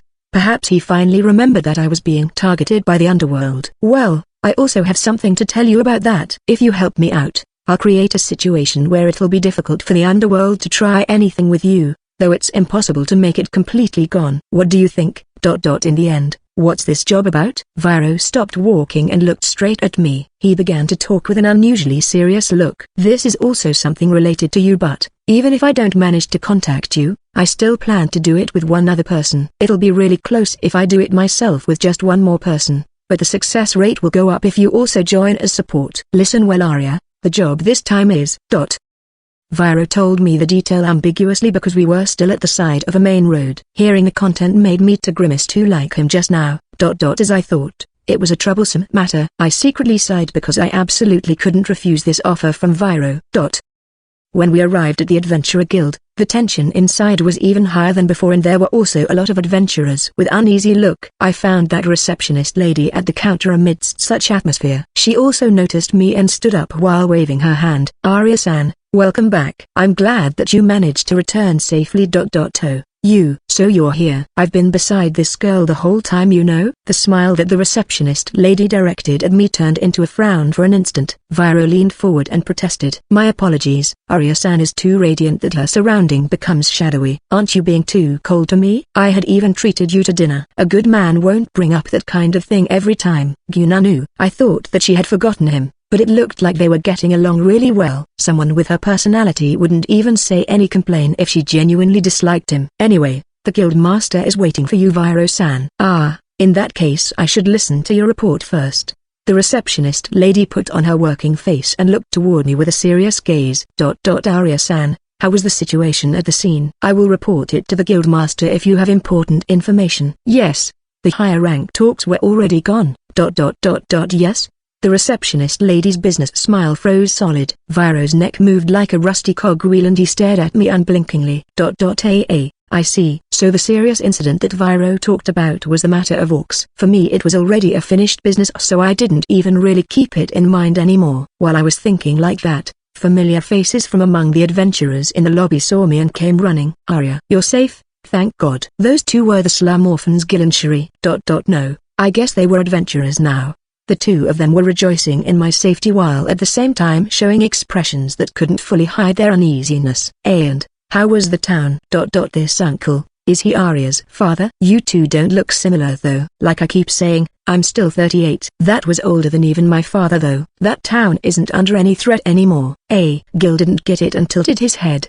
The receptionist lady also broke free from shock by her own power and leaned forward across her counter. What do you mean by that? Did the orc general go to somewhere else? I brought this with me. Please confirm it. I placed the leather sack on top of the counter and a lot of magic stones spilled out from it. Everyone's eyes widened seeing the orc general's magic stone that was the size of an adult's fist. Viro hurriedly grasped that magic stone and observed it with a glare. Arya.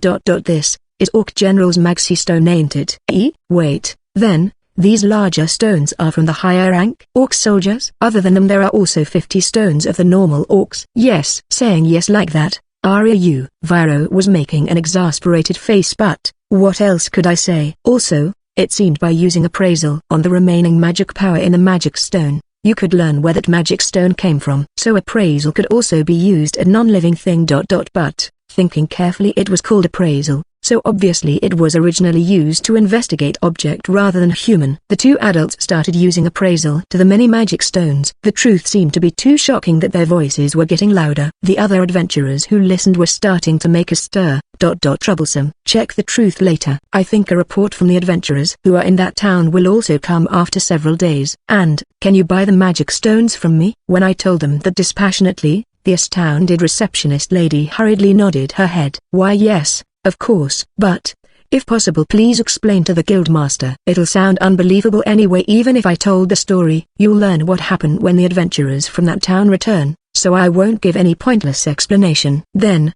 I'll come for the payment of the magic stones at another day. You're leaving? Arya? Wait a second. Viro-san, please don't run away. I won't be able to explain this to the guildmaster by myself. The receptionist lady grabbed Viro, who tried to follow after me, and detained him. I wouldn't be believed even if I claimed that I defeated the orcs until the adventurers from the town returned back anyway, so I judged that it would be just a waste of time to stay here. I pushed off everything to the adults before it became troublesome and turned my back on the confused receptionist lady and Viro, who got captured by her. As I started walking like that, several adventurers who were standing in the lobby silently moved out of my way. I went outside by taking advantage of the chaos like that. Gil and Shuri chased after me only because they didn't really understand the adult circumstance and followed me to the back alley. Arya, I don't really follow what's going on, but you're so stupid, Nichan. Arya had done something with the orcs, isn't that right? Something like that. There might be still several remaining, but they had ceased being a problem. Arya, I spoke clearly to reassure him. Gil's eyes moistened and he moved to grab my hand, but Shuri slapped his hand down and grabbed my hand with both hands. Arya. Thank you. It's fine. More importantly, it'll be better if you don't get seen together with me. Yes. I hope your problem will also get resolved soon. See you later again, Arya. Come on, Anna-chan, we're going. Oh, oi, Shuri. Arya, thanks. See you. Shuri grabbed Gil's hand and dragged him away. The two kept looking back and I too lightly waved my hand back and muttered see you with a small voice. See you. I wonder when I would become able to speak normally with them. Come out. I called out. Then three young men appeared from the darkness of the alley. Oi, this girl, she noticed us. Yeah, I heard the rumor, but she's really a young girl, huh? Really? Just why are the seniors saying not to do anything to a little girl like this? They were young adventurers who were at their late teens or early 20. All of them were wearing slightly dirty leather armor. They looked like a party all-night warrior or scout. All of them got combat strength around 130. Rank 2 at the lower end, I guess. But I got an idea of their true identity from their conversation.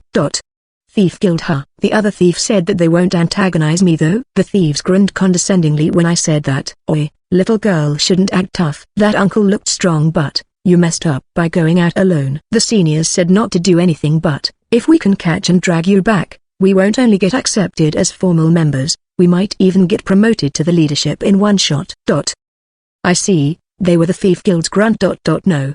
They were just thugs that were even lower than that. Most likely this senior that they mentioned received order directly from the Thief Guild's top brass, but it seemed the grunt only received half-hearted explanation. That was why they didn't understand the danger of going against an order from Thief Guild and the reason why that guild decided to not antagonize me. You won't get hurt if you come with us quietly. Yeah, throw away your weapon already. Don't ever think of resisting, okay? If you try anything, you know what'll happen to the brats. Just Hyun. A horizontal red line opened on the throat of the man who lifted his face while speaking such thing condescendingly. A lot of blood then spurted out from before the man collapsed. I threw the slashing type pendulum at another man who was bewildered and couldn't keep up with the situation. His throat got cut open with that. The last man, he got showered by the blood that spurted out like fountain and screamed while turning his back on me. The scythe-type pendulum flew and grazed his neck. Then when I pulled on the string to pull it back, the blade sunk deeply into his carotid artery and deeply tore his neck. So even this kind of thugs were picking a fight with me. I could just defeat anyone who picked a fight with me. That was what I thought before, and that thought hadn't changed even now, but it wasn't my intention to expose even ordinary people like Gil and Shuri to danger because of that. If I kept turning the table on all attackers, one day they would think that getting involved me was bad luck and stopped attacking. But that day wasn't now. Viro promised that he would make a situation where it would be difficult for the Assassin Guild and Thief Guild to lay their hand on me if I helped with his job. But even without that, I didn't have the option of refusing that job. It was work for. Assassinating the Traitor, Grave. Heroine Survival Volume 3 Chapter 11 Nostalgic Place. Arya. You went back by yourself, leaving behind your teacher. After that, a scout came back with fast horse bringing information, so I managed to slip in the commotion and escaped. But it'll be better if you don't show our face in this town's guild for a while.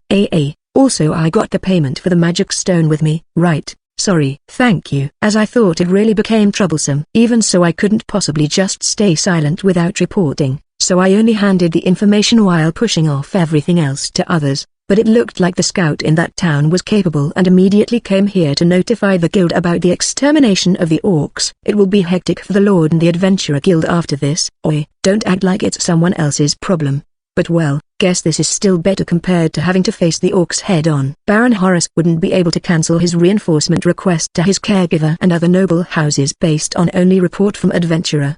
he would have to send his soldiers in great hurry to verify the information. If the information was correct, then the soldiers' dispatch had to be stopped, but he would still need to pay some reparation even if he stopped it at this point. Well, even so, it was just as Varro said, it should still be better compared to having his town getting attacked by a group of orc and his people and soldiers got exposed to mortal danger. Anyway, let's confirm our plan going forward. Roger. I was waiting in Galbaz's workshop and Varro also returned there. We coordinated our schedule in there. Varro was supposed to take command for the orc subjugation that suddenly got requested, but that problem had been solved. It seemed that he was told to stay here for the time being until the Baron's soldiers had verified the truth. But even that would be finished in around 1 week. I was also not in my best condition, and Varro too wanted to go to pick up one more comrade, so we arranged to meet 3 months later in the territory of Duke Helton at the west part of Claydale Kingdom. It should also be possible for Grave to move on to another place if we took that much time, but in that case Varro said that he would leave behind message to me in the Adventurer Guild of big cities like at Dandel. With this I got time to stop by at Master's place, but this request, is it from that organization as expected? When I confirmed just in case, Varro lightly crossed his arms and made an unusually serious face. Are you still doubting that organization? I don't know the reason why Grave turned traitor, but at the very least that organization didn't give any order to kill you. There isn't even any reason for that, or rather, in the first place even the reason why Grave attacked you is unclear. At that time Grave said it was because a noble got interested in me. He also said about me getting too close to royalty. What does he mean? By royalty he must meant about me getting too close to Elena. As for the matter of noble ... was there still any biological family who was looking for me? That apostrophe s ... I don't know. Perhaps someone like Sarah will know, but should I try asking her? No need. I'll lower my wariness, but I'll continue keeping distance to that organization for a while. Is that alright? It's not like I'm a member of that organization, so I can't tell you what's alright or not. After all, it'll also be dangerous if you completely believe them. But is it alright if I at least tell Sarah and her son that you're alive? That's fine. Vyra made a slightly relieved look when I nodded. As I thought, it seemed he was also requested by Sarah or someone else to investigate about my well-being. Also, if you're still planning to get involved with the princess from here on, you better prepare yourself to get involved with that organization too. I can tell you now that organization is this country's Black Ops. Even if you're planning to live as adventurer, you'll definitely get involved with them one day when you're this strong. Got it. I had assumed that to some degree by the time Elena was involved, but, as expected, they were a Black Ops organization. This country's intelligence agency, a Black Ops that had intelligence networks spreading throughout the whole country and also have influence in the open. Making them enemy would be even more troublesome than with the Assassin Guild. I would have no other option except running away to other country the moment I made them into enemy. So it'll soon be the time for me to resolve myself. I whispered inside my heart and let out a deep sigh as though to let out the thing accumulating inside me. I had simply been running away until now, but I decided that I wouldn't run away anymore. If they're the people who were involved with the so-called home game and the family looking for me tried to drag me into Destiny again, I would remove them forcefully. If my strength was insufficient ... at that time, let's also held the resolve to throw away my life rather than living as controlled puppet. Until then I needed to become as strong as possible. My destiny belonged only to me. The other person who Vyro would pick up was apparently a former party member who had retired. Now that he mentioned it, it felt like I had been told once about a sorcerer retiring and him looking for a replacement. His party must still be unable to find a replacement if Vyro needed to pick up that person. Even so ... that person should be retired due to advanced age. Would it be alright? First let's return to Master's place. After so long, I chose to return to Master's place partly because my body was unwell, but there were also 2 other important reasons. I made the string for pendulum 2 years ago, but I had used it in many battles, and now the only string I had left was the ones connected to the 2 pendulums. Galbaz made me 4 new pendulums, so right now I wanted double amount of strings including for spare too. Besides, I also wanted to ask about the last technique I used to defeat Golja, old origin battle technique. Normally even just using it would endanger my life, but if it was Master then perhaps she knew something. By going through Count Taurus's territory and Dandel, it would take me 1 month to reach Master's place no matter how much I hurried. From there it should also take more than a month to go until the territory of Duke Helton where I promised to meet Vyro. The place that Vyro would go to pick up his comrade was at the territory of Marquis Wang Kyle, that was around 2 weeks distance from the royal capital, so I didn't think that they would be late to the meeting place. With that I couldn't possibly allow myself to be the only one coming late. As expected, I needed a method of transportation. With this itinerary I'd only be able to stay in Master's place for 1 week. That was why I decided to pass through a dangerous forest area in order to shorten the time needed, in a straight line between this territory of Baron Horus and the territory of Baron Salis. There was a forest where deep inside it was adjacent to a monster habitat region where monsters were prevalent. The northern side of the forest was a monster habitat, but that place wasn't a territory of Claydale Kingdom. But, for the national border to be drawn until that forest in this territory meant that there should be people who explored until there and casted the sorcery barrier that acted as national border. Perhaps it was an achievement that was left behind from the era where mercenaries who specialized in exploration, adventurers were carrying out their original work. That was why it wasn't an unexplored land, because there was national border there. If there were people who went until that far, I assumed that at the very least there was a path that human could pass through along the border. I bought a lot of salt and sugar in the town and also bought spare mantle as substitute for blanket. Viro had also brought the payment for magic stone to me. It really helped me a lot from getting detained in the guild. By the way, 1 orc magic stone was equal to 5 silver coins. The magic stone from Orc Soldier was 4 gold coins, and the magic stone of Goljaul, the orc general, gave me 5 large gold coins. In total I got paid 9 large coins and some change. It was a lot of money, but I should be able to get twice of this if I could also harvest the materials from the orcs. I didn't harvest them and just left them there because I couldn't bring them all by myself, and also because I wanted to leave behind some for the other adventurers' reward. It was that kind of stupid reason. Several days had passed, but my stamina and magic power still didn't recover above 70%. But that was enough for now. I wasn't going to fight, just cutting open a path. I should be able to manage somehow even with my current state. Finally I found some good quality dry fruits and roasted nuts in a stall, so I purchased them. I stored only the items that looked like they could get moldy into the storage where things were kept in sterilized state. Then I left the city and headed straight to east.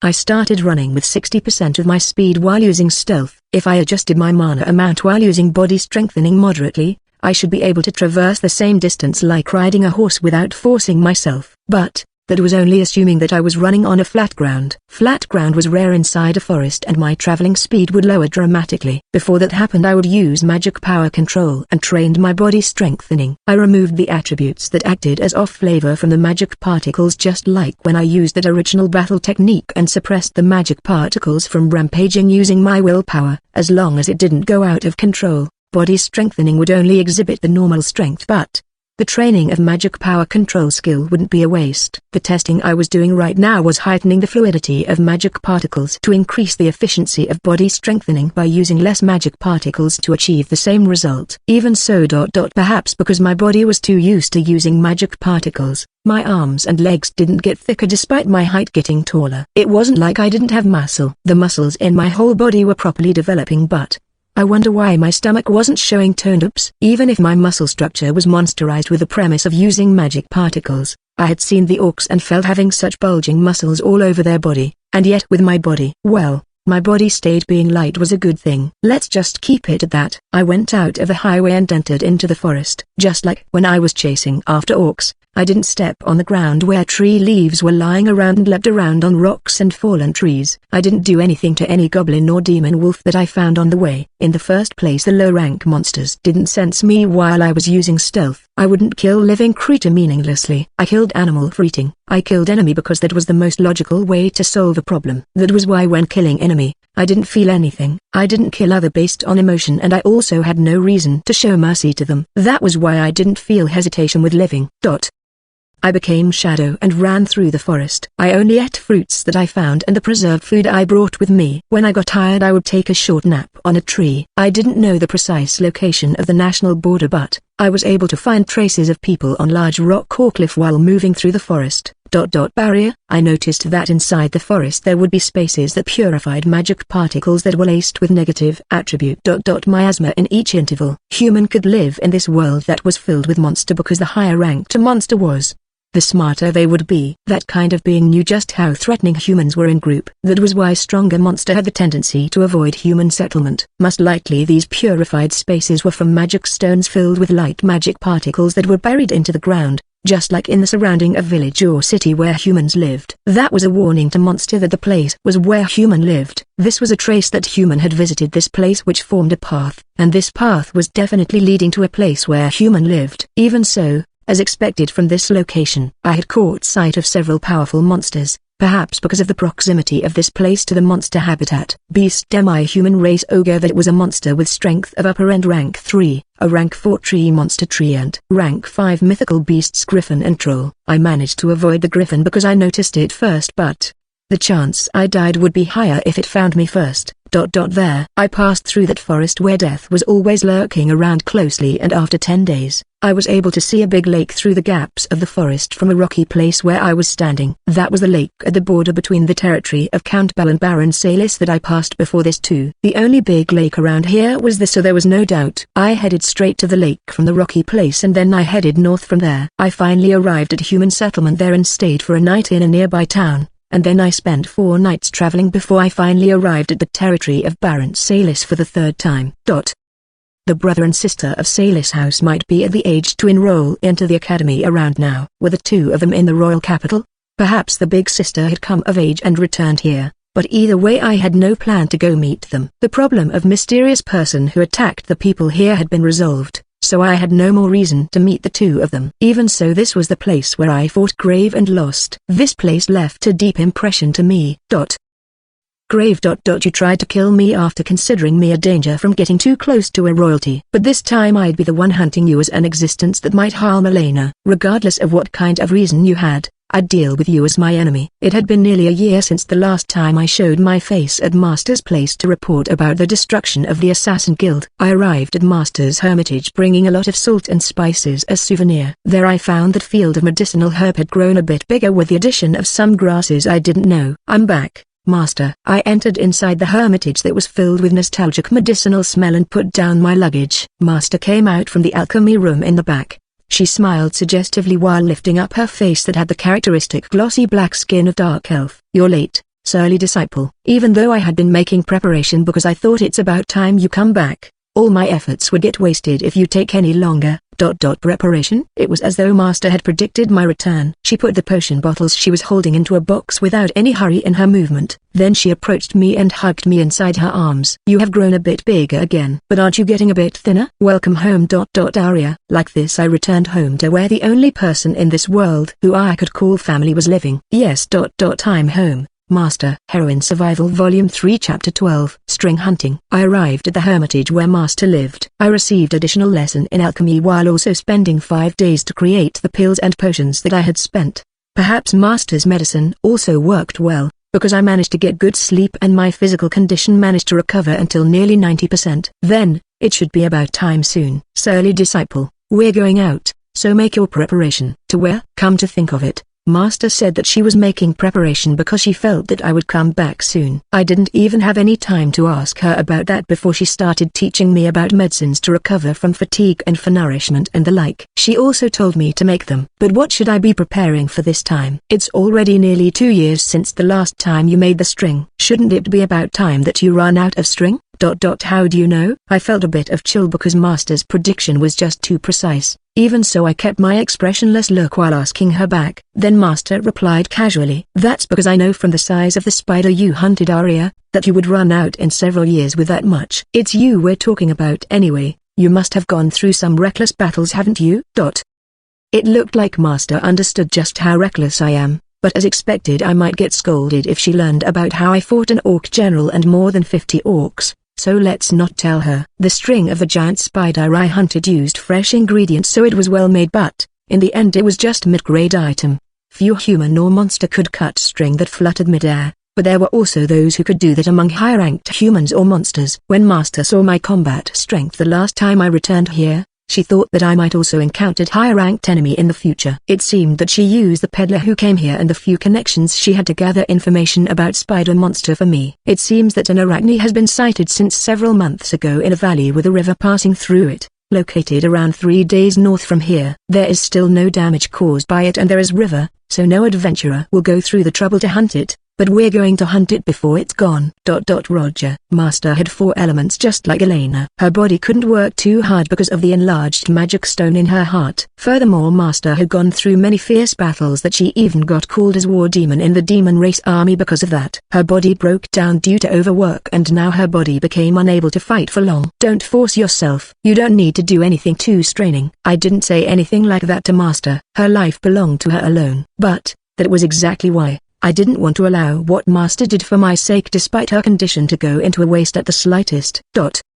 I was using the boots and arm protectors that Master used when she was still in active duty as war demon, so Master only equipped herself with sorcerer equipments. The burden to her heart shouldn't be that great if she only used sorcery, but just in case before departing I also put Master's baggage near me. I too wore the leather dress that Jelf had finished repairing, sheathed Galbaz's black knife and black dagger on my waist. Then I wore the second-hand mantle over my body. Then surly disciple. Tell me what's the trait of Arachne? Master's lesson immediately started after we departed. Master taught me not only about sorcery and alchemy, but also common sense in ordinary life, knowledge about dangerous monsters and creatures in the forest that were useful for my activity as adventurer, and many other various topics. Arachne was a giant spider monster with the upper body of a female human growing on top of it. Unlike monster that was originally wild animal that transformed into monster due to magic particle, some people questioned that perhaps such bizarre appearance qualified it as a mythical beast like Griffin or Manticore, but there was no definite answer to that. There were 2 types of this Arachne, the normal type and the rare type. Both of them were the same race, but according to Master they had differences from each other that it wouldn't be wrong to call them different species. The normal type's upper body looked like a normal woman at first glance, but it was only as intelligent as a goblin, and the moment it started moving, its whole body distorted uglily, displaying its real nature as a monster. The rare type had lost almost all of its nature as a monster and seemed to have high intelligence. It understood human language and also could use sorcery. It was also said that its upper body would always look like a beautiful woman that could even seduce human male. In short, these 2 types were the same species, but it had differences like how human differed from goblin. If the normal type was a monster, the rare type could be said as an existence that was closer to demi-human. Rare type Arachne had intelligence and it was possible to communicate with it, but its attitude would be neutral. Some was friendly, but some could skillfully use words to deceive human and devour them. They could also use sorcery and excelled in scheming, so the difficulty level of exterminating a rare type was considered rank 5. But this time Master and I were hunting a normal type. It couldn't use sorcery, so its rank was lower by 1 to be rank 4.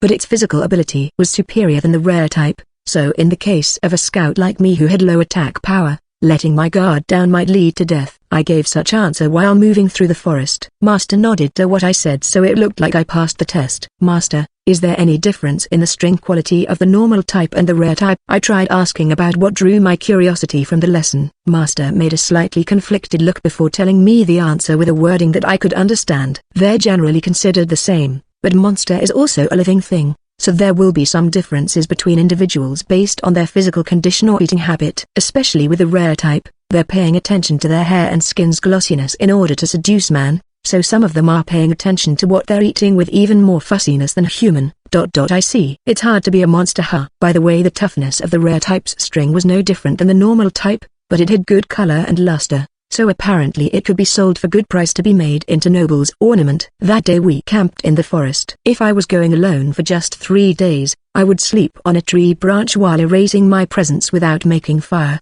but this time I was with Master, so we burned incense to repel monster and made an adequate soup using wild grasses and mushrooms at the surrounding added with dried meat for our meal.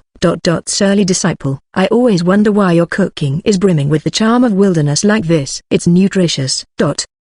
After that we traveled for 1 day and heard the sound of river. From there we climbed the forest slope for around half a day before we could see the summit of a valley that had a river flowing below. The merchant guild was using ship through this river to trade with a noble territory that was at seaside, but since some time or another, the bird monsters that would attack any passerby sometimes had stopped appearing. In exchange, people started catching sight of a giant spider web at the upper part of the valley and a silhouette of Arachne. The merchant guild hired adventurers to protect ships, but it seemed the Arachne wouldn't show itself when adventurers were present.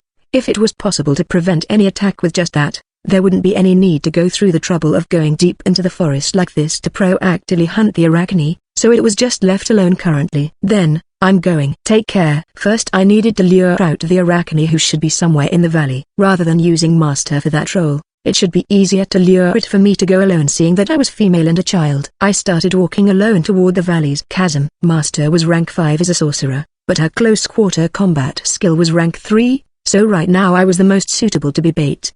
Besides, seen from outside, I should look like a normal traveler, seeing that I didn't bring any visible weapon. Of course, it was unnatural for a kid to be alone inside a forest like this, but, setting aside the rare type, the normal type with their lower intelligence would only see me as prey. I arrived at the summit of the valley that was about 40 meters wide. I sat on a nearby rock to make it look like I was resting and killing time. Then my eyes showed disturbance in the visible magic particles. I kicked on the ground and dodged aside while throwing away my mantle. The mantle blocked the string that came flying before it instantly got reeled away. Typhoon. Master, who was hiding, had been waiting for that timing and fired a level 5 wind sorcery typhoon. The raging storm blew away the arachne, targeting me to the air. Arachne opening parenthesis normal type closing parenthesis race spider monster rank 4 magic power 132/150 stamina 386/435 overall combat strength 657 opening parenthesis with body strengthening 831 closing parenthesis.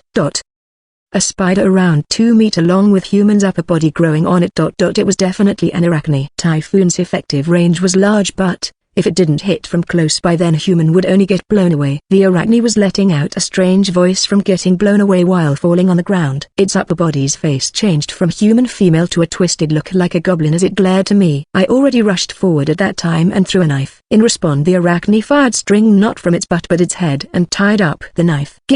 The arachne spat out something that looked like poison liquid from its human head. Shield. I quickly blocked it with magic shield while jumping to the side to dodge the poison. Then Master fired guillotine from behind me and severed one of the arachne's legs. The arachne screamed while trying to withdraw. I threw the all-purpose type pendulum after it. The spider head spewed out string again to entangle the pendulum, but I controlled the string to make it dodge the arachne's string and left a shallow gash on its neck. Dune.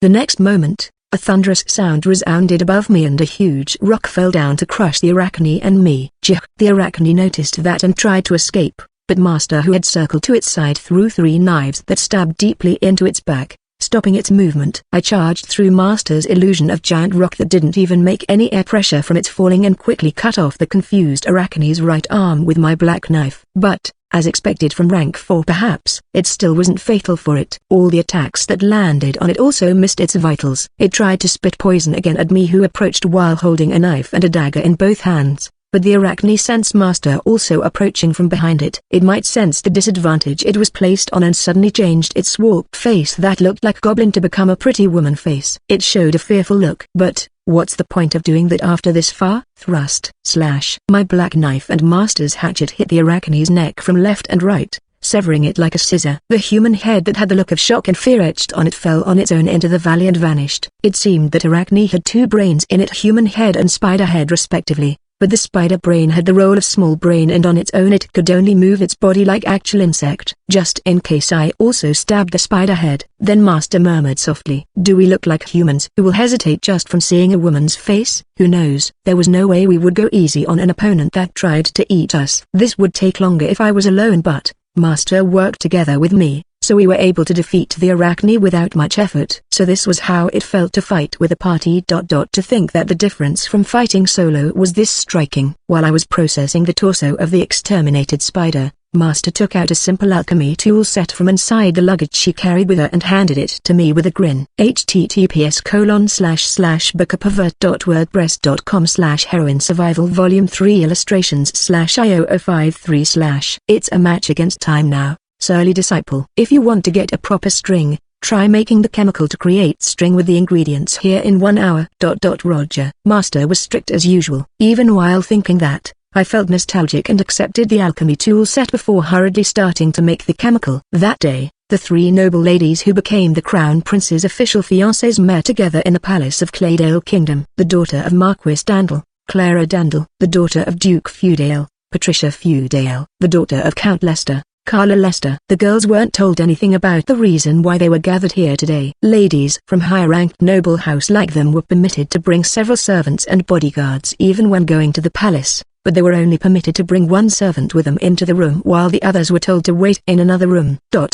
I'm bored." While the other two were looking nervous, the youngest among them all, Carla, was the only one who was feeling completely bored without any tension at all. Carla was experimented by her father since her childhood to obtain all elements. As the result, she should have lost any significance as a noble lady to create connection with other noble house, but her father imposed the task of being the crown prince's consort as her last task. He didn't have any expectation on Carla, whose health was problematic to function as a royalty. He was simply using her as pawn to strengthen his house's connection with other influential noble houses within the country. Originally, once every 2 generations, a royalty from other country should be welcomed to be the queen. That was the custom of this Claydale kingdom. With that, the country strengthened its ties with the neighboring countries and dealt with the political problem with other powerful countries. But the current king, who should be strengthening the royal family's ties with the influential nobles within the country, picked a daughter from Viscount House who originally wasn't even a fiancé candidate. It caused the factional dispute within the country to intensify. The previous king attempted to stabilize the royal family's position by abdicating his position to the crown prince. Even so, the opposition within the country still didn't settle down. Because of that, the royal family had no choice but to pick the next queen from an influential noble house within the country once more. As the result, it caused friction to form with the royalty of Solhorse Kingdom, whose princess had originally been arranged to marry into Claydale Kingdom's royal family next. I don't really care. Carla didn't have any opinion about that. She was able to obtain the chance to get a toy that was the crown prince, so she didn't give a damn about how the country would turn out. She was thinking that she would be able to play until death by dirtying the innocent crown prince, but after meeting a certain girl, Carla felt like there was color in her life for the first time. A cold-hearted and merciless angel of death. She felt like that girl was the only one who understood her true self. That girl was the only one who was standing on the boundary of death just like her. The figure of the girl the last time she saw her, and her grand way of life that she heard from rumor after that, made her felt jealous. Carla was dreaming with her eyes staying open and looking at far away. How lovely it would be if I could die from fighting Arya to the death in a garden with many flowers of blood blooming. That was her aspiration, a desire so strong that it made her felt like vomiting blood. She wanted to kill. She wanted to be killed, drowning those who held Carla in contempt and trampling her dignity underfoot into a sea of blood and fire, and then at the end fighting that girl to the death on that greatest stage. That fleeting dream of Carla was suddenly interrupted by a palace official's voice, presenting His Highness the Crown Prince Erwin von Claydale, and Her Highness the First Princess Elena Claydale. The door of this room opened and this country's crown prince and princess entered inside. Carla's interest toward the crown prince had lessened some, but in exchange she was starting to harbor interest toward the first Princess Elena. Her gaze moved from the crown prince who entered the room toward Elena, who followed behind him. In response, the princess looked back with a strong and wary gaze toward Carla, even though even the other fiancés avoided meeting Carla's gaze. Before this, Elena should be someone who always clinging on the first prince.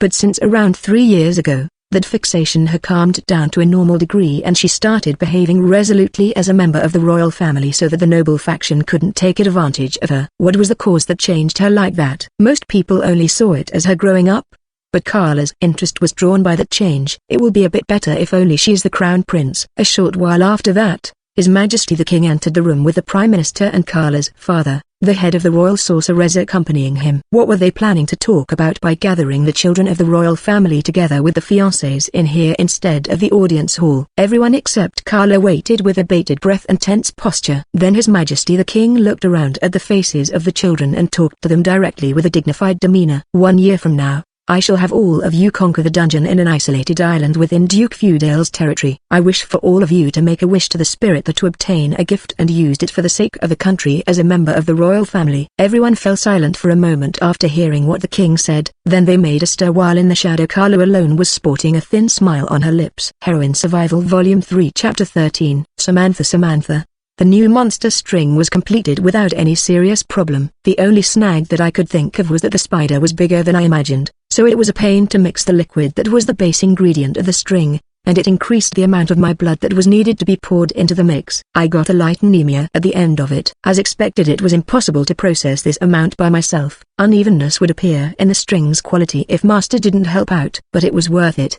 The completed string's length reached 100 meter. And even though its thickness was thinner than my previous string, it was so tough that even cutting it using the black knife was difficult even while my mana didn't flow through it. With this string, It should be impossible to sever it midair using blade unless the one doing it was a master swordsman. I tied the new string to the 4 new pendulums and tried to use it. The string's affinity with my string control skill that had reached level 4 was also great. If it was just 60%, then it was now possible for me to change the pendulum's direction according to my will. As for the left-over rolled string, give me that string. What for? Master said that to me 2 days before my departure. Although I questioned what she was going to do, I handed the remaining 10 meter of string to her. Then she created a short shawl that could be wrapped around my neck with it while also combining it with normal string. Master handed it to me at the morning of my departure. If I wrapped it around my neck, I think that it could block something like arrow at least. Really. I wondered when would the day come where I was able to repay my debt to Master for all that she had given to me. Then have a safe trip,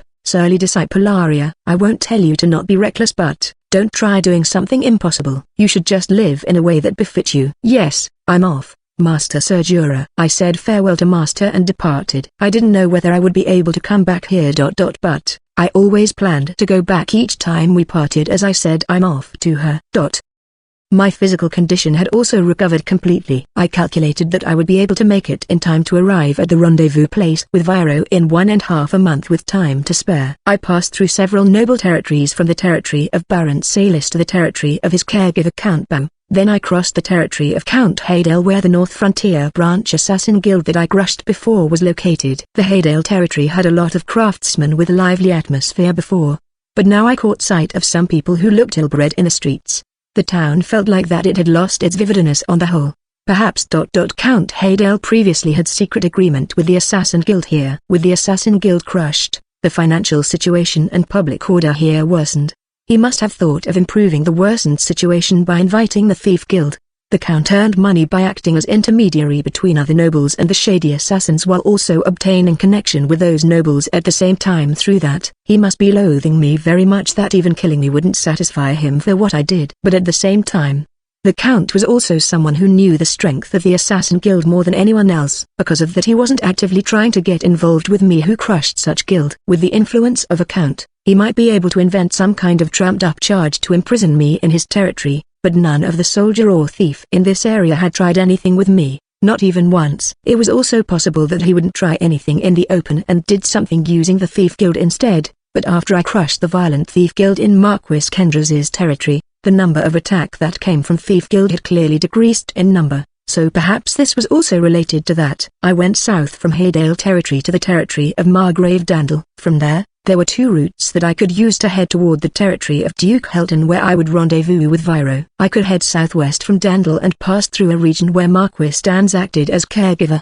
or I could head west through a familiar route to Count Taurus's territory before heading to the territory of Marquis Kendras that had a mine. From there I would head south. The latter route was cheaper because the number of noble territory I needed to pass was few, but distance-wise the former was slightly closer, so this time I picked that route. When I arrived at the region where Marquis Dans was the caregiver, nearly 1 month would have passed since I departed and the season would change into early summer. There would be more than half a month until the rendezvous schedule, so I should be able to arrive in time with enough leeway as long as nothing happened. I had got attacked by thieves and mountain bandits who didn't know about me sometimes in my travels until now, but rank 1 or 2 wasn't a problem for me anymore if there were just 10 of them. Come to think of it, ordinary adventurer usually also worked as merchant bodyguard when they traveled long distance, wasn't it? Such knowledge surfaced in my mind for a moment. Such job seemed perfect for me, who was able to skip sleeping in exchange of some naps and whose detection range was wide. But thinking normally, there was no way a merchant or company would hire adventurer like me who looked like a kid. I discarded that option without much thought. In the first place, I decided on 1.5 months for the rendezvous time, with the calculation that I would pass through highway and forest using my legs. So from the start I didn't have any leeway to take it easy by moving in the speed of horse carriage. Even so,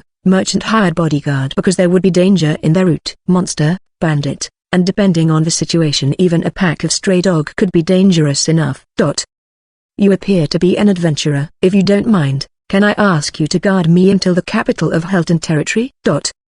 Someone asked me that question on the highway right after I entered into the territory of Duke Helton. There was still nearly 1 week remaining until the promised date with Viro. There was also no message about change of plan at the Adventurer Guild of Count Sandora's territory that I passed on the way, so I guessed I would still make it in time even I walked normally from here. But the problem was why this person called out to me. He seemed to be a peddler who was traveling with 3 other people. Certainly it seemed like they didn't have any bodyguard, but why me? You 4 look strong though. The man who called out to me had tanned skin of cruise people and looked like he was in the prime of his age. He also seemed to be rank 4 from the way he moved. I also couldn't appraise the 2 near the carriage, but I felt that they were considerably strong, at the very least. Something like Mountain Bandit or low-rank monster wouldn't pose any problem even if the man in front of me fought alone. When I voiced my suspicion, the man sighed with a troubled look. I'm not a person of this country. I came from the west to here with the purpose of cultivating a trade route to sell our commodity. I was formerly a knight of Karlfan Empire and I believe that I'm quite strong, but I happened to hear a strange rumor. Rumor?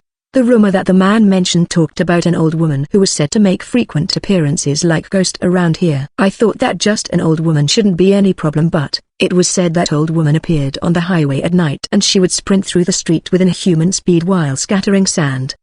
Sand? That's right. She ran with a speed that is faster than horse while scattering sand as she left. It seems that she has old woman appearance, but it's unthinkable that she is a human. Perhaps she is a monster that is disguising herself as human, but the problem is that child. The 4th person in their group. There was a child inside the carriage wearing a cloak with its hood blocking her face from view as she looked toward me. My daughter is frightened by that rumor. Perhaps she might get distracted from that rumor if there is a young girl accompanying us. I see. In short, he wanted to hire me as babysitter rather than bodyguard. I didn't think that I could do babysitting work, but that child seemed to be a shy person and I would only need to walk outside the carriage. Certainly there was an odd smell from the carriage that was something usual for peddler. Seeing me sniffing the air, the man took out a small bag from his baggage and handed it to me. We're selling spices from the west. Please take this if you want to give it a try. From the start our objective with this trip is to obtain customers, so no need to hold back.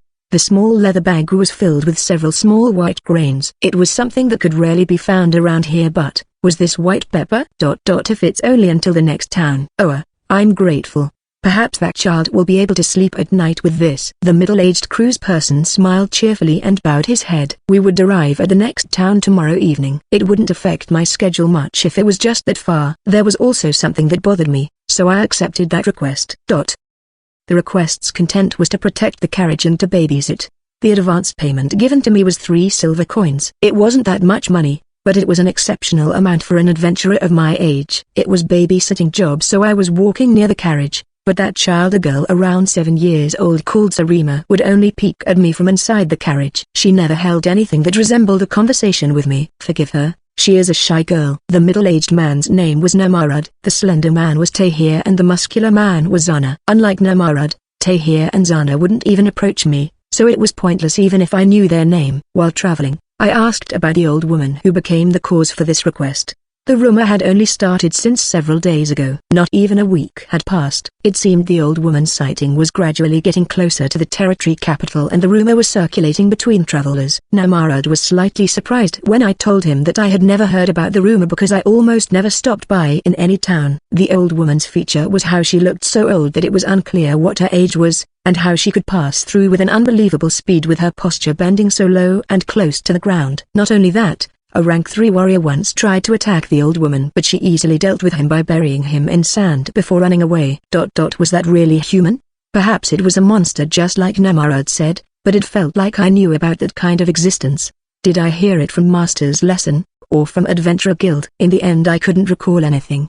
The carriage continued trudging on until it became dark and we camped at the junction where the highway connected with the highway that led to the territory of Marquis Oz. We are going to be a bit lavish with our cooking today, so please join us without reservation. The taciturn slender man Tahir started cooking in a pot and the smell of unfamiliar spices that were being used in abundance drifted in the area. I was someone who didn't have any fixation with food, but I got too used with plain food and wasn't used to taste that was too thick. Even if this strong scent came from decent meal, it didn't seem like something that would tickle my appetite. But while I was staring at the stew-like food in the wooden bowl that was given to me, a small silhouette suddenly moved. Ani-chan. It's tasty, you know. Sarima held out a wooden spoon toward me. It would be too unnatural for me to not eat after they went this far. I accepted the wooden spoon from Sarima's small hand and scooped the stew into my mouth. I see. I put the piping hot red stew into my mouth several times. The others were silently watching me eating. Interpreted positively, what they were doing could be seen as them watching with bated breath whether their guest was able to appreciate the foreign cooking or not. Arya-san, Do you like it?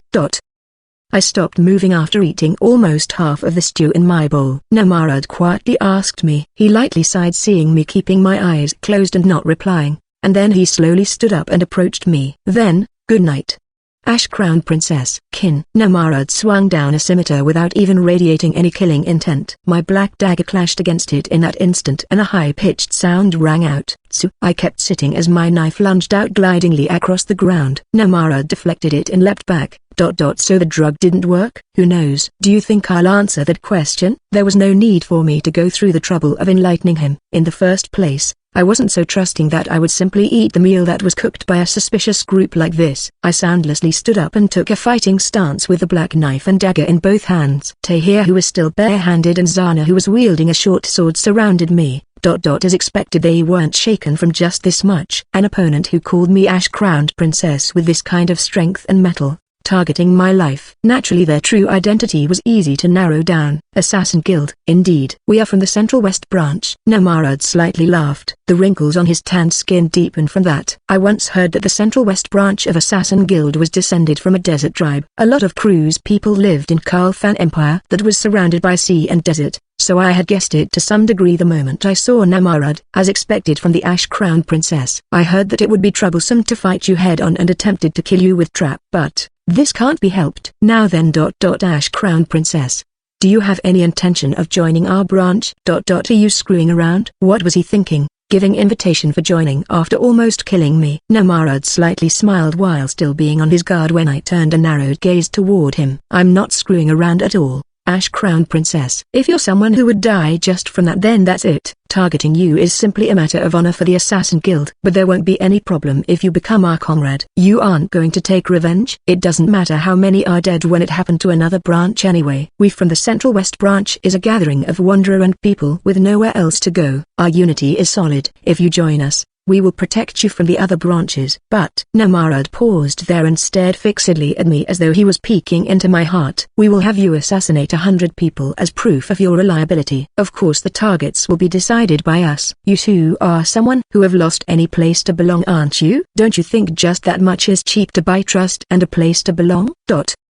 Assassination of 100 people. Most likely they were planning to test me whether I could kill good and innocent people just as ordered. But you know, my answer had been decided from the start. I refuse. You're planning to be hostile toward our branch too? My refusal caused Namarad and also Tahir and Zana to radiate killing intent. From the start, anyone who get in my way is enemy, no exception. I easily chose to be hostile toward a branch of Assassin Guild without any hesitation. I could hear someone gulping for an instant. This damn fool. In that instant, Namarad leapt back even further while still holding his scimitar in ready, while Tahir, who was standing still without radiating any killing intent, stepped forward with a smooth footwork. Shih! Tahir let out a short breath and his fist struck out. When I intercepted the fist that was unprotected by anything, Tahir used his flexibility to move strangely and deflected the flat of the knife with his bare hand. Bare-handed hand-to-hand combat.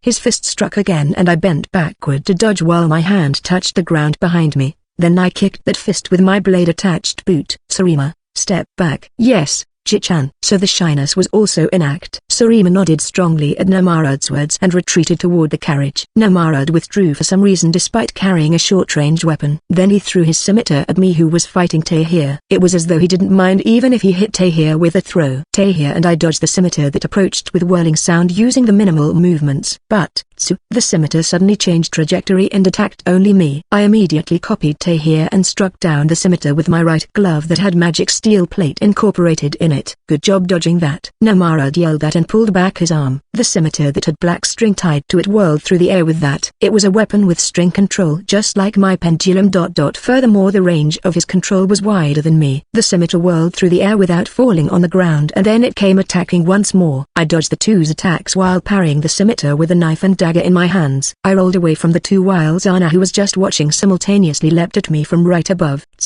I intentionally got hit by the fist and used the impact to jump away. Then Zana's two short swords stabbed deeply into the ground where I was standing.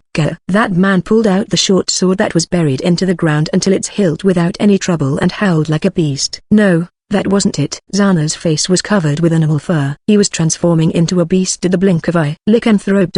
A werewolf. Zana transformed into a wolf that stood on two legs. He leapt with a terrifying speed and swung his two short swords at me. I also swiftly pulled out a knife and threw it, but a small throwing knife got deflected by Zana's fur. Lycanthrope was a general term for human who could transform into animal shape, but originally it was another name for werewolf. Normally werewolf blended among normal people and lived normally, but they could also change into animal form like this and attacked other people. It was said that this phenomenon was caused by curse or by disease, but the right answer still hadn't been found. That animal nature also couldn't be controlled, so they were classified as monster. But to think an assassin guild picked up one like this. Clang. Even I could block Zana's short swords with my dagger and knife, but his muscle that was strengthened by his beast transformation easily sent someone light like me flying. Tahir aimed at that moment and closed his distance with me. Namarad threw his scimitar from Tahir's shadow. Before he controlled the scimitar's trajectory, a crossbow's arrow flew out from the darkness of shadow snatch that I formed. Sorcery. The arrow was fired from pitch black darkness and from right below, and yet Namarad still managed to dodge it. This was why a veteran rank 4 was troublesome. It was mostly pointless even when I took them by surprise. But Tahir became alone during that time and I deflected his arm while leaving a shallow gash on his side. Zana covered for him and my weapons clashed against his short swords and I got sent flying once more. Now then, what to do? A rank 4 swordsman who used string control, Namarad, a hand-to-hand fighter who was rank 3 but had strange movement, Tahir, a werewolf who obtained physical ability that far surpassed me by transforming into a beast, Zana. These three should be able to kill even a rank 5. It seemed the Central West branch was very wary of me. Namarad and the other two surrounded me from 3 directions so I couldn't get away. They slowly shifted position in clockwise direction. They weren't opponents who were beyond my means if I fought them one-on-one, but taking on the 3 of them simultaneously would require splitting them up temporarily. I would need some kind of impetus in order to do that. I had laid the groundwork for that, but it still hadn't showed any effect. As I started thinking, what should I do in that case? Hi. Question mark. A strange laugh came from the dark highway. A shadow came approaching from far ahead and diverted the attention of the assassins slightly. I should attack in that opening, but I was also slightly taken aback by how abnormal that object that appeared was. There I saw the figure of a small old woman running toward us on all fours through the dark highway with immense speed. So that rumor was true? Zana was bewildered from how strange that sight was and threw his short swords. But astonishingly, the old woman easily grabbed them from the air and tossed away the short swords behind her while making an immense sandstorm to blow using bizarre mana. The assassins and I immediately retreated in that moment. But perhaps Tahir was unable to sense mana. He got dragged into the sandstorm and the old woman attacked him. Old woman, race? Question mark. Magic power: 365/420 stamina: 173/184 combat strength: 1598 opening parenthesis with body strengthening: 1992 closing parenthesis. What was that? The instant I thought that, the necessary information surfaced from that woman's knowledge. An old woman moving in high speed, combat strength and high magic power that were unthinkable for human, and then how it called for sand. Perhaps it was. Apparition? It was an existence that I was like in the middle between being a spirit and a monster. In that woman's previous life, it seemed that she was living in a terrifying world where such monsters were prevalent. But even so, what I had to do hadn't changed. I instantly switched my line of thought and used stealth before leaping into the sandstorm to hide in it. I sneaked behind Zana, who was on his guard due to the sandstorm blocking his sight. Zana might have detected me from smell. He howled while turning around and attacked with his fangs and claws in the place of the short swords that he had thrown. My knife was deflected by his fur. The black dagger might be able to stab him if I put some force behind it. But I didn't even need to go that far just to deal with you alone.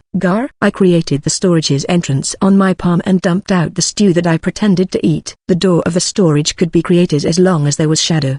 The stew that I pretended to eat was stored into storage from inside my mouth. Now I dumped it into the mouth of the wolf that was opened wide.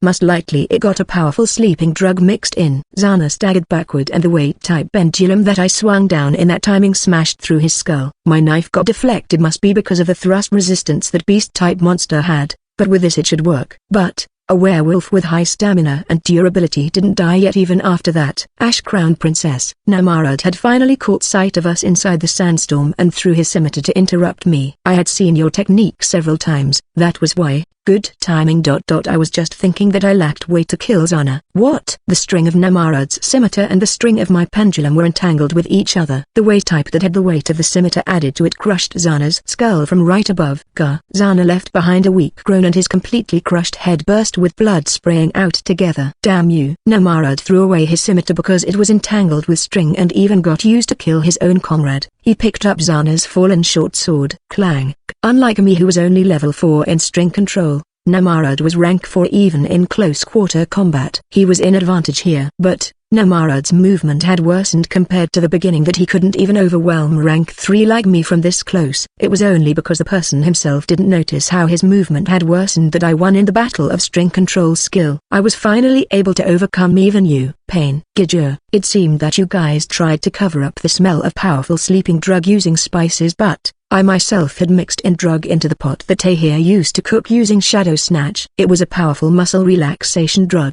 but it still showed effect even after it was boiled and became vapor. In exchange it took time until the effect showed, but without that, a rank 3 like me wouldn't consider fighting head-on 3 assassins who had a rank 4 among them. Gwr. I left a deep gash on Namarad's neck until his chest after he stiffened from the intense agony of pain. But, Namarad too bent his body slightly even in his current state and avoided getting lethally wounded. In that case I just needed to keep attacking if he wouldn't die just from one attack. I raised my dagger with such intention, but a small silhouette barged in between us at that moment. Stop! Don't kill Jichan. The girl, Sarima, who retreated to the carriage, spread out her arms to cover for Namarad. The protected Namarad grimaced painfully in his dying state. Sarima. Namarad reached out with his trembling hand. In that moment, a knife that was kept in Namarad's sleeve shot out toward me. I used Sarima, who got my string entwined on her as shield, to block it. You, Anichan. Why? Sarima looked up to me in a daze with a knife planted in her back. I looked down coldly at her. My bad, but I have smelled the scent of death many times before. The cause of my suspicion to this group wasn't Namarad's race or the behavior of Tahir and Sana. I also used poison without any hesitation only because the scent of death that I smelled from this little girl. Most likely that excessive amount of spices wasn't just to cover up the smell of poison. It was used to erase the scent of death from this Sarima. This little girl. Sarima exposed her true nature and her lovely face distorted into an animalistic face as she bared her fang. Vampire. This was my first time seeing one, but I had also learned about them from Master's lesson. They were monster that could live semi-eternally by sucking human blood and obtaining the dregs of soul in that blood. But apparently some of them were also being treated as citizens in the country of the evil race. A werewolf and a vampire. I heard that they were a gathering of Wanderer, but this was just too unprincipled. Assassin Guild. Sarima's blood-colored claws lengthened and she attacked with a speed that was unthinkable for a child's body. Vampire had strong regeneration power and the wound on his back had already closed too. I deflected her claws with my knife while leaping back, but although I had given up on finishing off Namarad, it didn't mean I was running away from Sarima. The next moment, the old woman who had beaten up Tahir attacked this way too. Namarad, who was late to escape, got hit and sent flying. Namarad. Sarima, who saw that sight, reflexively turned around. I see, what they said about having strong unity seemed to be true. But, was it alright that you took off your eyes from me? I entwined the all-purpose type pendulum around the neck of Sarima, who looked away for a moment. Sarima's eyes opened wide as she got strongly pulled in. She saw the way I held my knife far to the back. Thrust. Zan.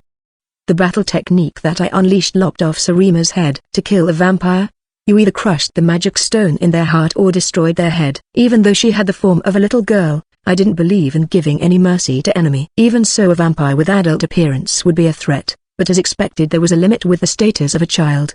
Namarad, who was blown away by the old woman, was flying toward my direction. I squinted so my eyes wouldn't be hurt by the sand while putting my arm around Namarad's neck from behind. I snapped his neck. At the same time the old woman also attacked me. So she is next. Really? Just what the deal with this old woman? Shadow. I dodged by using a shadow illusion as bait. But, in contrast to the enormous combat strength I saw with appraisal, that attack speed was still within the limit to what I could follow with my eyes.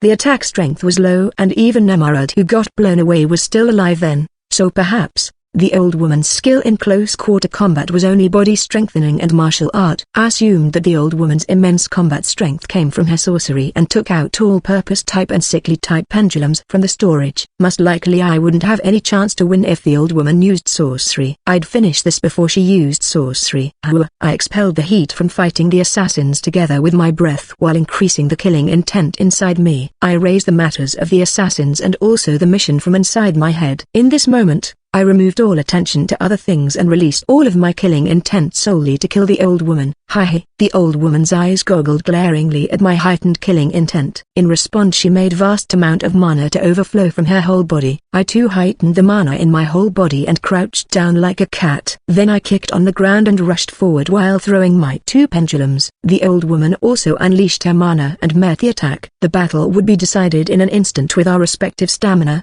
The one whose attack hit first would take their opponent's life. But, Wait, stop.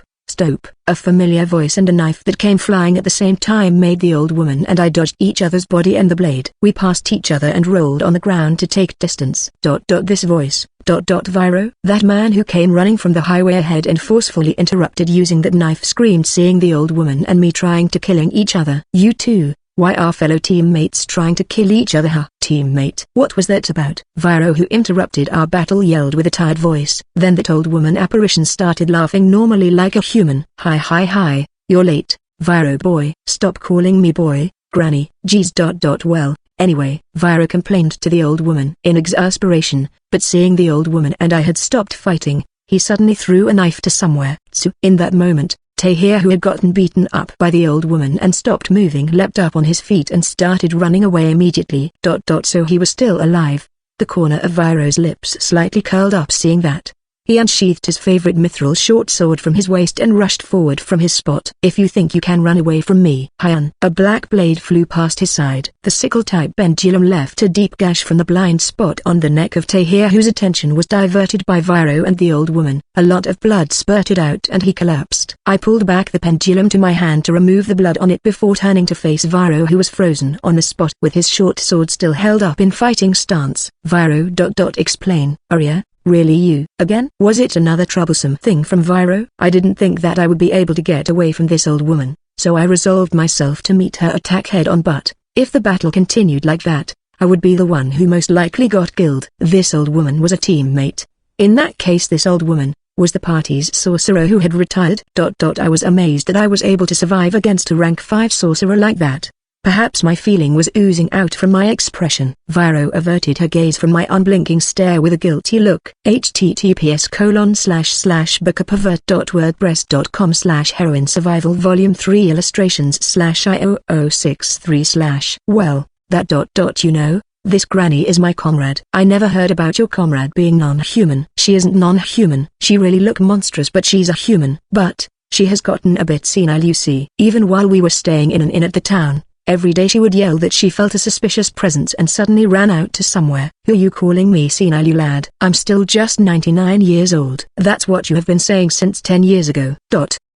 Is she really human, a rank 5 sorcerer who could also fight in hand-to-hand combat with me? It would be extremely dangerous if that kind of person turned senile.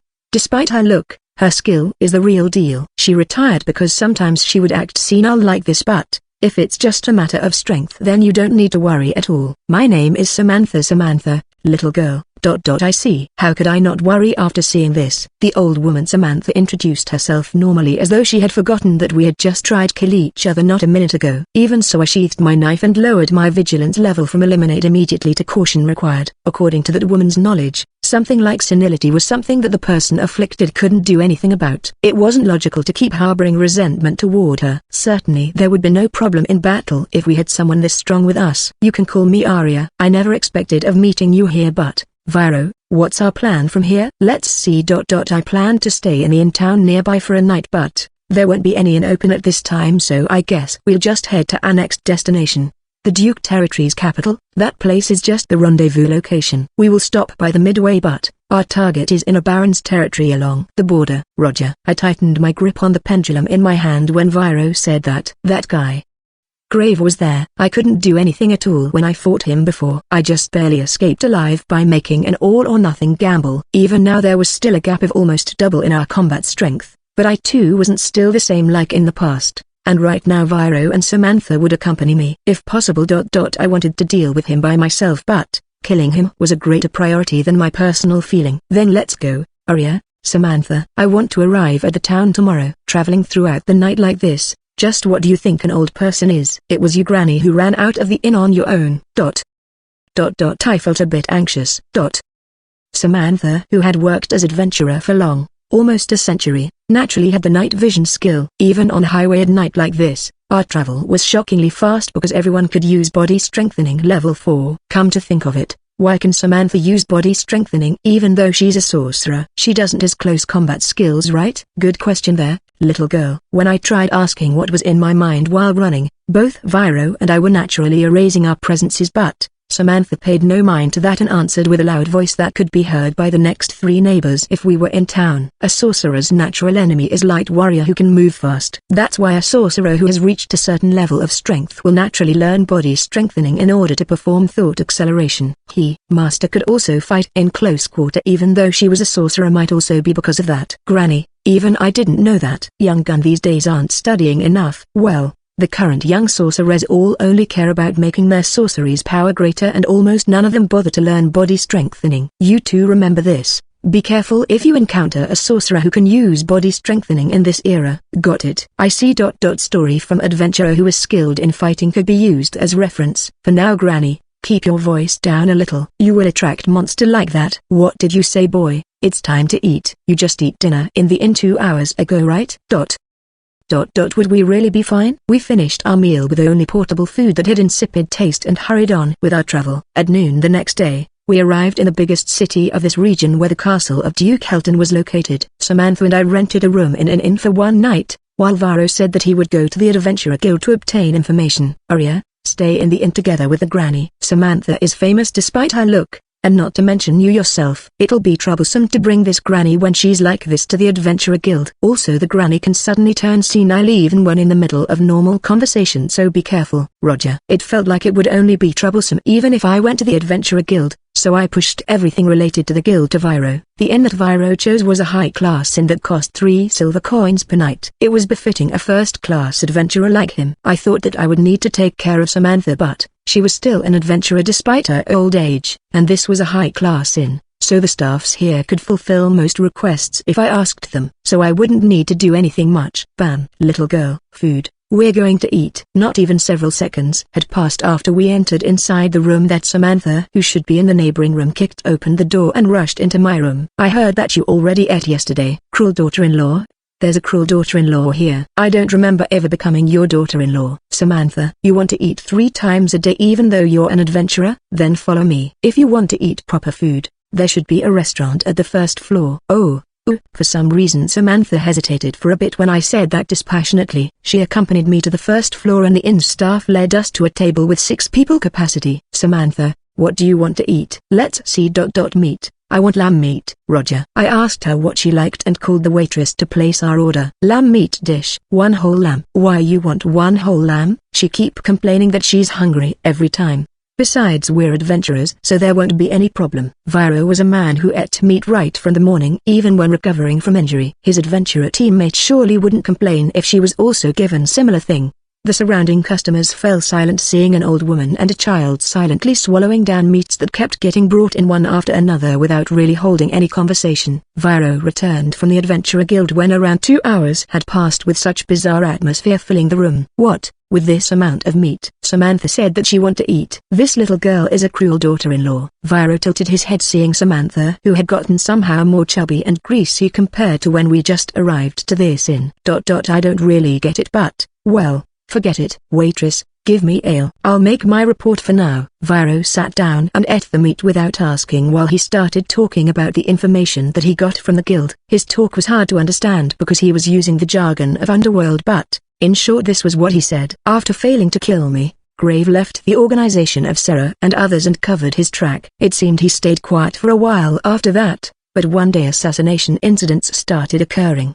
The targets of these assassinations were nobles from the noble faction, a faction that tried to weaken the power of the royal family and draw in the force from other countries. 3 nobles had gotten murdered until now. One of them, A count was particularly someone who claimed that the crown prince's fiancée should be a princess from other country. This count was rumored to have a deep relationship with a neighboring country. The count was one of the key people of the noble faction, so the noble faction claimed the royal family faction was involved with his murder. They started demanding that the royal family's sword, which was the royal guards and the black ops, had to be scaled down in order to reduce the threat they posed to the nation. And not only that, they also started saying that the royal family should take a princess of the neighboring country as wife, even if the rule had to be changed to allow that. But there was no way those demands could be accepted with the current state of affairs. The leader of Black Ops, who was suspected unjustifiedly like that, investigated the case and finally determined that the culprit was Grave. According to the Black Ops' investigation, it seemed that Grave was targeting noble houses that were the enemy of the royal family. After investigating several noble territories and narrowed down the possibility, the Black Ops obtained information that a person who seemed to be Grave was hiding in this Helton territory. The two Margraves that originally could possibly become the leader of the noble faction were in the royal family faction instead. In contrast, Duke Helton, who should be in the royal family faction, was now known as an anti-royal family faction, partly because the interests that originally he should be able to obtain were snatched away by the Margrave houses. Grave is waiting for the Duke to leave his castle and go outside. There's information that a troublesome monster has appeared in a baron's territory near the border. It looks like ordinary adventurer or knight is unable to defeat it. Well, in short, the Duke might go out and lead the subjugation force personally in order to gain popularity. It seemed the possibility was high that Grave was targeting for that opportunity to assassinate the Duke. Thinking normally, targeting a Duke who was being protected by more than 100 knights would be suicide. Nobody would seriously attempt that, thinking that it would be foolish, but if it was that Grave, he would surely think that it would be better to aim for this opportunity rather than when the Duke was staying in the castle.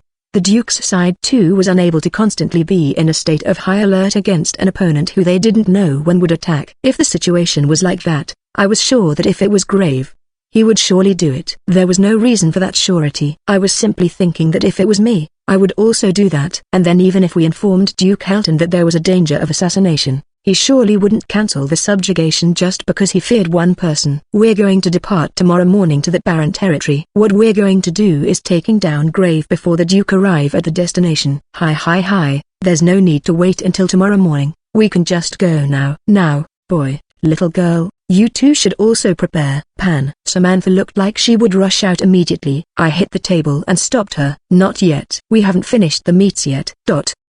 Adventurer had to eat when they could. Viro also taught me that, and I had also learned that lesson when I lived in the wild at the start and at the forest where those orcs lived. Eat when you can, endure when you can't eat. That was why leaving food uneaten was unforgivable. When I stared fixedly to the two with such insistence, the two slowly sat back down and the three of us started eating the meats again silently.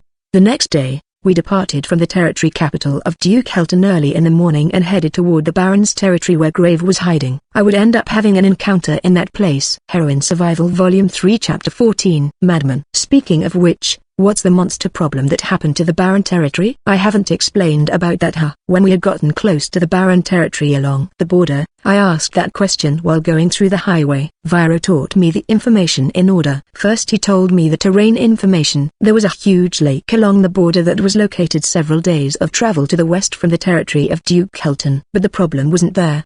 The west side from the lake was the buffer zone of this country with the neighboring country Solhorse Kingdom. The problem was occurring at the highway that was leading to Solhorse Kingdom that was located at the marshland north to the lake. Because a rocky area that was a monster habitat and a marshland acted as buffer area with the neighboring country Solhorse Kingdom, clash between feudal lords had never happened, but there was a political dispute surrounding the rights for Condor Mine not only with Solhorse Kingdom, but also with Condor Kingdom and Il's Duke Dam. It was a political problem between four countries that were still continuing even now. That was exactly why marriage between royal families was also indispensable in order to obtain advantage in that struggle of rights.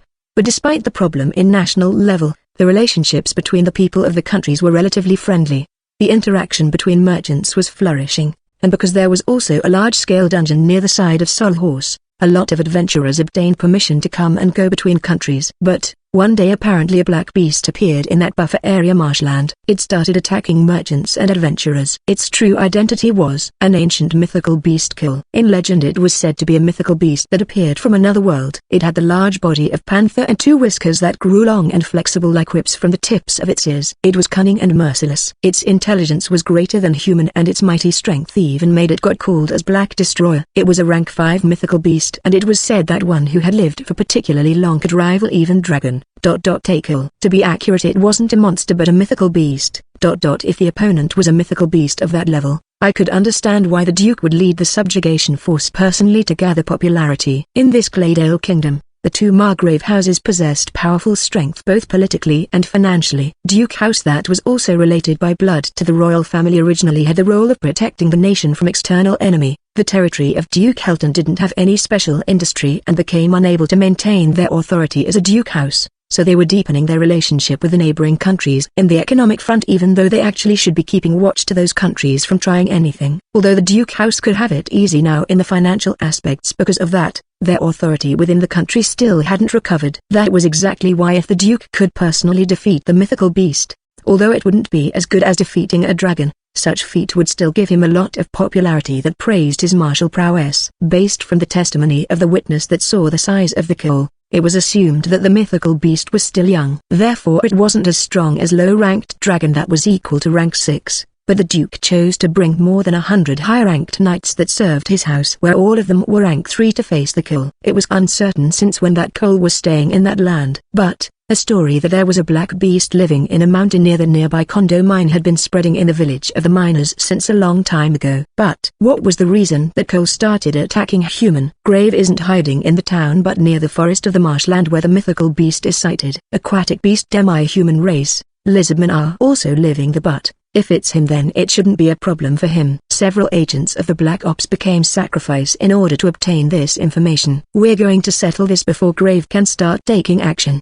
Roger. Just leave it to me. Hi. Rank 2 or 3 agents would simply get detected by Grave and be killed right away without even offering any fight. The result wouldn't change even if they brought soldiers or knights who are weaker than them. Grave could just run away if he was challenged with number. The only way to defeat Grave with little damage was by sending in small number of elites. It seemed that Viro and Samantha had rank 5 warrior and heavy warrior as teammates in their party, but Grave, who was operating solo just like me, could easily escape if we had number on our side. That was why, after also considering the possibility of surprise attack with assassination and the like, the members of the subjugation force became filled with irregular selections like this, scouts and magician that also included old woman and child. Even so, it was unknown whether Grave could be defeated with just a rank 4 like Viro and a high-end rank 3 like me. So the main fighter would be the rank 5 sorcerer Samantha, with us assisting her for the close quarter combat. Viro and I would work together to hold back Grave while Samantha would look for opening to defeat him with her sorcery. That was our main tactic for this mission. There was a little problem with Samantha's senility that could come out of nowhere, but each time that happened I would take out from my storage the large amount of meats from the inn that in the end we couldn't finish eating. Seeing how she calmed down from eating made me unable to complain too much. What if the mythical beast show up? It'll depend on what the Cole and Grave will do, but in the worst case we might have to retreat and prioritize our survival. Arya, you'll be Granny's guard. You can do it, right? If there's no other choice I'll do it. We obtained the newest information from the surviving agent in the clinic of the Barren Territories town. Then we made the necessary preparation and headed toward the marshland at the border. If I didn't make that oath, then perhaps I'd choose to just cross the border here and leave this country, but I was able to become this strong only because of that oath with her. Grave. I'll kill you here, for Elena's safety too. That beast questioned its own existence deep inside the marshland's dark forest. The beast didn't remember when it was born, but the beast had been strong ever since its existence came to be in this world. Creatures called human were thriving in this world. Human feared the beast, but that was because they were just too weak. For the beast, human was just too frail, and they also weren't really suitable to be its food. The beast didn't have any interest toward human. The beast didn't need a lot of food in order to live. It only needed a specific substance within living creature or fruit and the like as replenishment. For it, hunting wasn't for obtaining meat but an act to display its strength. Human was weak physically and mentally. That was why they feared the beast and armed themselves using their shrewd wisdom. But when those humans tried to erode the mountain where the beast lived, the beast still wasn't interested and permitted that generously. But one day, a human appeared in the mountain where the beast lived and scattered poison with disgusting smell at the surrounding. The beast was enraged. It was angry toward the frail and impertinent human. But it seemed that human had strong power as an individual. Even the beast couldn't finish him off, and he managed to escape until near the human settlement. It realized that it got lured out when a pack of humans transporting goods across the marsh area launched an attack toward the beast when it appeared before them. The beast wasn't interested with human. Even so, it wasn't so tolerant that it would overlook any attack to itself. The beast couldn't really differentiate between one human to another. Even so, it felt like the human that attacked it was a bit different from the human that scattered poison at the beginning. But the beast let its anger control it and massacred the humans. The foolish and small and frail living creatures called human irritated the beast. In order to kill the foolish human who lured it here, the beast began to attack the humans passing through this place that felt similar to that individual. A man was sitting cross-legged on top of a large rock on a swamp of the marshland in deep contemplation. Grave was aware that he was a cold-hearted madman. The strength of powerful royal family was needed to correct this country to its normal state. What should be done for that to happen? The answer of the world could always be found in simple place. All obstacles should simply be killed. If there was a fool who threatened the king, then that fool should just be killed. For the people, it didn't matter who became the king. But he believed that only the stability of the royal family that wasn't a fool would lead to the happiness of the people. But for that, he had no intention to take roundabout method like before anymore. Before he thought that it was fine to sacrifice anyone including himself if it was for the right thing. But he finally noticed that this world was filled with stupidity. Humans were foolish regardless whether they were noble or commoner. He ended up thinking that to guide this world correctly, it was necessary for him to accomplish his objective without dying himself. He would kill any noble who was a hindrance. If necessary, he would even kill a royalty. For that, he wouldn't be picky with his method and clung to life tenaciously for the sake of his objective.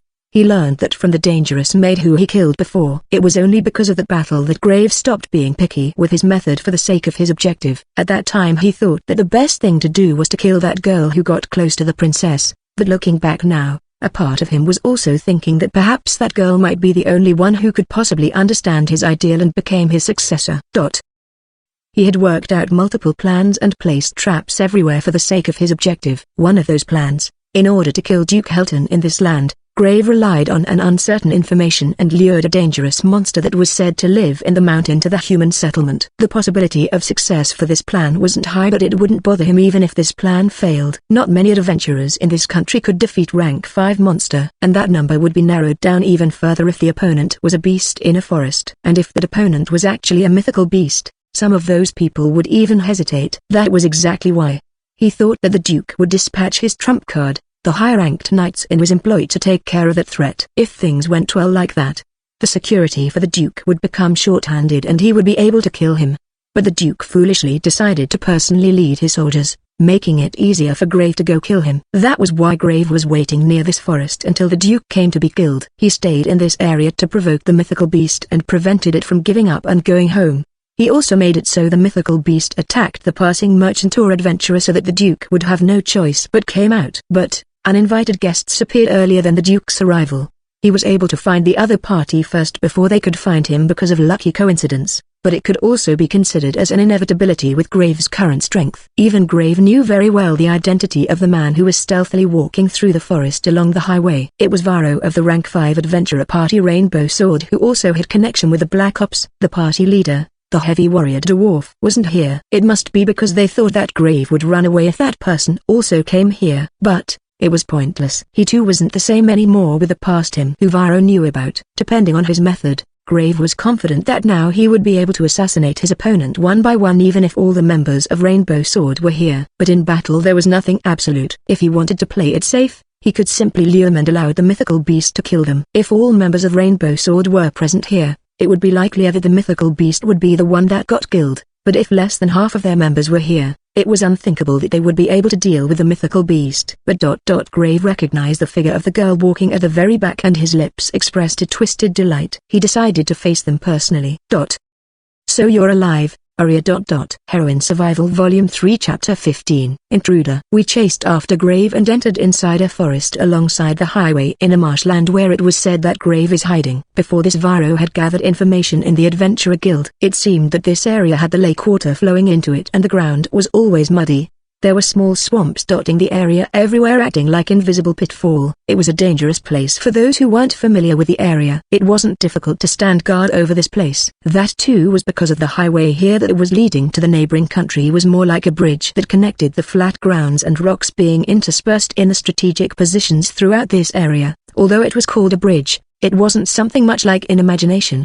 It was just something simple that didn't even have any handrail, made from driving wooden stakes into the quagmires and placing thick wooden planks on top of them for people to cross. It was just that kind of simple bridge, but some kind of magical or alchemical medicine was used on the woods so that they wouldn't be worn down. Wood type that was strong against the humidity of this area was also used for the foundation. So this highway that took 30 years to be finished when it was created 100 years ago was so strong that it wouldn't even waver when a large horse carriage passed through. In other words, almost everyone who passed through this area would use this highway. The monsters also understood that armed humans use this highway to pass through, so they were avoiding it, making this highway some type of safe area. Someone could just stand watch over this highway to find out everyone passing through this area. That was exactly why our party consisted only of agile people. By taking that into consideration too, we intentionally didn't use the safe and convenient highway and advanced through the forest by jumping from tree to tree. According to Samantha herself, she only learned stealth as a lady's pastime, so it was difficult for her to travel stealthily. But even if there was someone keeping watch over this area, it should be difficult for them to detect us because there was the existence of the safe highway that would take their attention. Long time no see, Viro, Grave. It hadn't been half a day since we traveled through the forest along the highway that Grave showed himself in front of us. I didn't know how he found us, but I could only call this a bad luck. At this point our strategy to launch surprise attack on Grave had been rendered meaningless. We moved from the forest where the footing was bad to on top of the bridge that was the highway. From the start our chance to successfully discover the hiding Grave and caught him in surprise was only around 50%. But the reason why Grave didn't run and showed himself instead because we didn't have heavy warrior with high attack and defense power. Or rather, Grave's reason was clear from looking at his combat strength. Grave race : human rank 5, magic power : 215/220 30 up, stamina : 328/360 10 up, overall combat strength : 1425 opening parenthesis with body strengthening : 1848 closing parenthesis 209 up. His combat strength had increased drastically since the last time. Just how hard he had trained. After someone reached rank 5, just increasing their status by 1 point was already a considerable improvement. According to the information that Viro received from the Black Ops, Grave should be level 5 only in swordsmanship and martial arts, but some of his skills other than those must have already reached level 5 too. Grave, who was just barely rank 5 before, had become a genuine rank 5 now. But more importantly, Grave's gaze was directed toward me rather than Viro and Samantha. It gave me an indescribable chill. Grave, you know our reason for coming here, right? Do you have any intention of surrendering? That's a stupid question, Viro. I have something that I must do. Even if the old woman over there is the Sandstorm Witch, one of the founders of the Rainbow Sword, she isn't any threat to me. Hi. It has been a long time since I'm called with that name. Do you think that you can win if it's against the current me? Samantha's senile act instantly changed into an air of battle readiness after her true identity was seen through. Grave didn't show any sign of retreating, even knowing that Samantha was a rank 5 sorcerer. Until now I only fought powerful enemy because I couldn't retreat. But Grave looked like he was intentionally choosing the option of not retreating. Was his current strength and the reason of his confidence lied in his tempered skills or his conviction? The visible combat strength wasn't something absolute. Just like how I believed in myself and defeated powerful enemies, perhaps Grave also had something similar. Grave's way of living was mad, but I could understand some parts of it. But after coming this far, I understood that there was a fundamental difference between Grave and me. Grave, who was talking, turned his gaze from Viro and Samantha toward me once more. Let me ask you this instead. Arya, you're a rabid dog just like me. And like me you won't be able to become a dog of the government. The current world is too cramped for a human like you to live in. Come to my side. If you do, I shall give you a place to belong. You, Viro. Viro was about to flare up at Grave, who was holding his hand toward me before I stopped him. I stepped forward in front of Viro, who stood to protect me, and faced Grave, who was narrowing his eyes right from the front. I refuse. Why? Is it due to your sense of duty for the princess? Grave moved only his lips to make a cynical smile at my flat rejection. But that's a part of it. But that's not all. My answer had been decided decided by the time you laid your hand on her. https://bookapervert.wordpress.com/Heroine Survival Volume 3 Illustrations/IO073/grave. You have become Elena and my enemy. Do I need any other reason to kill you? Samantha laughed at that moment while firing multiple stone lances. Nearly 10 stone lances shot at Grave from the sudden surprise attack. Grave used 2 magic swords that he already held without even showing when he drew them out to parry and crush the stone lances. Those magic swords that could deflect sorcery were a threat, but what was even more astonishing was that people with half-baked strength wouldn't even be able to divert sorcery that powerful and would get lethally wounded. That wasn't the case with Grave. So it turned out like this, just as expected. Although he was complaining, Viro quickly reacted and circled to Grave's side while launching throwing knife. Pain. I also followed along and fired darkness magic. I wouldn't hold back anything against Grave as the opponent. He had already seen all my trump cards anyway from our previous battle. But Grave exhaled and endured my pain with a shout of fighting spirit. He also deflected Viro's knife with his sword. Last time Pain would be able to stop him just for an instant, but now even that single instant was too much to hope for. Dan. Grave kicked on the highway's plank so hard his foot might stomp through the wood. With that he leapt towards Samantha. In your dream, Jin. Viro got between them to stop him. He blocked Grave's sword with his mithril knife, but he got sent flying due to the difference in strength and physique. Shit, move aside boy. Samantha's level 4 earth magic sandstorm was activated. Grave hurriedly dodged at the same direction with Viro and let the magic flew past him. I threw my slash-type pendulum at him in that moment. Grave jumped down to dodge the blade. Viro, who was still lying on the ground, slid on the floor and kicked at Grave's foot. Grave seemed to be cautious against me and threw hidden weapon toward me while blocking Viro's kick with his own kick. Samantha didn't let go of the chance and fired stone shot like it was a rain. Grave sensed that he wouldn't be able to dodge that and held up his swords before unleashing powerful mana. Vorpal blade. It was the battle technique of one-handed sword that was released not with one sword in hand, but with 2 swords. The dozens of stone shots that would be unavoidable if it was me were cut down completely. Is that all?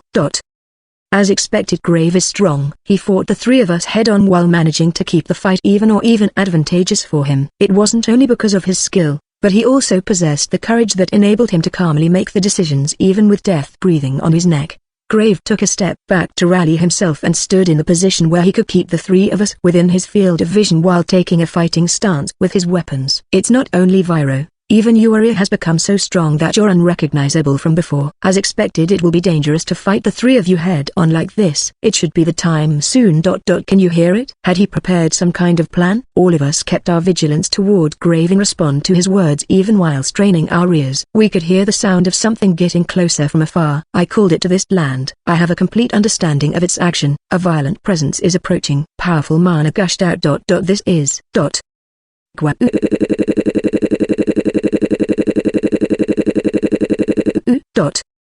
The roar of a beast cut through the sky. A huge black panther appeared from inside the forest by mowing down the trees on its way. Viro let out a hoarse voice, seeing it. A kill. So this is the ancient mythical beast kill. Its figure that was so ominous it looked beautiful stole my attention for a moment. I didn't know whether Grave called it here or that it had a reason why it had to come here, but I could feel something like anger toward human from its eyes. But what I understood here was that Grave wasn't the only that we had to deal with. This mythical beast was also included. Knowing that, I immediately moved to Samantha's side to guard her.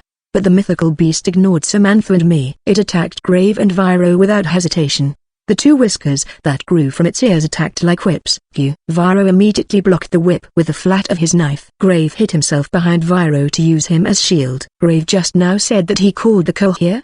In that case the cull's target was possibly Grave. But for the cull to attack the 2 males, was it because it was unable to differentiate the subtle difference between humans? It could only differentiate between child and adult, or male and female. That's all. It felt like Grave knew that and tried to focus the kill's target to Viro using that knowledge. It would be bad for us at this rate. Even if Samantha could get away from here just as we planned at the beginning, Viro would definitely lose his life in exchange. If what Grave said was true, he must be confident that he would be able to get away from the cull by himself even if Viro got killed. I pushed down my feeling that was growing fearful to the bottom of my heart together with a sigh. I fixed the mythical beast's figure within my steady gaze. Then it couldn't be helped. The weight-type pendulum that was strengthened with centrifugal force and mana struck the cull's head when it was about to pounce at Viro, diverting its attack slightly. Arya. It's fine. Viro's voice sounded reproachful. but this was the best option at present. Viro was stronger than me, but he was an orthodox type of scout and it would be difficult for him to fight the kill. Samantha was also stronger than me, but a sorcerer like her couldn't deal with the kill. Then, I moved. At the same time the coal's whiskers snapped like whips. I used the mantle I took off as bait while rotating acrobatically to dodge. The weight-type pendulum that I tossed from an unseen position struck the coal's head from its side. Gwa, mythical beast coal. Your opponent isn't Viro. I'll draw away this thing. Heroine Survival Volume 3 Chapter 16. Black Destroyer. The weight-type pendulum whirled and struck the coal's head. Then when I targeted its eye with the all-purpose type, it dodged the blade in annoyance and it finally recognized me as an enemy. Come. The coal let out a low growl and turned its sharp gaze toward me. I also rotated the pendulum provocatively. Arya. Viro was about to rush forward seeing me trying to face the coal alone, but Grave got in his way. Do you think you have the leeway to do something like that? Grave. Viro was enraged by Grave's cheap provocation. Boy, don't lose your focus. Samantha swiftly used Stone Bullet to hold back Grave while sending her gaze to me who was facing the coal alone just for an instant. We're going to defeat Grave while the little girl draw away the beast. Don't lose focus and was the time that she's giving us. Shit. Samantha gave a scolding as though her senility until now was just a lie. Viro regained his composure and spat out while taking a stance with his short sword. Seeing Viro like that made Grave smiled mockingly to instigate him. I understand your enthusiasm, but let's be realistic here. Shut your trap. Viro and Samantha wouldn't lose even against Grave if they got serious. I believed in that and so I would draw away this mythical beast until the two could defeat Grave. By Ubian.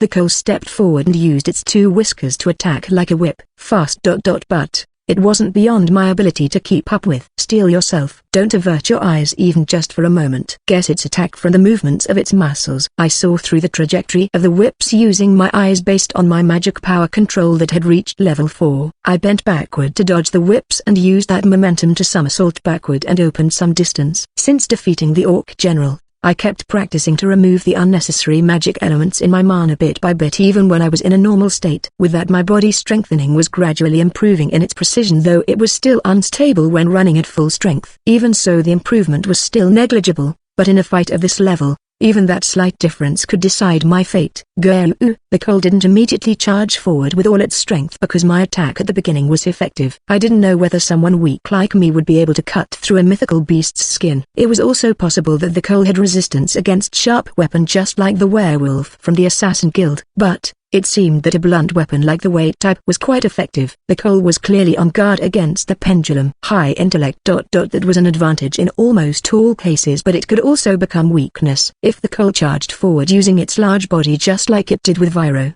I would definitely be unable to block the attack and got torn apart. But the coal with its high intellect understood that blunt attack could damage even itself and hesitated to get too close to me. It was a painful blow that it was on guard against my weight-type pendulum when it was my only weapon that could damage it, but it wasn't really bad in this current situation where I needed to buy time. But that too would only last until it noticed that my own attack power wasn't that high. After that it would attack me with the resolve of getting hurt.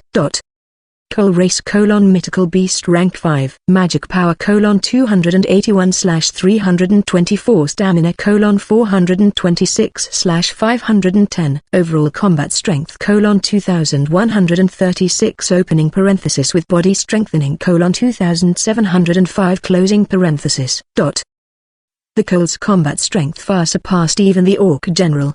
It might be possible for a rank 5 heavy warrior to endure an attack from it, but in my case I could clearly imagine how I would die from it. That was why I wouldn't fight honorably. I would make it wary against me as much as possible, bought as much time as possible, and drew it as far away as possible from Viro and Samantha. Shadow Snatch. The moment the coal showed movement, I created several darkness of Shadow Snatch. The coal reacted just for an instant seeing that. I threw multiple darkness to float toward it.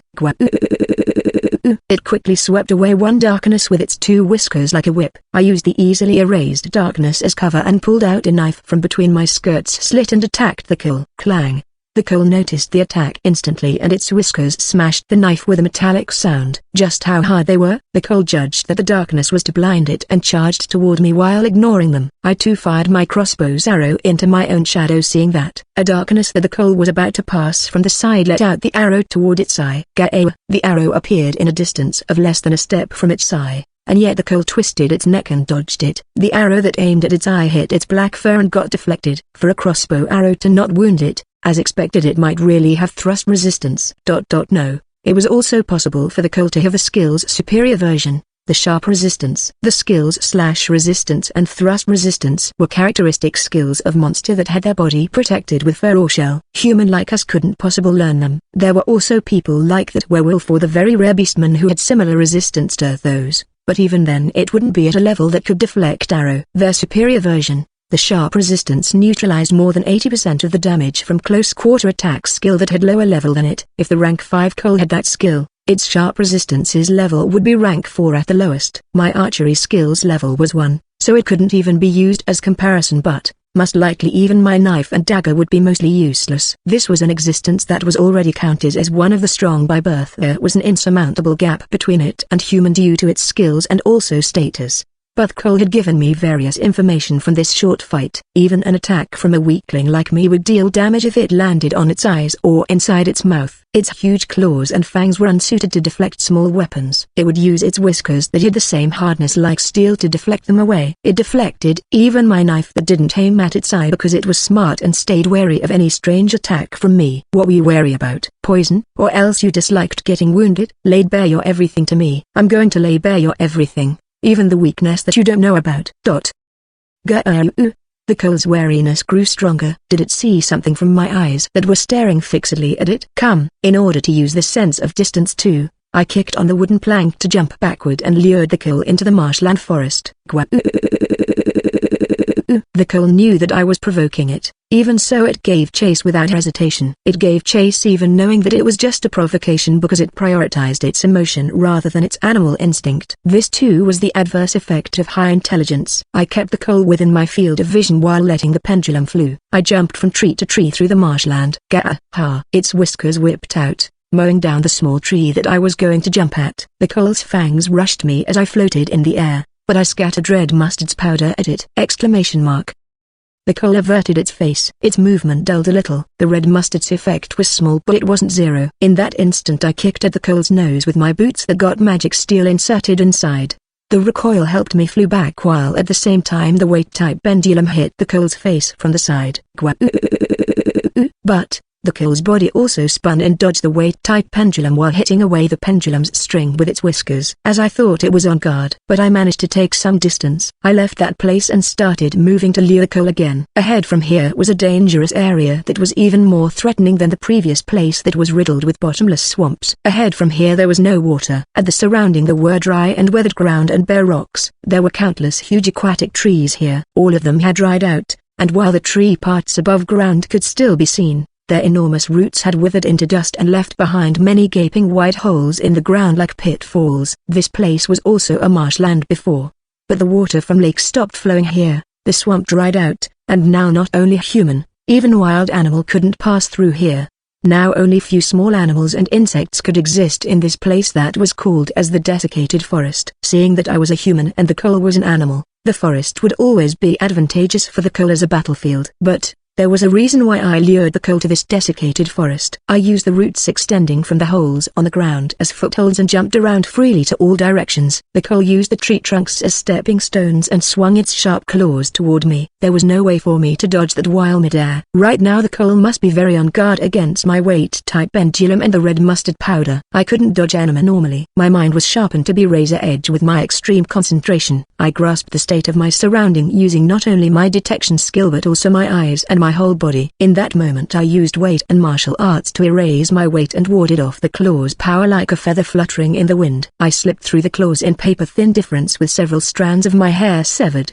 The Cole's whiskers whipped out toward me, but I stayed floating in the air while kicking on its shoulder. I used it as a foothold and dodged. Gah!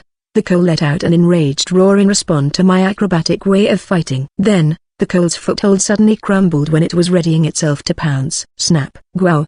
The tree root crumbled and the Cole became unbalanced. My weight-type pendulum smashed its head again at that timing. The trees around here had all dried up until they withered. It might not matter to me who had light body weight, but the Cole whose weight was dozens of times greater than me couldn't be supported by the trees here.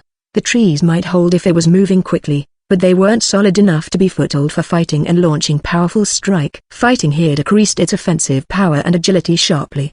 If it got careless and overextended itself and fell into the deep holes that riddled this place, even the coal wouldn't get away unscathed. This was the first idea that came to mind when I heard about this place from the Adventurer Guild. Originally this was a place that I planned to lure Grave into by myself in the worst case. Shadow. I created 2 shadows that I also used in the battle against orcs. I switched with them using the cover of the trees. It was hard for this technique to trick an opponent that relied on their eyesight, but the more the opponent relied on night vision and detection skills, the more this technique would affect their judgment. The coal was slightly bewildered by the fragile foothold and the shadows. I threw a knife to the shadow under my feet and fired it from the darkness of Shadow Snatch.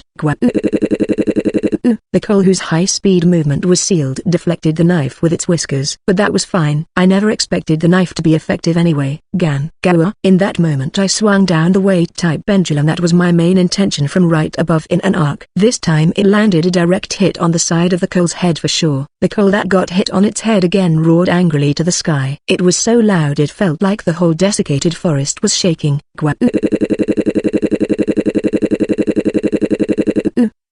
In that moment, small sparks spread from the coal's whiskers. This is electricity. The knowledge inside me told me of the true nature of that phenomenon. I immediately retreated while my 2 shadows that were left behind got touched and were dispersed instantly like mist. The mental impact that slightly reached me caused my face to grimace reflexively. Lightning also existed in this world, and lightning attack also existed as an advanced combination magic of wind and water, but I got the feeling that what the coal used was something fundamentally different than that. Most likely it generated electricity using its tough muscle cells, then using it by combining it with mana and gathered it to its whiskers. The effect was dealing shock to the opponent's nerve using electricity. It hindered the use of sorcery. By hindering me from focusing my mind, all sorceries that were connected to me got erased. If the electricity attack was used in that way, most sorcery on standby would be neutralized unless it was a sorcery that had instantaneous effect. My combat strength would be halved if I didn't have sorcery. The coal had noticed that I was a light warrior who used sorcery and acted to crush my advantage. The coal that had been staying wary now finally turned serious. Sparks of electricity came out from its 2 whiskers while its large body lunged at me. Seeing that, I too pushed down my shaken heart to the bottom and resolved myself to meet it head-on. My illusion sorcery was sealed, while the coal had its attack power and agility drastically reduced. The coal had given up dodging. It landed on top of a small remaining rock. There it bent its large body that was flexible like a jet black whip to the limit like a drawn bow. I focused all my nerves. In our eyes now there was nothing more reflected other than the figure of each other. We put all our strength into the next attack. Compared to the coal's full strength, my full strength was only about half or even half of it. Even so I didn't plan to die. I put everything that I could right now and strongly tightened my hold on my dagger. Coal. You would be the one who died. Crackle. The coal's whiskers were electrified like static electricity and the dried sand on the surrounding ground was fiercely blown away. I purposefully removed elements from the mana in my whole body and accelerated its flowing speed. This was my authentic trump card. I pictured in my heart that attack that defeated the orc general. I fixed the aim of my black dagger toward the coal's eye and crouched on my forelimbs like a cat. The coal's crimson eyes narrowed as it sensed my mana. The muscles throughout its body swelled powerfully, then its huge body shot out like a cannonball in the same moment. Dune. The withered rocky place it used as foothold was pulverized. The black beast closed in with a sound as through the atmosphere was exploding. I concentrated my mind to the extreme. Inside my accelerated thought, I unleashed the elemental mana that I had removed and stockpiled into magic. Shadow Walker. My figure vanished into shadow the instant I came into contact with the coal. I appeared on the coal's back with Shadow Walker and grabbed its whiskers with the power of the rampaging body strengthening. The shock that disturbed my concentration directly flowed into me. It made the rampaging mana went even wilder. I forcefully suppressed it with my willpower while smashing that rampaging mana through the coal's whiskers just as it was. The coal rampaged around the desiccated forest with me still on its back due to the rampaging mana it received. Go down. I gritted my teeth, as my hands felt like they would be torn off while sending in even more mana. The coal also lost control of its body and tried to shake me off. Like that both of us crashed on a giant tree. The giant tree started to crumble and like that the 2 of us fell, swallowed into the gaping wide hole under the tree's roots. into the deep darkness. Heroine Survival Volume 3 Chapter 17 Human and Beast. Picker. The sensation of water drop hitting my cheek woke me up. The surrounding was so dark that I couldn't see anything. My mind fell into confusion for a moment before I calmed myself and used night vision next. I found that I was at the bottom of a deep hole. I see. I fell into this hole in my battle against the kill. I had also planned to drop my enemy into a hole when choosing this place as battlefield, but the tree seemed to be even bigger than I thought. Its roots that had withered into dust left a hole that was very deep. When I looked up I could see a faint light dozens of meters above. How much time had passed since then? Was it several hours? Or only several minutes had passed? I don't know. I stood up on a water puddle under my feet. My face grimaced from the pain in my limbs. As expected, that origin battle technique was too much. Even so, perhaps because I used it more for sending the rampaging mana to the coal rather than in my own body, I could feel the sharp pain was gradually receding. I got away with only light bruise after falling into a hole this deep. It might be thanks to this water puddle below me and the coal acting as my cushion. Even though the surface was a withered wasteland that it even got called as a desiccated forest, there was this much water underground. It was unthinkable. But that conversely meant that you wouldn't be able to find any water unless you dug this deep. That was no different than this area not having any water. Either way, this was still a place that was unsuitable for living thing to live in. I stretched my body to loosen up my muscles while checking my body's condition. My eyes could see, my ears could hear. I got some bruises but none of my bones were broken. My stamina and magic power had decreased a lot, and perhaps I had put too much burden on my muscles. It would be difficult for me to move until I got used to the pain. The heat of magic power that was generated after using battle technique was continuing to accumulate in my body, so I should think of it as being unable to use battle technique anymore in this battle. Even if I could use it, it would only be one time, and I better resolved myself to be unable to move my arm anymore for several days after that. I had calculated my chance of surviving, but when I made a plan for fighting here, even so I thought that it was thanks to my growth in things related to sorcery that I was able to come out of it with only this much wound and fatigue. I had been training in it for some time, but I became able to use level 4 dark magic shadow walk. Must be because I had been accumulating skill experience point to some degree from using origin battle technique, the body strengthening using rampaging magic power from my battle against the orc general. But my current fatigue and mana exhaustion was because of using origin battle technique as expected. I really wanted to use this technique as my actual trump card, but it wasn't really practical if it reduced me to this kind of state just from the recoil of using it for several seconds. More importantly, where did the coal go to? I couldn't imagine it dying just because of falling from this height. I didn't know how the situation had developed, but I lacked the mana to even circulate it through my whole body, so I took out a mana recovery potion from my pouch and emptied it in a single gulp. Perhaps the coal had already escaped from here? Then Viro and Samantha were in danger. Even before that they were already fighting Grave, so I too had to return. I calmed down my impatience while trying to use night vision to stimulate my mana that had only returned a little. Then my eyes met crimson eyes staring at me from the bottom of the darkness. Kill. I forcefully circulated mana in my body that still couldn't move like normal. I took out weight type pendulum from storage and black dagger from my waist and faced the kill. It would be difficult to even dodge the kill's attack with my body that couldn't move properly right now. In the first place, its combat strength was nearly thrice of mine, so I would be the one in overwhelming disadvantage if we fought normally. But after coming this far, I myself didn't have the slightest intention of quitting. I'll kill you here. When I let out a sharp killing intent, the coal also responded by radiating its pressure. The coal didn't move at the slightest as it radiated pressure that would make a timid person to faint. I also kept my weapons raised while we kept glaring at each other with a distance of several meters between us. Then I noticed that it wasn't that the coal didn't move. It couldn't move. A large half-fossilized fragment of large tree was deeply piercing the coal's back until its abdomen like a stake as it lied in the water puddle that reached until the knee. The coal didn't use pressure when fighting me. It used it now because it was in a very bad condition right now. Its powerful claws and fangs couldn't reach the stake in that position. Its whiskers that grew from its ears could reach, but I could guess that those thin whiskers lacked the strength to destroy or pull out the fragment. I slowly approached it while staying silent. Then I stopped walking in a position that was outside the range of its whiskers and suddenly swung down my weight-type pendulum. Splash! The pendulum passed just a hair's breadth beside the coal's head and strongly hit the water puddle below it, causing the water to splash. Enough. I muttered that shortly and reeled back the pendulum's string before turning my back on the coal and sat down on a nearby rock that wasn't submerged in water. There wasn't any special meaning in my action, although it couldn't move. the coal was still dangerous. Its resistance against physical attack was also high, so it would take time to kill it. Also, no matter how high the stamina that a mythical beast like coal possessed, it would definitely die sooner or later when its stomach was pierced through like that. My objective wasn't killing but victory. Conversely, if I could obtain victory by killing, then I wouldn't be fussy with the method. But I didn't have any interest in toying with someone who couldn't resist. Wasting time for such activity was meaningless. However, you shall wither here and die. I who was sitting on a rock and the coal who was lying in the water puddle kept glaring at each other silently. I wouldn't let my guard down until you died.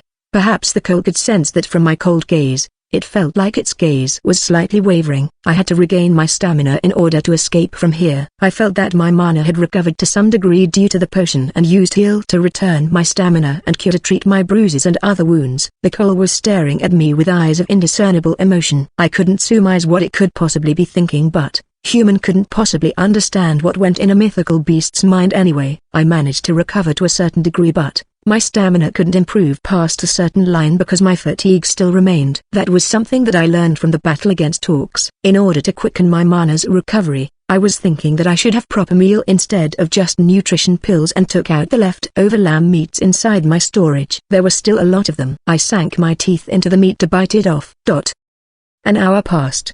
The cure had finished working on me to some degree and I had become able to move a lot better. It was then I started taking action. I observed the brittle rock surface while choosing a relatively stable wall and tried climbing, but as expected the rock surface became even more weathered the higher it was. The surface grumbled even just from a touch. The result was the same even when I tried throwing pendulum to entwine it around rock or weathered tree root. In the worst case I'd have to wait until night came and climb bit by bit using Shadow Walker, but that would take too much time. I sat down on the rock to recover my stamina and mana while getting into a glaring match with the coal again. There I saw that the coal's state was a bit different. It was still glaring at me, but the pressure that it radiated had vanished without me noticing. I noticed that there was a puzzled nuance in the coal's eyes as it stared at me. So this was the normal look of a mythical beast. It seemed until now it had lost its senses due to anger and hatred, but it looked like it had finally regained its composure when being faced with its death. It seemed the coal still had stamina remaining, but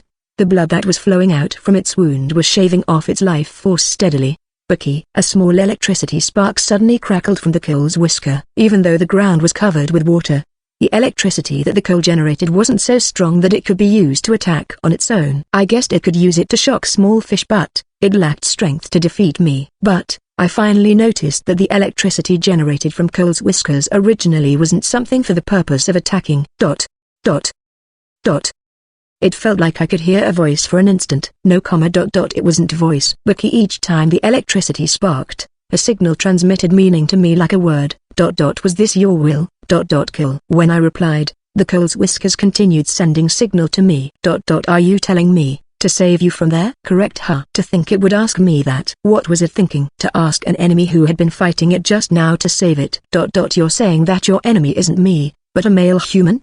You want to kill the man who lured you out? That's why I should save you from here? That's really convenient for you. Then what are you going to do about me? Was it saying that it would help me escape from this darkness if I saved it? Certainly it was possible to escape from here with the coal's physical ability, but and I should believe you? Got it. I stared right into the coal's eyes. If it swore on its pride, then I would gamble on it, I thought. Even I myself thought that it was foolish to believe the words of a beast that had tried to kill me just now, but conversely perhaps it was because we had tried to kill each other head-on that for some reason I wanted to try believing it more rather than the words of human who was sincere only on the surface. Don't move.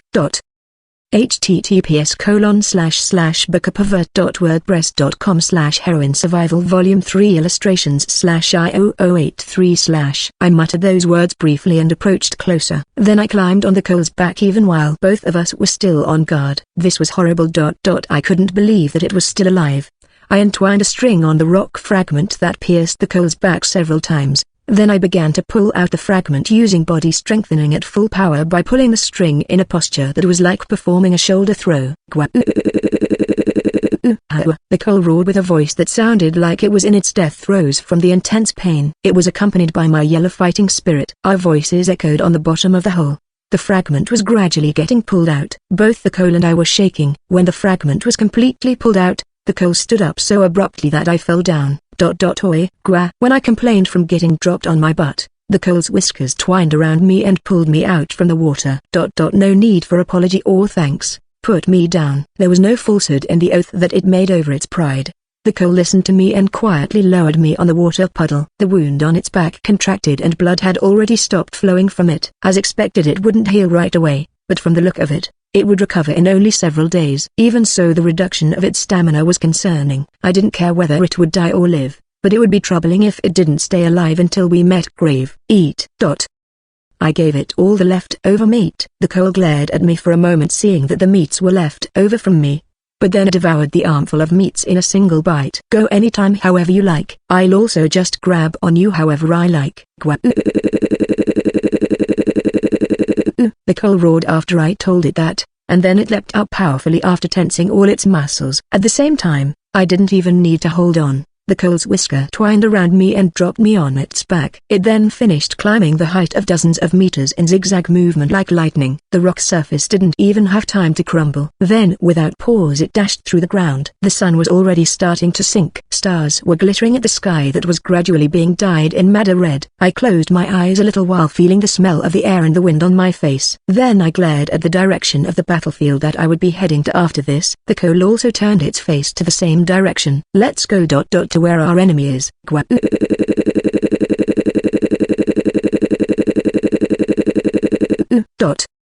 Aria, Alicia, race, human - rank 4 1 up. Magic power, 152 270 20 up. Stamina, 138 210 10 up. Strength, 9, 12 endurance, 9, 12 agility, 14, 21 up. Dexterity, 8. Short sword skill level 3, martial art level 4, throwing level 3, archery level 1, defense level 3, string control level 4, light magic level 3, darkness magic level 4 1 up, non-elemental magic level 4, daily life magic times 6, magic power control level 4, pressure level 4, stealth level 4, night vision level 2, search level 4, poison resistance level 3, simple appraisal. Overall combat strength, 916, with body strengthening, 1123 304 up. Heroine Survival Volume 3 Chapter 18. Target. The coal and me who was riding on its back escaped from the deep underground together. It would be difficult for me to escape from that place by myself, but perhaps because of the fundamental difference in our physical ability, the coal managed to run up that brittle wall before it crumbled. The coal didn't stop there and kept running, using a withered tree so big it was as though it was towering to the sky. Using that tree as foothold, it leapt up even higher, and from that position I looked around to ascertain the situation. The sun was still high in the sky when we encountered Grave, but now the sun was already sinking quite a lot. The blue sky was starting to be encroached by orange color. Is the battle still going on? I believe even now that Viro and Samantha wouldn't lose even with Grave as their opponent, but there was still a possibility that they were in danger even if they didn't lost. Over there. The coal responded to my fighting spirit, and its killing intent also shot up without restraint. The coal landed on the dry ground heavily that it caused a crack to form before rushing through the desiccated forest while avoiding the holes littering the ground. Wait for me. I'm going the right now. You did well hanging on for this long, Sandstorm Witch. Is this due to your wisdom that come from you? Don't act high and mighty, you brat. The old woman moved in high speed using level 4 body strengthening and martial art. Despite being a rank 5 sorcerer, countless rock bullets fired at Grave like a stone bombardment. It was the earth magic stone shot, but in the hand of a skilled sorcerer like Samantha, it boasted a power that was nearly equal to level 3 stone lance that was effective against living creature while still maintaining the mana cost of level 2 sorcery. As expected, it would be difficult to deflect this number of attacks, so Grave leapt to dodge while at the same time Viro attacked from behind. But, splash, Grave fired water sorcery even with his posture unbalanced. Viro blocked that by using his mithril short sword that had good conductivity for mana, but Grave's kick that was unleashed in that timing blew him away. Grave not only had swordsmanship and stealth skills, his attack sorcery was also at a level that was practical for real battle. Even so, before this his skill in that field was only at level 2, just like his former colleague Sarah, but he had trained his sorcery ability until level 3. Your attack is getting monotone there, Viro. Are you worried about your disciple's situation? Shut your trap. Dark Mist Suit. Viro too had trained his dark sorcery until level 2 in these 3 years. His magic power control had also reached level 4 through that training. With that, his body strengthening had also gotten more precise, which increased his combat strength. Before, he didn't put that much importance in his individual combat prowess, but Perhaps seeing the way Arya fought where she continued to fight powerful enemies alone might have influenced him. Even if his reason was something stupid like not wanting to get overtaken by his disciple, in reality it was actually difficult for adventurer of rank 4 and above to constantly harbor the desire to improve like that. The dark mist that Viro let loose blocked Grave's sight. Just before Grave could move to escape from the range of that mist, Samantha casted her sorcery, Rock Skin. Samantha covered herself with armor-type sorcery that covered herself with earth element magic particles. The armor would absorb damage until a certain amount. Grave realized that Samantha came rushing using Viro's darkness as smoke screen. So that's your play. Night vision didn't work inside this darkness that was made from magic particles. It would also be difficult to grasp her location using detection. Normal attack would be ineffective against Rock Skin. Even though the opponent was a sorcerer, she was a veteran adventurer with level 4 body strengthening, so it was possible that an attack from far outside Grave's imagination would come the moment his attack got blocked.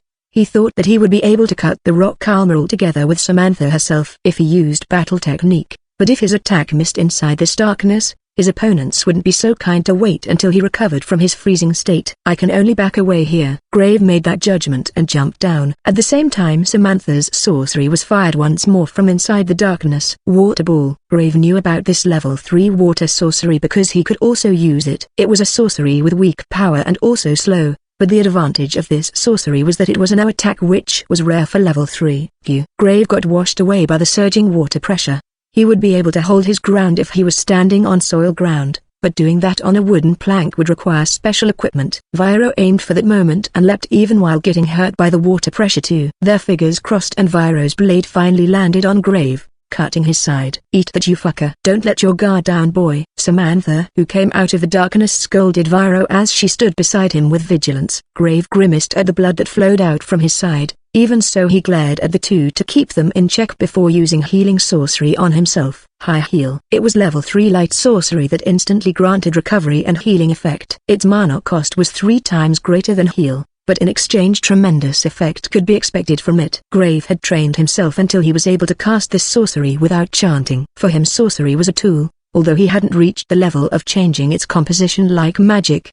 He was able to use it with activation speed that rivaled Samantha by perfectly memorizing it. Samantha and Viro couldn't press their attack because of the usage of this magic by Grave. When using high-level sorcery in a situation where there was no heavy warrior to act as shield and spear, the sorcery had to be successful in rendering the target powerless with one attack in order to crush any chance of the enemy counterattacking. That was because just like with battle technique, powerful sorcery would also create an opening after usage. It would be necessary to create an opening in order to land the powerful magic without fail. But that chance couldn't come in a close-quarter combat like this. Even though Samantha fired low-level sorcery in succession to create opening, medium damage would only get healed because Grave would use high heal every time. Because of that Samantha was also forced to be sparing with her sorcery in order to keep her mana consumption in check. Viro was protecting Samantha who was holding back, so Grave too also couldn't fully commit into attack in order to leave some spare strength to cast High Heal. Like that the battle between the three was falling into a stalemate. But even that stalemate was gradually crumbling. It's too bad. If only Arya who can use light sorcery is here, then perhaps you two would be able to put up a slightly better fight. Grave finished the treatment to his wound and smirked mockingly. You bastard. Aren't you a chatty brat? Samantha could also use light sorcery better than Grave, but she might need to fire high-level elemental sorcery in order to finish off Grave. Because of that Samantha had to be careful with using light sorcery in order to save her strength. It resulted in Samantha and Viro gradually getting more wounded as time passed. If it was heal or cure then it wouldn't consume too much mana, but those two sorceries needed skin contact to work. It was difficult to use them in the middle of battle. Conversely High Heal could be fired like attack sorcery. It had immediate effect due to that trait, so it was perfect to be used in the middle of battle. The three of them had potions with them, but all of them weren't so easy as opponent that they would allow their enemy to drink potion in the middle of battle. As the result, Samantha and Viro, who were prevented from using healing sorcery, couldn't treat their injuries. Grave himself also had his mana getting consumed, but he didn't rely on attack sorcery like Samantha and mainly used close-quarter combat, so he had more leeway than the two. The stalemate was gradually crumbling down. Even so Grave wanted to force Samantha to use light sorcery and ran out of mana, so that his victory would be unshakable, but even that would soon become unnecessary. He decided to go into the offensive. Allow me to finish this before the mythical beast can come back. You two should also treat your injuries already, if you have the leeway for it, that is. Arya too. I thought if it's her it might be possible that she would be the one coming back, but looks like I had overestimated her a bit too much. This son of a bitch. Don't think that we will just drop dead that easily, you brat. Viro and Samantha emitted killing intent. Grave also poured even more mana into his two favorite magic swords and took a stance of pitching forward. Even Grave wouldn't let his guard down because his opponents were a rank 5 sorcerer no matter her age and a rank 4 scout in active duty. But he had managed to see the limit of these two to some degree after fighting them for several hours. It's over. Grave muttered that and prepared to leap. But then,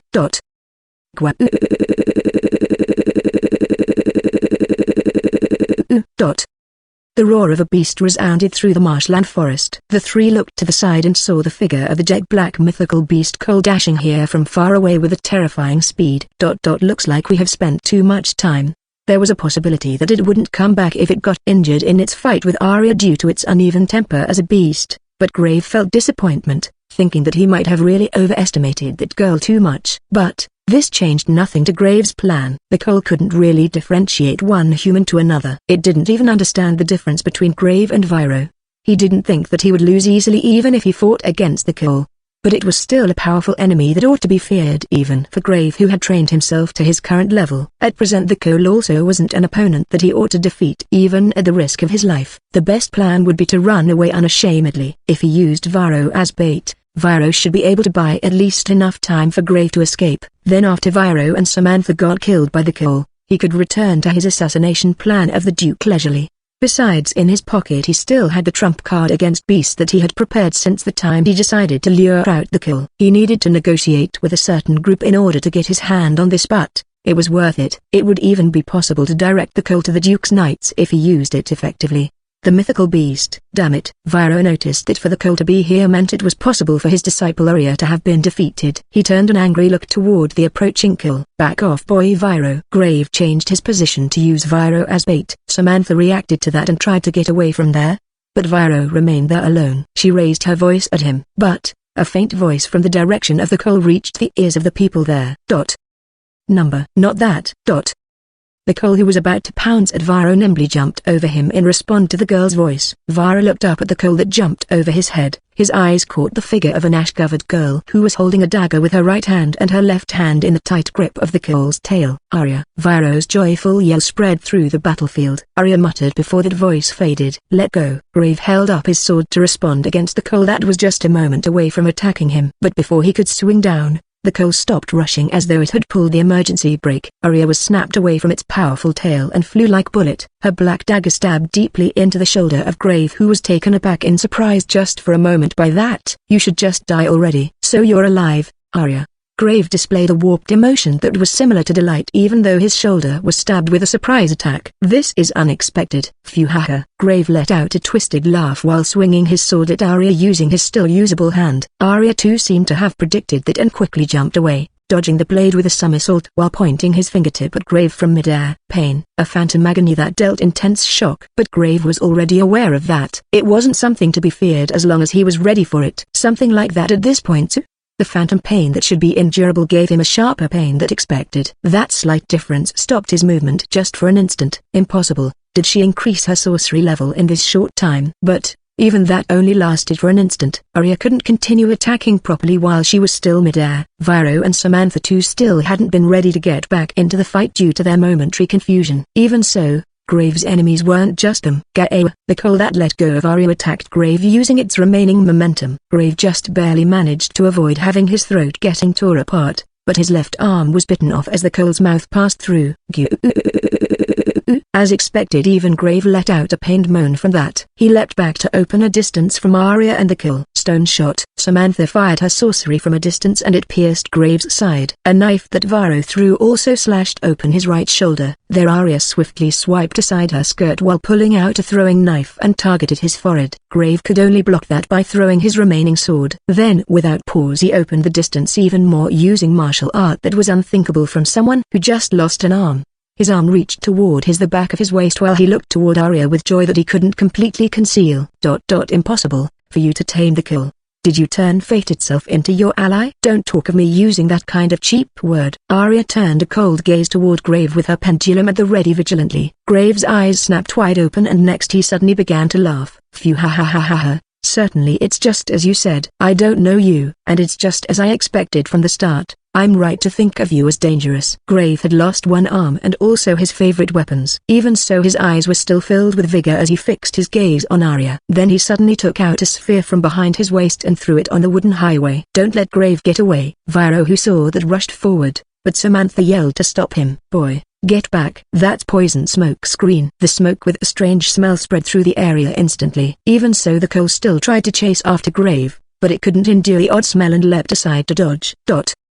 With the field of vision covered up, Arya's eyes that could see magic particles had their detection ability reduced sharply. Even so, Arya still readied her pendulum vigilantly. It was then Grave's voice came from inside the smoke. I won't target small fry like the Duke anymore, Arya. I shall recognize your value. You're my target from now on. Show me how you'll protect the princess. I'll definitely come to kill her. Grave's thin presence vanished completely together with that voice.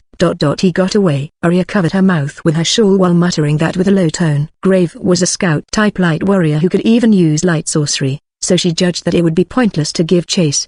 Grave declared that he would target Arya even while telling her to protect the princess. His intent must be to limit Arya's movement by targeting the princess. But putting it another way, as long as Arya stayed at the side of Princess Elena, Grave wouldn't target anyone else other than her. Arya understood that and narrowed her eyes quietly, glaring at the direction where Grave vanished into. Bring it on, Grave. Next time I'll definitely kill you. Heroine Survival Volume 3 Chapter 19. New request. The lunatic Grave had disappeared to somewhere, even though he had heavy wound of losing one arm. For human of this world who could strengthen themselves with mana, he would definitely be able to survive, just like how I would. To be honest, I wanted to kill that guy here. But, after actually facing him, I realized that we too was lacking in our preparation. If it was the previous Grave, Viro and Samantha would be able to defeat him by themselves. But, Grave had continued training himself without getting conceited, grew even stronger, and made preparation in case he got targeted by multiple enemies like us. Grave got away. But, that was only for now. I wonder how long it would take him to recover from his wound and get back into action. If he could use Q to regenerate his flesh, even the arm he lost could possibly be regained. To regenerate a whole arm, the treatment would have to be done bit by bit, at least half a year. And if he wanted to be able to use that arm just like before, it would take him one more year on top of that. I too would become even stronger before that. No matter how strong Grave got, the next time I would definitely surpass him.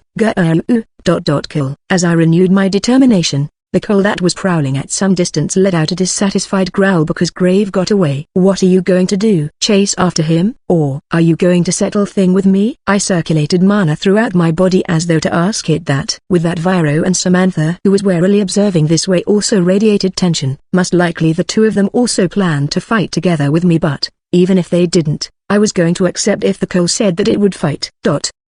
Coal stared at me quietly with its crimson eyes, then the two whiskers that grew from its ears sparked with electricity a little. My name. You want to know that? Arya. The coal growled after I told it my name as though to murmur it. The coal's name. It was asking for a name? What came next from the coal wasn't a signal with meaning, but actual image. Deep inside a dark forest, the black powerful beast, living aloofly inside the darkness without even any companion. Was this the coal's memory? The coal had been alone the whole time in its existence. There wasn't any being that stayed together with it. For the coal, other beings were either enemy or the weak who feared it. In that moment, inside the memory that the coal showed me, my figure that was staring at the coal with a cold gaze flowed just for an instant before vanishing. The Black Destroyer. The jet black beast howling alone as it looked up to the moon that climbed up at the black sky. Seeing that aloof figure. Nero. That word spilled out from my mouth. The coal understood the word's meaning and recognized it as its name. Then it turned its back toward me before vanishing into the forest while leaving behind word. The coal vanished into the forest. I stared at that direction as I muttered its name. Nero. By moon, did it mean me? Did the coal Nero recognized me as its sequel? I'll meet you again. If that was what Nero said, then we would surely meet again. Arya? Viro quietly called out to me, who was staring at the direction where Nero vanished into. That mythical beast. What's the deal with it? It looked as though it was conversing with you, but in the first place, how did you end up fighting together with a mythical beast like that? I guess it was only natural for him to not comprehend the situation. When I looked at Viro and Samantha's expressions, It looked like I had worried them greatly. There's no problem. It only wanted to kill Grave for trying to use it. I don't think it will return here now that Grave has run away. I gave a simple explanation. Viro fell into thought for a bit before letting out a small sigh. Well, whatever. We managed to prevent Duke Helton's assassination anyway. It'll be a pity for the Duke cause his coal subjugation effort will end up in vain, but that's not our problem. Grave was targeting the Duke, who belonged to the noble faction that was opposing the royal family, but it seemed that Viro's client was also from the royalty faction, and as long as we managed to stop the Duke's assassination, we weren't required to do anything more. Duke Helton was trying to subjugate the Kill in order to win fame. Viro's client would be troubled politically if he died from assassination, but it seemed there was no need to make his attempt to gain fame succeeded. That was why Viro himself looked like he didn't care about anything else but Grave escaped. Isn't it our job to assassinate him? I asked if there would be problem that we were unable to accomplish the request. Viro too looked bitter about that. Even so, he shrugged. Without care about that, I can only report it to the client, including the matter about you and Grave. For now the client should be satisfied if we just show them that guy's arm and weapon. I hope so. The magic sword that was in the grasp of the bitten-off left arm had been collected by Grave amidst the confusion, but the other sword that he threw at the end was still remaining. We allowed him to get away, so it was impossible to get the full reward, but Grave had declared that he would target the princess and me, so Viro would try to negotiate that. We didn't really fail by taking that into consideration, even though we would be able to beat him if only he didn't use that strange smoke bomb. It was my first time seeing a smoke bomb that spread that far and also contained poison. You're still lacking study, boy. Samantha suddenly cut into the conversation with a loud voice, like someone trying to call out a person in another room. That was a gem from dungeon. I think it might be a type of poison gem, but he was a lucky guy. Hi-oh, hi-oh, hi-oh. Samantha laughed like a folklore monster. Viro's eyes widened hearing what she said. Huh? That was a poison gem? Seriously? That's something designated as dangerous substance by Adventurer Guild. I once saw a gem, but the thing was also one. The shape differed depending on the dungeon. If that thing was a real poison gem, all of us including that guy would die. After all, it's something that can massacre a small village on its own. So it was a fake? No. It only had different use. Originally a gem was something to seal high-rank sorcery. It wasn't a poison for human, but it might be intended for use against animal. After all, the smoke had the same color with the smoke of the poison gem I used in the past, so I also got tricked. So you once used it, huh, Granny? I see. That was why Nero also couldn't pursue. Luring mythical beast to human settlement alone was an act that made me wanted to doubt the sanity of that man. But it seemed that Grave had prepared such thing as insurance. It was said that a dungeon was an ancient hermit crab that turned into monster and turned cavern or ruin into their shell. They fed on living things' mana and life force, read the residual thought of the dead, then used things like ore or magic stone to produce treasures that human liked. They were just things created by monster, so most treasures found inside dungeon were no different than trash. But there would be items like gold or silver ingots sometimes when the dungeon got it right. Among them sometimes there were also things like the magic swords that Grave used or special magic item that human couldn't create. The single-use gem that Samantha told us about was also one of those. It seemed there was a law in Claydale Kingdom when that kind of thing, especially something dangerous like poison gem, was discovered. It had to be reported to the Adventurer Guild and the country would forcefully purchase it. I didn't know what the country was planning by gathering such thing, but it seemed Samantha once used it. Most likely that was something Grave stole from the palace's treasure storage when he was still with the Black Ops, or he did business with some shady group. Boy, little girl, don't let your guard down. He might have other incomprehensible thing with him next time too. Anyway, there was nothing else to do for now. Grave also wouldn't be able to move anymore for a while, so our work was over.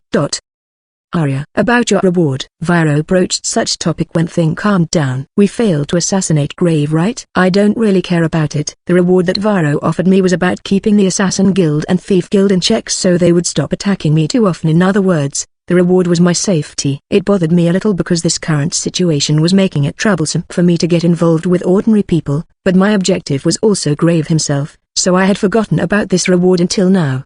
Besides, if I was seriously bothered by it, I think that crushing the belligerent Assassin Guild branch of Central West District would be the more effective way to keep them in check. Perhaps I'd be able to crush them when my short sword skill reached level 4. You are thinking about something dangerous, aren't you? No, about your reward. Even without the request this time, I still plan to talk with you about it if I judge that you are strong enough. Strong enough? How did strength got related to the reward? Higher. There's no problem at all with this little girl if it's about her strength. After all, her combat strength almost catch up with her useless teacher already. What did you say? Viro was shocked by Samantha's words and he looked at me. Huh? Viro's eyes widened after using appraisal on me. He took out appraisal crystal from his pocket and appraised me once more. Then he held his head with his hands while looking to the sky. He looked more exasperated rather than lamenting. Rank 4. Just how did you do that in this short time? In my case it's just because I focused on sorcery. I still haven't caught up with Viro in close quarter combat. Thanks. There was no lie in what I said, but it seemed that it sounded like a consolation in Viro's ears. His shoulders dropped in dejection. But it seemed he was able to switch his mood right away and lifted up his face energetically. He grinned refreshingly. No, it was a fishy smile that was far from looking refreshing. Yosh, learn all of my adventurer skills in several years. For now just do your best to be at least useful in 1 year. First you got to learn skills that you're still lacking and how to explore a dungeon's lower level. What are you saying? Viro suddenly started talking about adventurer and dungeon. I looked at him with distrust, but he continued talking while still smirking at me. Now. This is also related to your reward, and it's also a request for a new job. According to the newest information that I got before bumping into you, our party got approached with an offer to protect some nobles who will enter into a dungeon. The nobles are also going to bring their own guards, but there won't be many. For this, it will be best to have a lot of scout joining the exploration, and you aren't just a scout but you can also use light sorcery, so we will be happy to have you with us. What do you think? Go there by yourself and die on your own for all I care. I instantly answered like that the moment Viro mentioned the word noble. We were called adventurer only because we had the strength to enter a dangerous place like dungeon. I got no intention of protecting some nobles who would enter into such dangerous place just for fun. Even Viro became spontaneously turned speechless with how flatly I refused. Is that all? Then, see you later. Wait a second. Arya, listen until I finished first. I didn't need both the new job and the reward, so I tried to leave right away, but Viro came back to his senses and hurriedly stopped me. You always decide too fast in everything. Just how manly you can be. Listen Arya, I'm telling you this only because it's you, but the first princess is involved with this matter. Do you understand? It's that princess you're acquainted with. Tell me more. Viro said that it was an extremely secret information. Was it alright for him to tell me this easily? According to Viro, young members of the royal family and their fiancés would secretly enter a dungeon, so high-ranked adventurers were required to act as their vanguard. Why was someone with bad health like Elena had to enter into a dungeon? Viro wouldn't teach me what they were planning inside a dungeon, but, in order to guarantee their safety, the Black Ops recommended Viro's party to the royal family and the royal family made the request. You want to protect the princess, right? After reporting this matter about Grave to the Black Ops, I think that the country will also sound you out about this request, but are you going to refuse getting involved with the princess? This man brought me another troublesome matter that I couldn't refuse. Understood. I'll protect Elena. But, how's that related to my reward this time? Was he telling me that the country and the Black Ops would make some arrangement for me? I might not be the right person to say this, but the Black Ops organization was feared by the underworld, but they were also being seen as enemy who obeyed the nobility as their hunting dog. I was doubtful whether getting protected by an enemy organization would serve as deterrence against them. I stared at Viro doubtfully with half-lidded eyes. It seemed Viro finally guessed what I was doubting and spoke of words that I never expected. What are you saying? You're going to enter our Rainbow Sword party to replace this retiring granny. I sighed again after hearing that unexpected words. Troublesome things just kept coming. Heroine Survival Volume 3 Epilogue. Clara. Are you finished with the preparation? Yes, Elena-sama. Patricia-sama withdrew in the end, but Carla-sama and I have already finished preparing. The plan is to meet up at the port city in the territory of Duke Feudale. The royalties who would shoulder the next generation along with the fiancés were ordered to conquer a dungeon. They were making their preparation on their own. It wasn't just the royalties who were forced to enter a dungeon, but also their fiancés, because this also served as a test to their resolve as the next generation royalties. Furthermore, it also showed that currently the number of the royal family was not enough. Although this dungeon was located in the territory of Duke Feudale, the daughter of Duke Feudale withdrew because it was impossible for her to do so ability-wise and personality-wise. The girl was also the daughter of a second wife, So this meant that feudal house had pulled out from the struggle for queen position. With this, Patricia got tentatively fixed to become the third queen. The seat to become the leading fiancé who would become the first queen would either be obtained by Clara, the daughter of Margrave Dandel, or Carla, the daughter of Count Leicester. The crown prince Ernunazama and I, the first princess, will also aim to conquer the dungeon at all costs. But the main objective of you two, the fiancés, and I will not be receiving the divine protection from the dungeon's spirit, but to make sure His Highness the Crown Prince return alive in good health. Do you understand? Yes. In this Claydale kingdom, each generation the royal family would send royalties into the dungeon to obtain gift that they would use to keep the country stable and protect the country from external threat. But the divine protection of spirit wasn't something that could definitely be obtained. The spirit of the dungeon was called as spirit by people in general, but they were essentially not normal spirit that governed over elements like light, darkness, earth, water, fire, or wind. They were an existence that was closer to Holy Spirit. Holy Spirit was considered as high-rank existence like Spirit King or Fairy King, but their true form was unclear. They had whimsical nature, and many times they wouldn't grant divine protection just because someone struggled till the depth of a dungeon. In fact, the current king and previous king didn't obtain divine protection, and in these few decades it was His Majesty's little brother, the second prince, who obtained the divine protection. But he had already died young because the second prince was someone with weak body from the start. A royalty's rank within the royal family wouldn't change just from obtaining divine protection. All royalties had been educated until they understood that special ability and the ability to rule the country were two different things. Because of that, the current king, who picked a viscount daughter as his first queen, provoked the displeasure of the noble faction, and the ill effects from that could still be felt at Clara's generation. The country would fall into ruin if the crown prince died in such situation. It would be possible for Elena to manage the country as a queen for a short term, but it would allow the noble faction to obtain great influence and weaken the power of the royal family. Clara too, even if her position among the three fiancés got fixed in whatever ranking, in the end she would only be a queen of Ern, who was currently still just a crown prince. In case Ern got reduced into a state where it was impossible for him to ascend to the throne, the second prince, who was still an infant, would have another noble lady his age chosen to become his queen, while Clara would become unable to ascend to become a queen of the country. Regardless of their respective motive, Elena, who wished for the royal family to regain their strength and kept the country at peace, and Clara, who was burdened with the desire of Dandel House for her to become the first queen.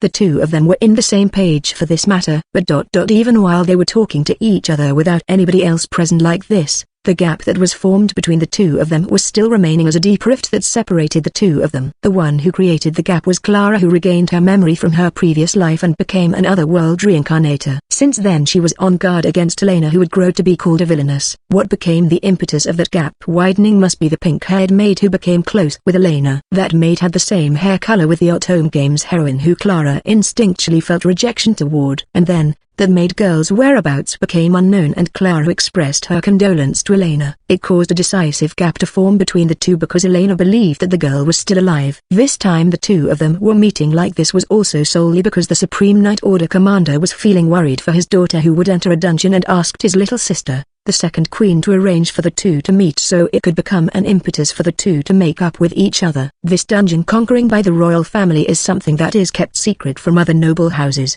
so we can only bring the minimum number of bodyguards. Considering the width of the dungeon passage and the marching speed, we shall bring 2 servants, 10 high-rank royal guards, 3 royal sorcerers, and 5 baggage carriers. In addition, a rank 5 adventurer party that consisted of 5 people. So in total our group will number 30 to conquer the dungeon, Elena dispassionately stated before she took a breather and smiled icily. Patricia is wise. She understands very well what she can do. Our first priority is the safe return of His Highness the Crown Prince. Second is for the 4 of us to obtain gift. And last is for our safe return. Clara. Do you have the resolve to protect His Highness the Crown Prince for the sake of the country, even if it will cost you your life? Why yes, Clara replied with a pale face and hoarse voice. Elena looked at her coldly while quietly getting up from her chair. Make your resolution soon, whether you will become a queen by your own initiative or simply going along with the flow. Someone, we have finished talking, Elena called out to the servant who was waiting at the next room. Then she left the palace's drawing room without even giving any glance at Clara, who was still unmoving while looking down. What to do? Although Clara had knowledge from her previous life, in the end she was nothing more than a normal high school girl who was playing the home game. Although she felt threatened by the danger of the heroine and her beheading at the game's ending, She also felt a yearning for the gorgeous world where the captured targets were living. She was also unable to clearly think about her death with clarity of mind. She lived a peaceful life in her first life. She had never even thought about death as something that would happen to her. But, due to this dungeon exploration that never got mentioned in the game and occurred before the main scenario began, she was finally able to keenly understand that she was standing side by side with death. She turned pale and bit her lip. The Clara in the game didn't have any divine protection. The heroine only obtained divine protection in the war event against the evil race. Even so, that was something that happened only after the game started. In order to survive among these scary people, do I have to obtain a divine protection no matter what? While Clara was quietly hardening her resolve for her own sake, Elena, who returned back to her room while being accompanied by a servant, was greeted by a Crusian maid, which was rare in the palace. "Sarah, what's the matter?" This high-ranked maid was a knight of the Black Ops. She was also the one in charge of the security in the Queen's palace. The Crown Prince didn't really like the Black Ops, but Elena's servant and maid was also Black Ops member, and she trusted her because she knew her very well. This time she also wished for her to accompany her to the dungeon, this time as one of the servants. Sarah showed her a refined smile with her glamorous light brown skin. Then she bowed and handed a letter to Elena's bodyguard maid. "I have something to inform your highness and put it in this letter. I recommend your highness to dispose the letter after you finish reading it. I understand." If Sarah said that, then it must be something important. After Sarah left, she told her maid to break the letter's seal to confirm the safety of the letter. Then she ordered the maids to stand by outside the room, and she opened the letter to read it alone. That letter contained information about a certain person. Elena hadn't known that person for long. In fact, it was only for several weeks. But for Elena, who was being forced into a lonely fight in a situation where she couldn't even rely on her parents, the way that girl lived gave her a peace of mind that she wasn't alone, even though their status differed. Even when Elena earnestly told her father, the one who caused this situation, that she was worried about the current state of things, she was only told that the problem wasn't something that a child like her should be concerned about, and she was kept at a distance from politics. Even her big brother, with whom she was pretending to idolize, didn't have any sense of danger at all, despite being the one placed in the most dangerous position. She was the only one who understood Elena, who was fighting against the present situation. She even risked her life to save Elena, who got attacked during her lone battle. Even if no one else could understand it, the two of them shared the feeling of being able to understand each other as the same kind. Elena thought that the words she said that night when she swore her oath could only be said because she had seriously faced Elena's resolution. That was why Elena also made an oath in order to reward her. That was why even when she heard that she went missing,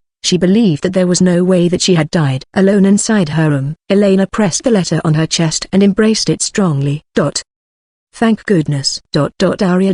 You live. https://bookapavert.wordpress.com/Heroine Survival Volume 3 Illustrations/IO093/Heroine Survival Volume 3 SS1. Crying to the moon. One day, at one time, a beast was suddenly born to this world from a certain space. It didn't have any father or mother, and in the first place it didn't even know whether it had gender or not. Even so, it at least knew that it existed in this world even without being taught. It was born with powerful body that overwhelmed other living creatures. It had high intellect that could understand something without being taught just from looking at it, although it had an immature form from being just born. The aura that the young beast has made the low-ranked monsters in that forest to not dare attack the beast or even got near it. The beast was aware that it was considered among the strong in this world, but for a creature there should be a meaning to its existence. The beast didn't know of any beast that was the same species with it. It didn't even feel the need to leave behind descendant because it was born powerful. It also didn't need to eat a lot. In the first place, it would be alright as long as it absorbed a certain substance that could be found in food. It actually didn't even need the meat. Then what did its fangs existed to tear apart? Then what did its claws existed to fight? Even so, there was an instinct that sought battle inside its body. Was it born to this world just for the sake of fighting? Was it existing simply to hurt other? Was it the only individual that was thinking like this? Or perhaps all the other individual was questioning about the meaning of their existence like this and lived with conflicted feeling? What was it born for? Seeking the answer of that question, the beast entrusted itself to the only thing existing inside its body, its battle instinct, and threw itself into an endless battle. Its body immediately turned mature right after it began fighting. Its body turned bigger as though it was adapting to battle. Its fur became able to deflect enemies' attack. Its claws and fangs became harder than even iron and could easily tear apart hard shell. It was then the beast saw it for the first time. It encountered the strong other than itself. Its height reached 2 meters. Its whole size was also a whole size bigger than the beast. Its upper body was that of a giant falcon while the lower body was the body of lion. That creature even looked beautiful. It was a creature with a shape that was impossible to occur normally. The beast felt that it was an existence with a nature that was close to itself. But although that creature had high intellect, it didn't have the intelligence of a higher form of life to complement it. It saw the beast as a threat and attacked without even trying to communicate. It was a battle against the strong that was equal to itself. The beast couldn't do anything when its opponent flew to the sky. It seemed to be a disadvantage for the beast, but the whiskers that grew from its ears like feelers was able to generate similar power like the lightning that flashed in the cloudy sky. Knowing that, the beast used that power to disturb the enemy's sense of balance and made it fell on the ground. It defeated the enemy after fighting for a whole day and night. High-ranked beast could block enemies' attack with their fur. That eagle lion most likely also had the same ability. But the fur of the beast was able to defend against that creature's claws, while the beast was able to tear apart the eagle lion's skin. That was the cause of its victory. From the beast finally learned that it was able to train the ability it possessed and that would decide the superiority or inferiority between it and opponents of equal level. By repeatedly fighting like that, the beast was able to become powerful even among its equals. But the answer that the beast was looking for still hadn't come to it. Only the time was passing idly for it.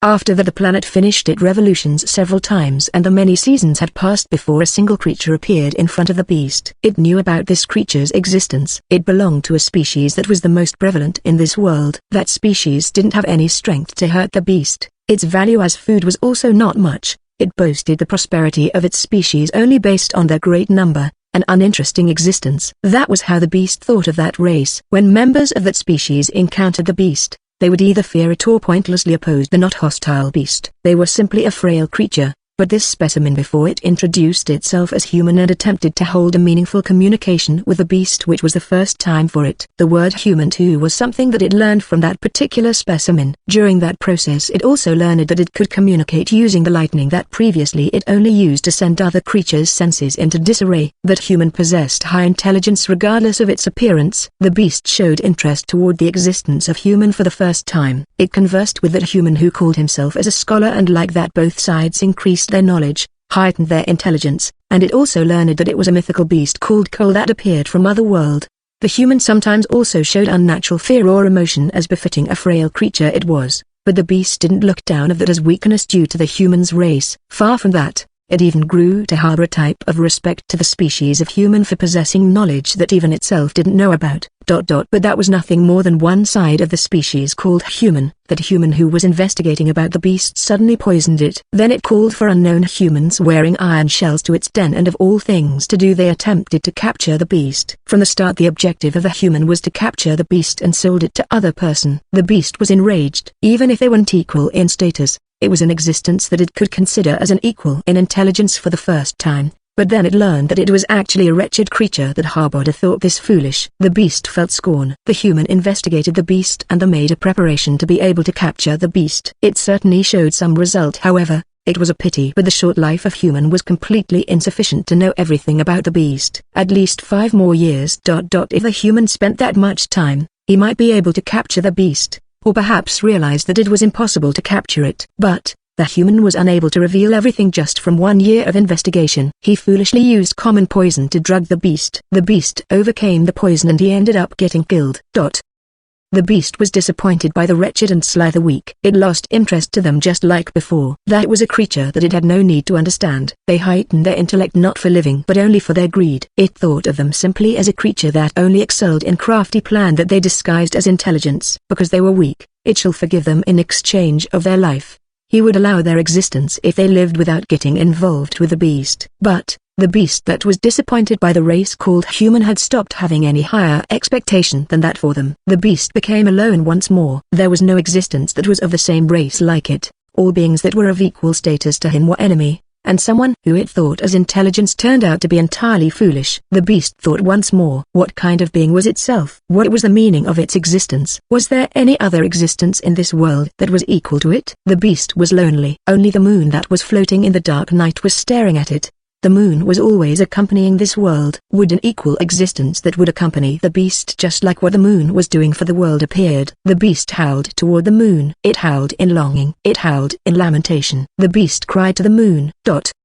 One day, another sly human male appeared before the beast. That man feared not the beast, and yet he didn't attempt to communicate with the beast or even fought. Instead he started meddling with the beast sporadically to provoke it. Even from the eyes of the beast, that man looked strong. Even if they fought head-on, it wouldn't lose against him due to its inherent racial advantage, but it felt that this man was even more cunning than all the humans it had encountered before. The beast wasn't underestimating the race called human. It also didn't look down on their intellect. It simply felt really disappointed due to the high expectation it had for them before and lost interest in the end. But that man managed to obtain that much strength with its frail human body. Just how much blood and sweat he had shed in his training to reach such height, and why was he doing something like this with that strength? The beast became interested. It wasn't an interest in good meaning. Even though he had that much strength, why was he able to act in a way that dirtied the honor of other people and himself like this? The beast couldn't comprehend it. Despite being ranked among the strong, he had abandoned his honor and focused on only seeking result regardless of how it was done. Such action looked unsightly, just like that foolish scholar who tried to trick the beast. The beast was disappointed by the foolishness of a human and lost interest. That disappointment was the flip side of the hope it once held. Even though the beast had lost interest toward human, somewhere in its heart it believed that even human held honor as a living creature. That was why it didn't look down on human regardless of its disappointment. That was exactly why it couldn't forgive them. What was with their ugliness? What was with their foolishness? The beast was enraged once more. It was shown an even deeper ugliness from an existence that it was harboring hope toward in the past.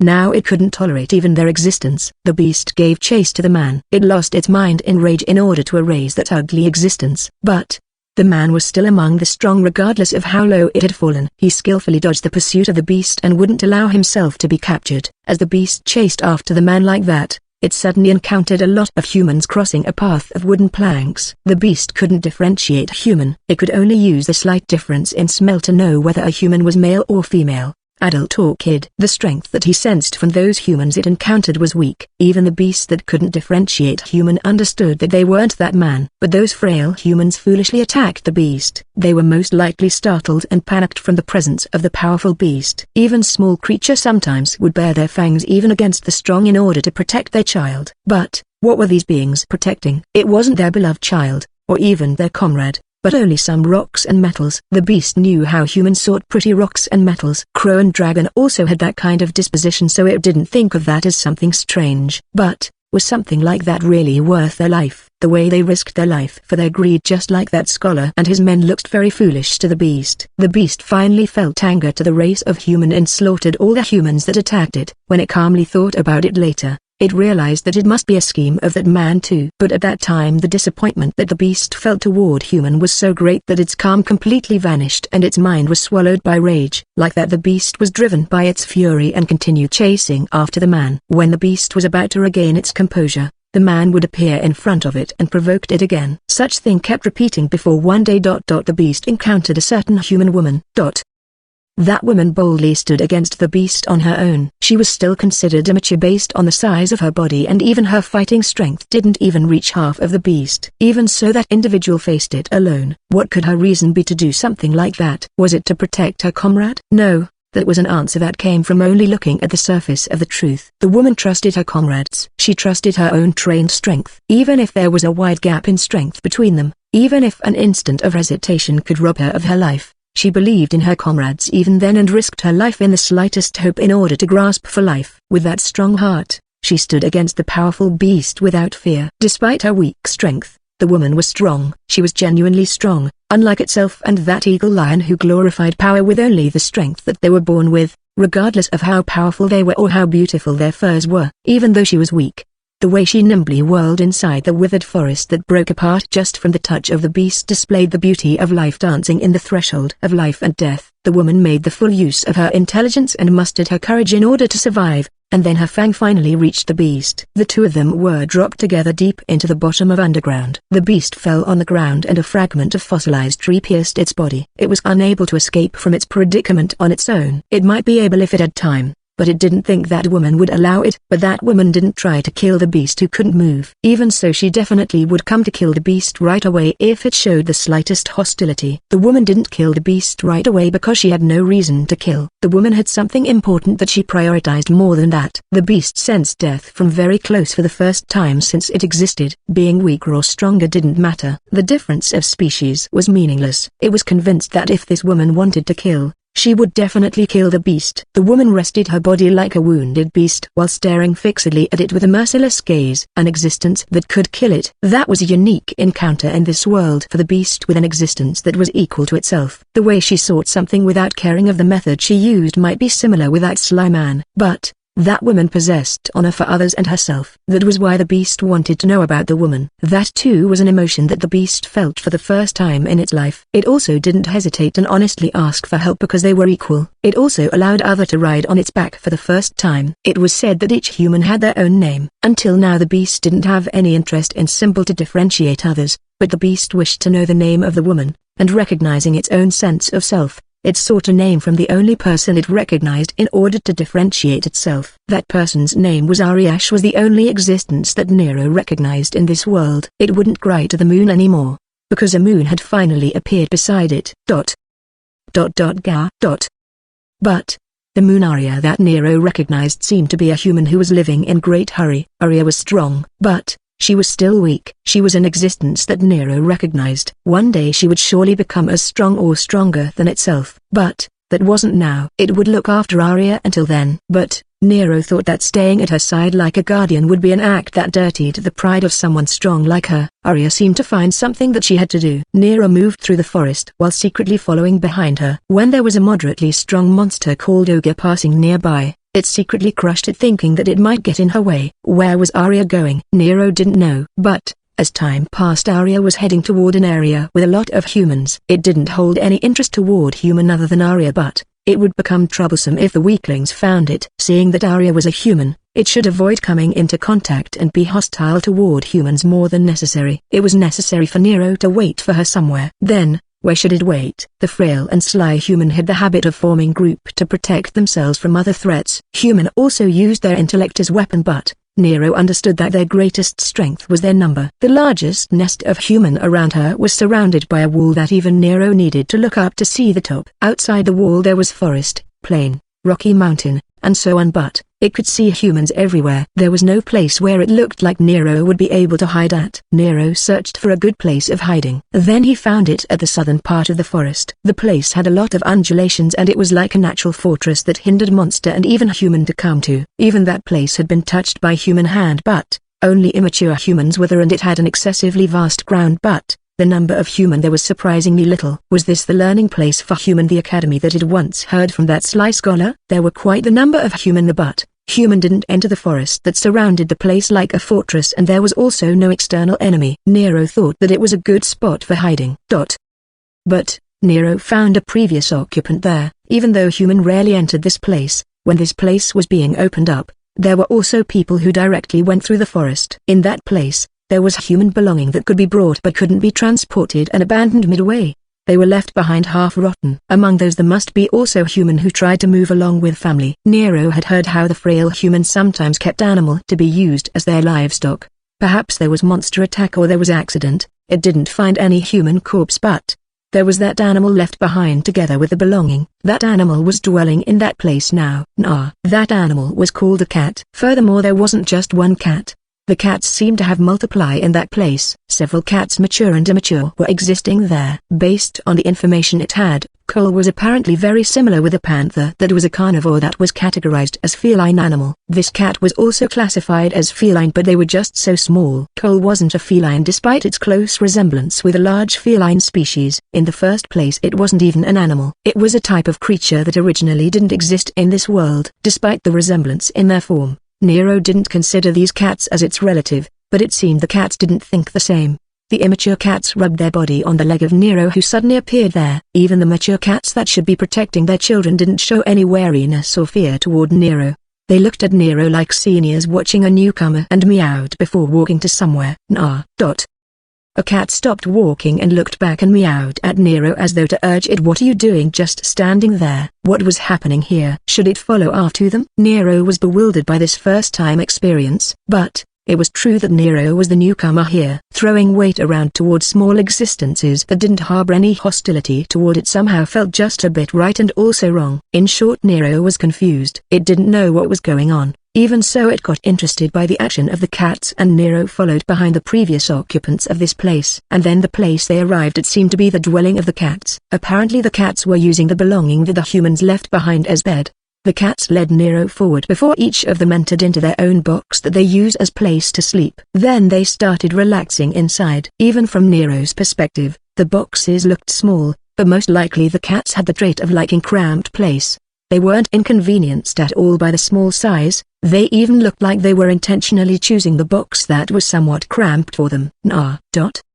There the cat that guided Nero poked at Nero's front leg and guided it to that box. There might be something inside that. It already decayed from wind and rain, or perhaps some wild animal had racked it until not even its original shape remained, but perhaps there was some kind of magical protection, because one wooden box among them still retained its original shape. Its size was around 2 meters at all sides. Nero stared fixedly at it as though it was entranced. It took out all the leaves that were piled up inside and threw them to the surrounding. Then it felt like an instinct drove it for the first time, and it entered into the cramped box and made itself comfortable. It was so cramped there wasn't any extra space remaining with it inside the box. Indeed. It actually felt good because of that. It wasn't like it needed to be fixated with this place. But there was also no reason for it to not be here. If Arya was also an immature human, then one day she should also come to this academy place. With that thinking, Nero decided to wait for Arya's coming in this place. It didn't decide that because it lost against its instinct or anything.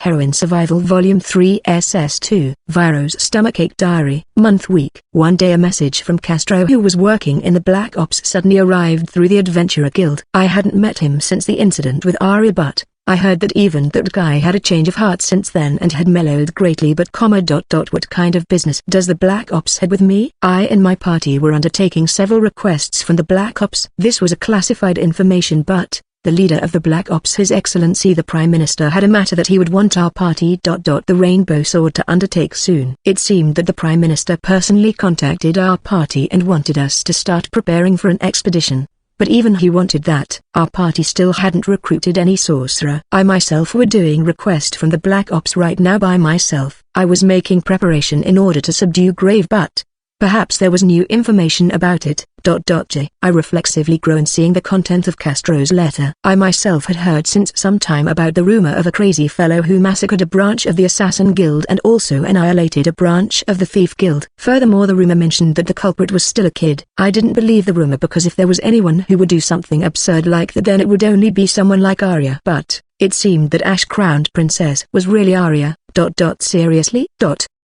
Month Week. Well, I had thought that the disciple of this great me couldn't possibly die, but, as expected, she was still alive. A following report from the Black Ops mentioned that apparently it was Grave who attacked Arya. My guts went cold when I heard that, but if that Arya was actually the so-called Ash-crowned princess, I could somehow understand how that girl was still alive and also got into hostility with Assassin Guild. That was fine and all, but after that Sarah sent an additional request to me. It seemed that I had to contact the Ash-crowned princess no matter what. What am I going to do if it's actually a different person and not Arya? For now I got to pick up Granny Samantha, who I was able to contact. I'll also search for Arya on the way there if I have time, I guess. If Arya had gotten that strong, I might be able to use her for Grave subjugation. I planned to hold back Grave while Granny would defeat him with her sorcery, but the success rate would go up even more if we got a nimble fighter to guard Granny, wouldn't it? Normally using someone young for this kind of mission would require some caution because they might freeze from fear in real battle, but, well, there would be no problem if it was her.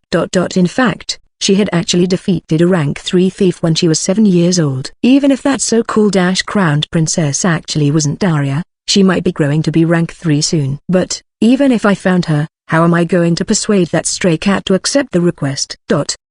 Month Week. Was I someone this unlucky? When I arrived at the northern part, I was thinking to request some equipments to Galbas because our party would go into expedition after so long. But then I got informed that a group of orc appeared and I got summoned by the guild because I'm rank 4. Furthermore, the orc group also got an orc general leading them. Could I manage somehow with a gathering of adventurers of rank 3 and below? I won't be able to face that kind of enemy without dragging the whole rainbow sword to face them, you know. I'm looking for a sorcerer because Granny Samantha had gone senile and retired from the adventuring business. Well, the granny's mind had been really out there since a long time ago, so I don't know whether she had really gone senile or that was just how she was, but if it was for a short period mission like this time with me always watching her, then we would manage it somehow. But if we had to face a group of orc, I would get busy with various things like scouting and the like, so I wouldn't be able to constantly be at the granny's side. My other teammates no good. The members of Rainbow Sword were fundamentally individualist. Without a man of common sense like me at her side, the granny would do as she pleased and run off somewhere. That was the only future I could imagine waiting in that case. There would be no problem if only I could find a sorcerer to recruit, but there was no way a freelance sorcerer of rank 4 or higher could be found that easily. Damn it. The others said that it would be fine if it's someone who could at least use rank 3 light sorcery, but a rank 3 wouldn't be able to keep up with us in battle. That Scamparia, if I remembered it right, she was able to use light sorcery, wasn't she? Month week. Lady Luck was smiling at me a little. No, the situation hadn't improved at all presently, and I also didn't know when the army of the Count who acted as caregiver for this area would come, and I still had no idea at all of how to deal with the orcs, but the Adventurer Guild's pretty receptionist lady who I had been acquainted with since some time ago, Mary, finally got swayed by me. This was a super big deal. Well, we would only go for dinner. What's more, she picked the priciest restaurant to go to, but this was a dramatic improvement compared to before. It was worth it for me to visit Galba's once every half a year.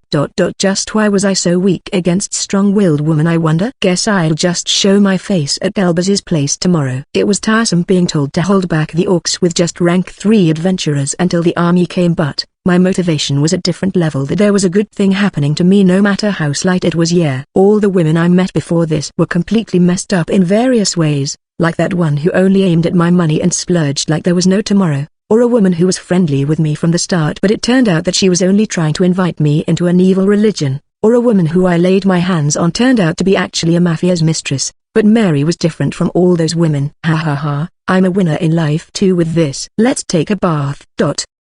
Month week. Are you kidding me? That Scamparia, she massacred more than 50 orcs that included high-ranked orcs and also a damn orc general. What's the deal with that? Certainly her appearance had grown to look like early teen, and her combat strength had gone up like crazy, but you're still 10 years old, right? Huh? You secretly poisoned them? You were hiding in the orc space for a month. What is your nerve made of? Your average Joe would die in 3 days if he tried something like that.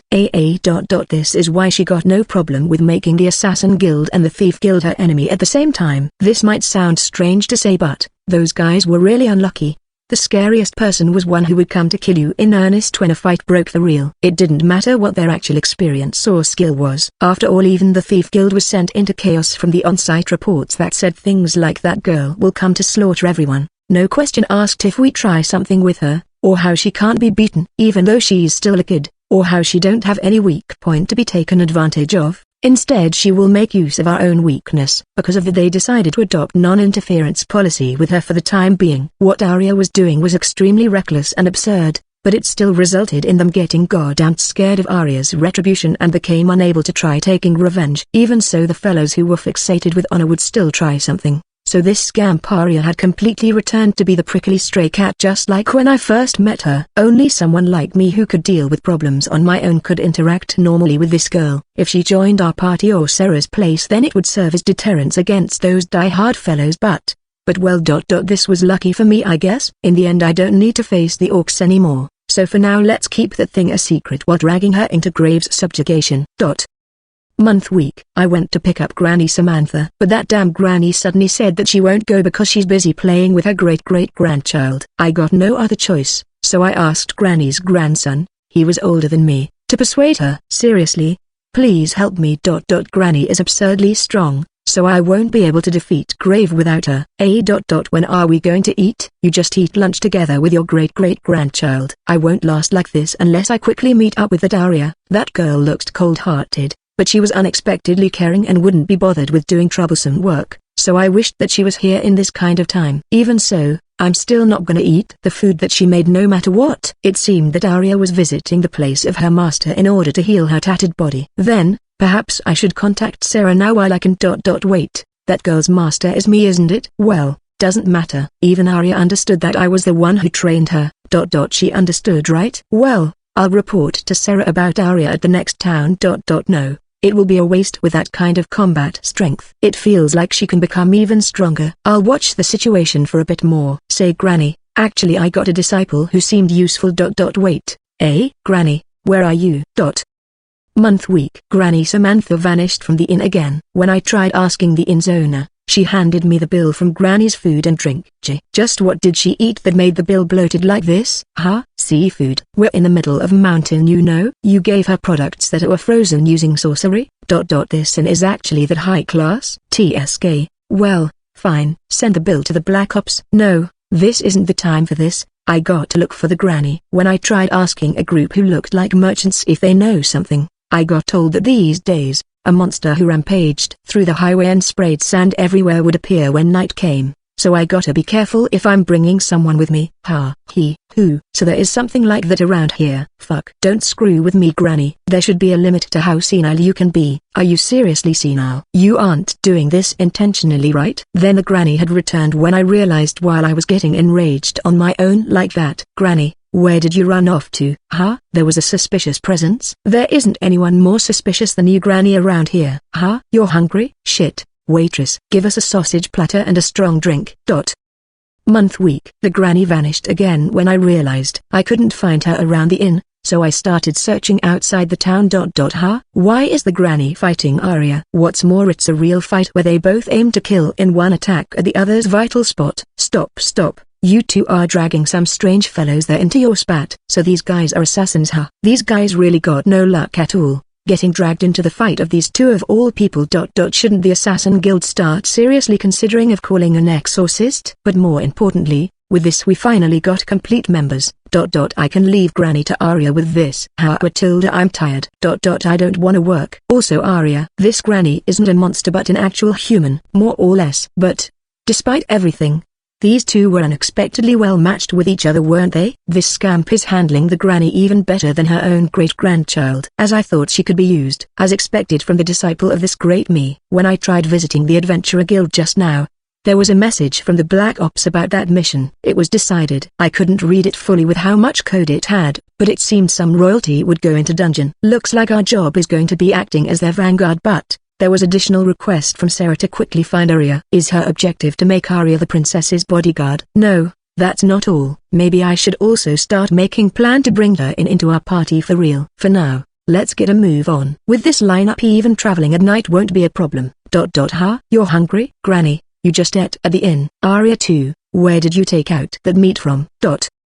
Month week. That scamp Arya. Just how did she manage to tame the kill? I know there are some people in this world who can use animal, but the thing grew up real quick right after it got born, yeah? What's more, you two were plainly trying to kill each other just now, right? You two came to understanding after beating up each other? You did a damn manly thing again. What's more, this scamp, she's rank 4 now.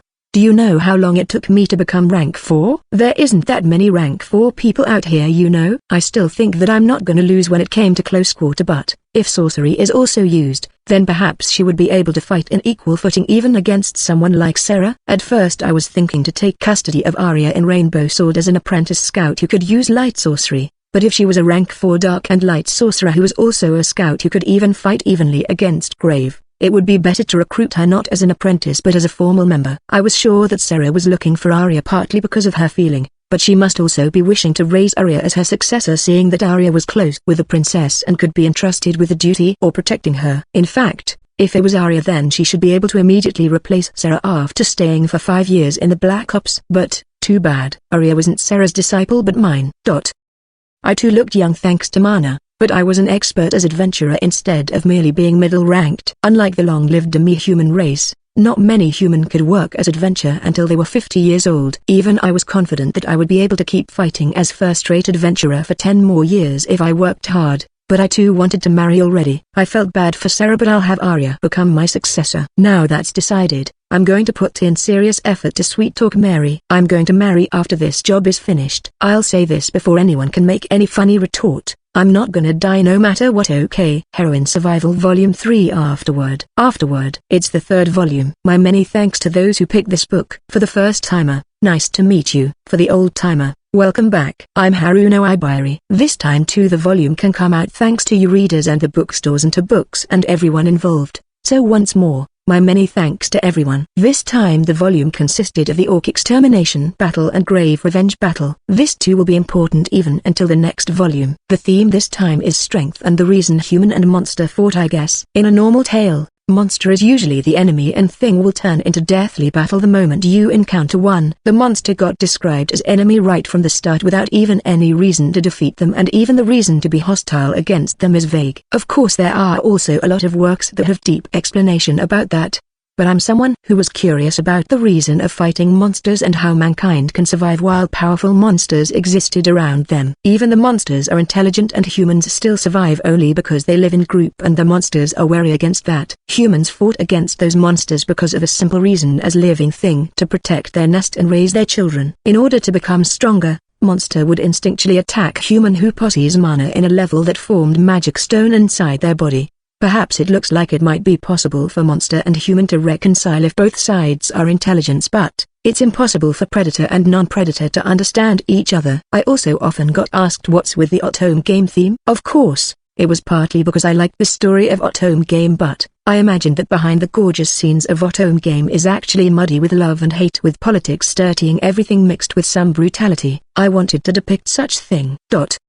This time Arya's partner, the mythical beast Cole, Nero, made his entrance. Cole is a creature that appeared in a certain novel and it also appeared in a lot of other stories and games other than that novel. The reason I decided to create Nero was simply because I wanted to do something about Arya's traveling method. I created the map first before starting to write the story, so the world was pointlessly big. With Nero's entrance the world widened and it made it easier for the story to progress, but I didn't want to turn Nero into comrade using something like taming skill that brainwashed monster, so I put effort to make the plot. I had really asked a lot to the illustrator Hitachi Sensei, but I was filled with emotion seeing Nero being so cool in the drawing. I also simply liked Samantha's character design. This time, the release of the third volume is also accompanied by the release of the first volume of the comic by Wakazu Kobato Sensei, so if by some chance you read this afterward at the bookstore, please also check the manga corner by all means. Well then, let's meet again later. https://bookapervert.wordpress.com/heroine survival volume 3 illustrations/iCharacter033/kill. Ancient mythical beast had a huge body in the form of Black Panther. 2 whiskers grew long like whips from its ears.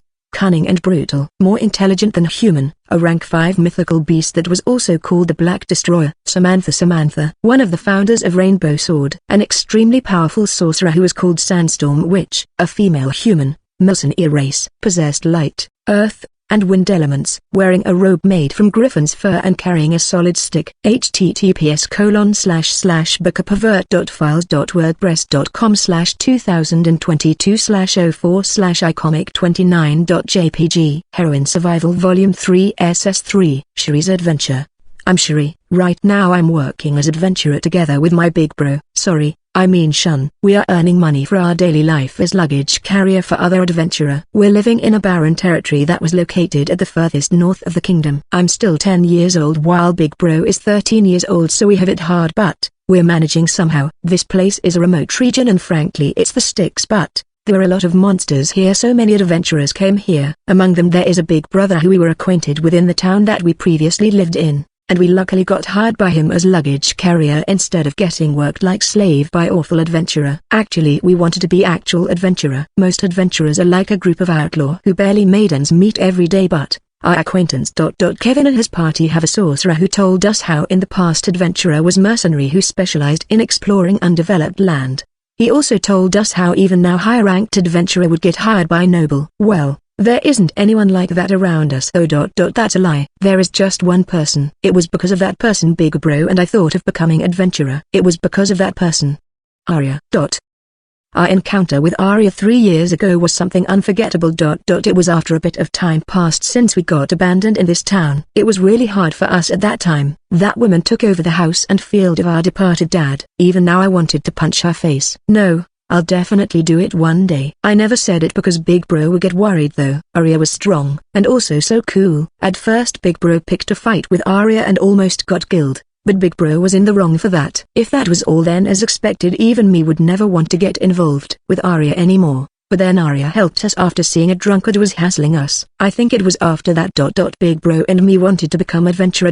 No. To become strong. To be honest, our current living is tiring. We are still children, so we can't carry large luggage, and even though we're accompanying Kevin's rank 2 party, we would only receive one small silver coin from one adventure. Even so, I think that someone like Big Bro would have become a thug or criminal around this time if we didn't become adventurer. That was just how difficult it was for orphans in a slum to work. Perhaps we would be able to eat at least if we could enter the orphanage, but that time there was a lot of orphans because of monster attack, and there was no orphanage at all for abandoned children like us to enter. Even so, other than being adventurer, we also gathered broken blade or almost used up appraisal crystal as our side job to be sold to the blacksmith Galvez or the general store's old man to make it somehow. It was then we heard the rumor about how our birthplace was being attacked by orcs. Kevin and Big Bro were anxious to go, but the scout in Kevin's party.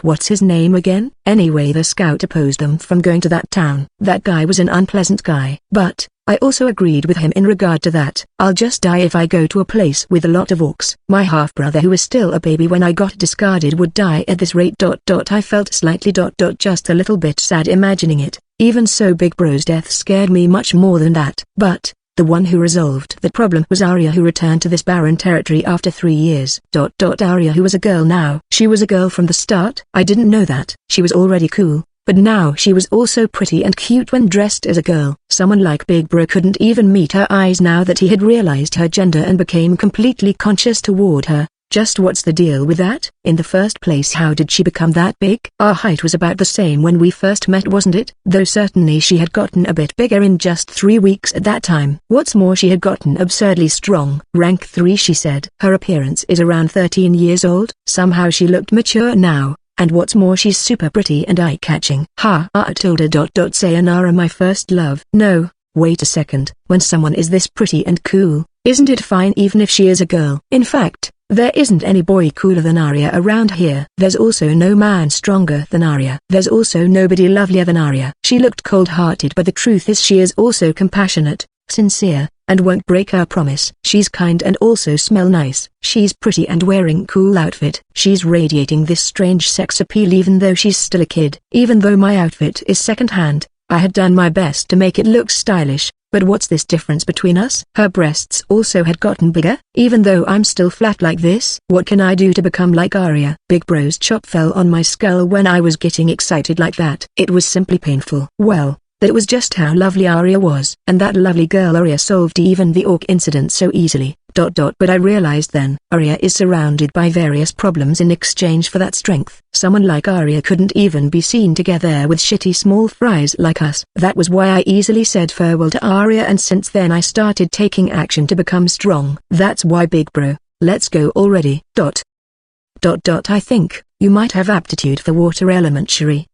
Really? Hooray! The relatively rational person and sorcerer of Kevin's party said that to me while we are resting on our way to the ruin. It made me reflexively clench my hands to express my happiness. The Adventurer Guild and the Feudal Lord finally announced that the orcs were mostly annihilated, and so Big Bro and I could work as the luggage carrier of Kevin's party again. Even so, apparently individual or party that couldn't defeat Talk by themselves couldn't approach the ruin. But Kevin and his party had actual achievement more or less, so they were permitted to go. Their party is being considered as a party that saved the town that got attacked by the orcs. Along with the other parties. In reality they were like the extra of the other 2 rank 3 parties that volunteered. Furthermore, it seemed that it was Arya who slaughtered the orcs, but that Arya exchanged the magic stones of 50 orcs before leaving the town, so the bounty money that the feudal lord had to pay went to those 3 parties and other related people. The lord also had to pay compensation to the other noble who originally should come as reinforcement, so apparently the amount wasn't that much. Even so, it was an amount that I had never seen before. But the majority of the Adventurer Guild knew what Arya did. What? Ash-crowned princess was it? Arya's nickname? Several adventurers who looked like bad guy would jerk each time they heard that name. They might be people who are involved with the Thief Guild, and the receptionist lady told me that we mustn't get near those people. Was the scout of Kevin's part gone? Because of that, I got slightly off topic. In short, Kevin's party right now is a bit rich. It's an amount of money that would run out in 2 months if the party used it to drink themselves silly. But Kevin and others didn't even waste any of the money and immediately took another quest. He said it was because they met a certain adventurer in that talk incident. Is that so? I glanced at the side. The Kevin who was in the middle of resting was sitting on a tree stump while enthusiastically saying something to Big Bro. It's not like I feel anything about that fellow, but, as a fellow adventurer, I got my eyes opened, or rather I thought that perhaps adventurer was originally like that. I'm not concerned about that fellow at all, okay? I just decided to retrain myself to become rank 3. You're amazing, Big Bro. I also have this super strong acquaintance, or perhaps friend. Anyway, I want to be strong enough so I can form a party with that person. I see. Do your best. If it's you can do it. Yep. You too, Big Bro. Kevin, I hope you'll reach rank 3 quickly. They're making that kind of talk, but aren't they both talking about Arya? Don't tell me both Kevin and Big Bro are in love with Arya? No way. That might okay for Big Bro, but that'll be bad for Kevin. Arya is still 10 years old, and so Kevin and others went to adventure and we can also come with them as luggage carrier. That scout who always disliked paying us with money isn't here anymore, so perhaps we would be able to get more than usual this time.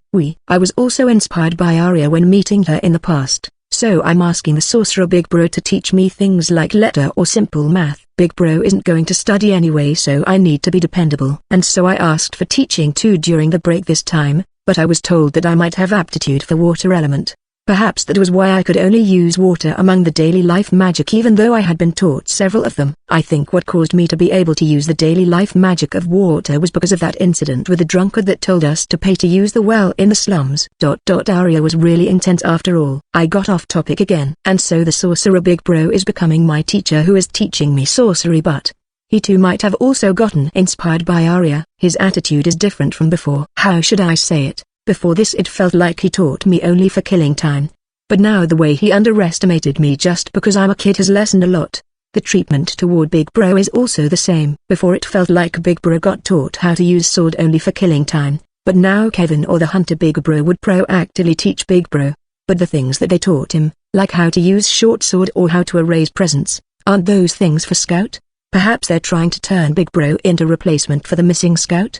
But perhaps that's alright. Big Bro knew that Arya is a Scout and what's more she's really strong, so it looks like he's interested in that direction. Even if it's just a temporary whim, I'll be happy as long as Big Bro turn into proper adventurer. There isn't anybody strange in Kevin's party right now, so I think it'll be fine. But what about me? Even if I became able to use water sorcery, I'll be weak as a sorcerer. The sorcerer Big Bro is also rank 2. But he said that's because he can use 2 elements, wind and earth. Perhaps that much is needed to be adventurer as a sorcerer. Unlike the nobles, most commoner sorcerer only has 1 element. Even just having 2 elements will make the person look talented. That's why sorcerer with only 1 element will also search something else than sorcery to be their weapon. It's not like it has to be bladed weapon, but they need other method that they can fight with. The sorcerer Big Bro said that he can also use sword. Why is a sorcerer learning close quarter combat? When I asked him that, he said that he wanted to become a warrior in the past. But what about me? I can't fight in close quarter combat better than the sorcerer Big Bro.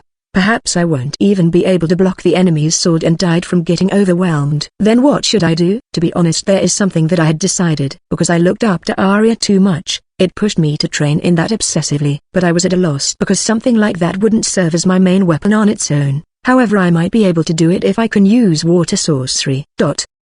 Be on your guard from here. Kevin cautioned everyone when we got near our destination. Usually Big Bro and me would wait in a safe place before coming this far, but this time we asked them to bring us until this far. The quest that Kevin's party took was searching for orc and exterminating them. Even if there isn't actually any orc, if we defeat the monsters around here, we would be able to obtain subjugation fee along with that monster's magic stone. If we unluckily encountered an orc and defeated it, we'll be able to obtain even more reward.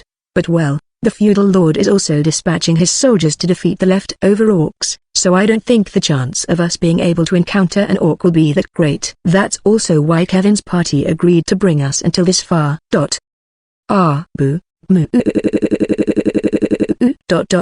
Something came out. Is this like the saying of speak of the devil? A wild orc appeared. What's more, there is 2 of them. Kevin's party can defeat 1 safely.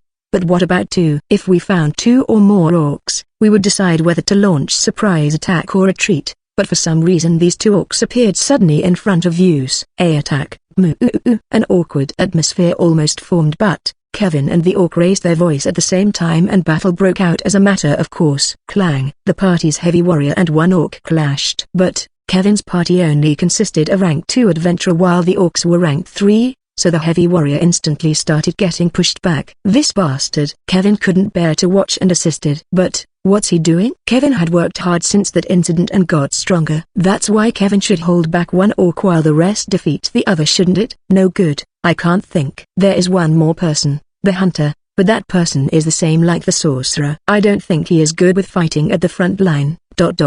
You are big bro. Big bro Gil rushed forward like a man possessed with his short sword. What's he doing? You still don't have any combat skill.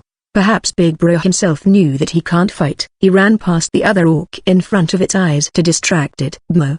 The orcs also seemed to be in confusion. That orc ignored the hunter and sorcerer and began chasing after Big Bro. Gil, run around. Kevin also noticed and yelled like that. The sorcerer and hunter also wanted to save Big Bro, but Big Bro will die if they carelessly attack with sorcery or bow and hit him instead. Nichan.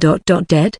A chill ran through my back the moment I noticed that possibility. I unconsciously grabbed the sling on my waist, just like Arya at that time. Get some. Gar?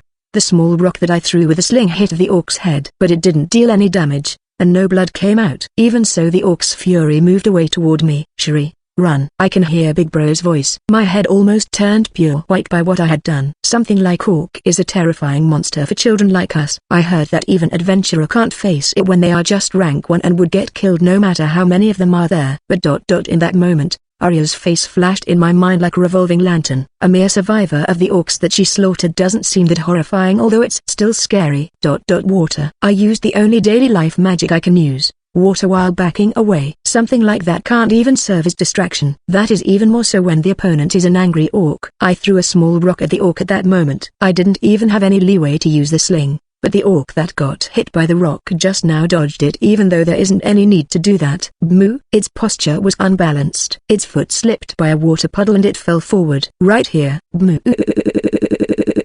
The skewer that I threw in that moment pierced the orc's eyeball. It screamed. 3 years ago, after Arya was gone, I heard from the general store's old man how Arya used iron skewer as weapon. I kept asking him to procure the same thing for me, and since then I had kept practicing with it while keeping it a secret from even Big Bro. Now, the hunter's arrow pierced the orc's neck at the same time with my yell. Right behind it, Big Bro, who was looking deathly pale, leapt and stabbed the fallen orc's neck with his short sword. We did it.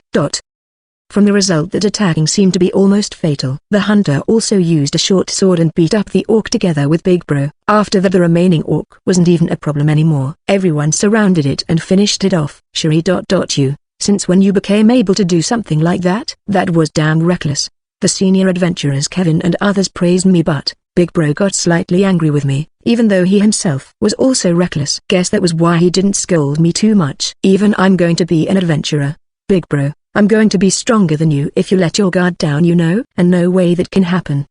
No way, right? Who knows? Even Arya is the same age with me, so it's not impossible, you know? That's right. I'm going to become stronger. After all, it's sad that I can't meet with Arya openly. That's why. Wait for me, Arya. One day I'll become strong and go to meet you.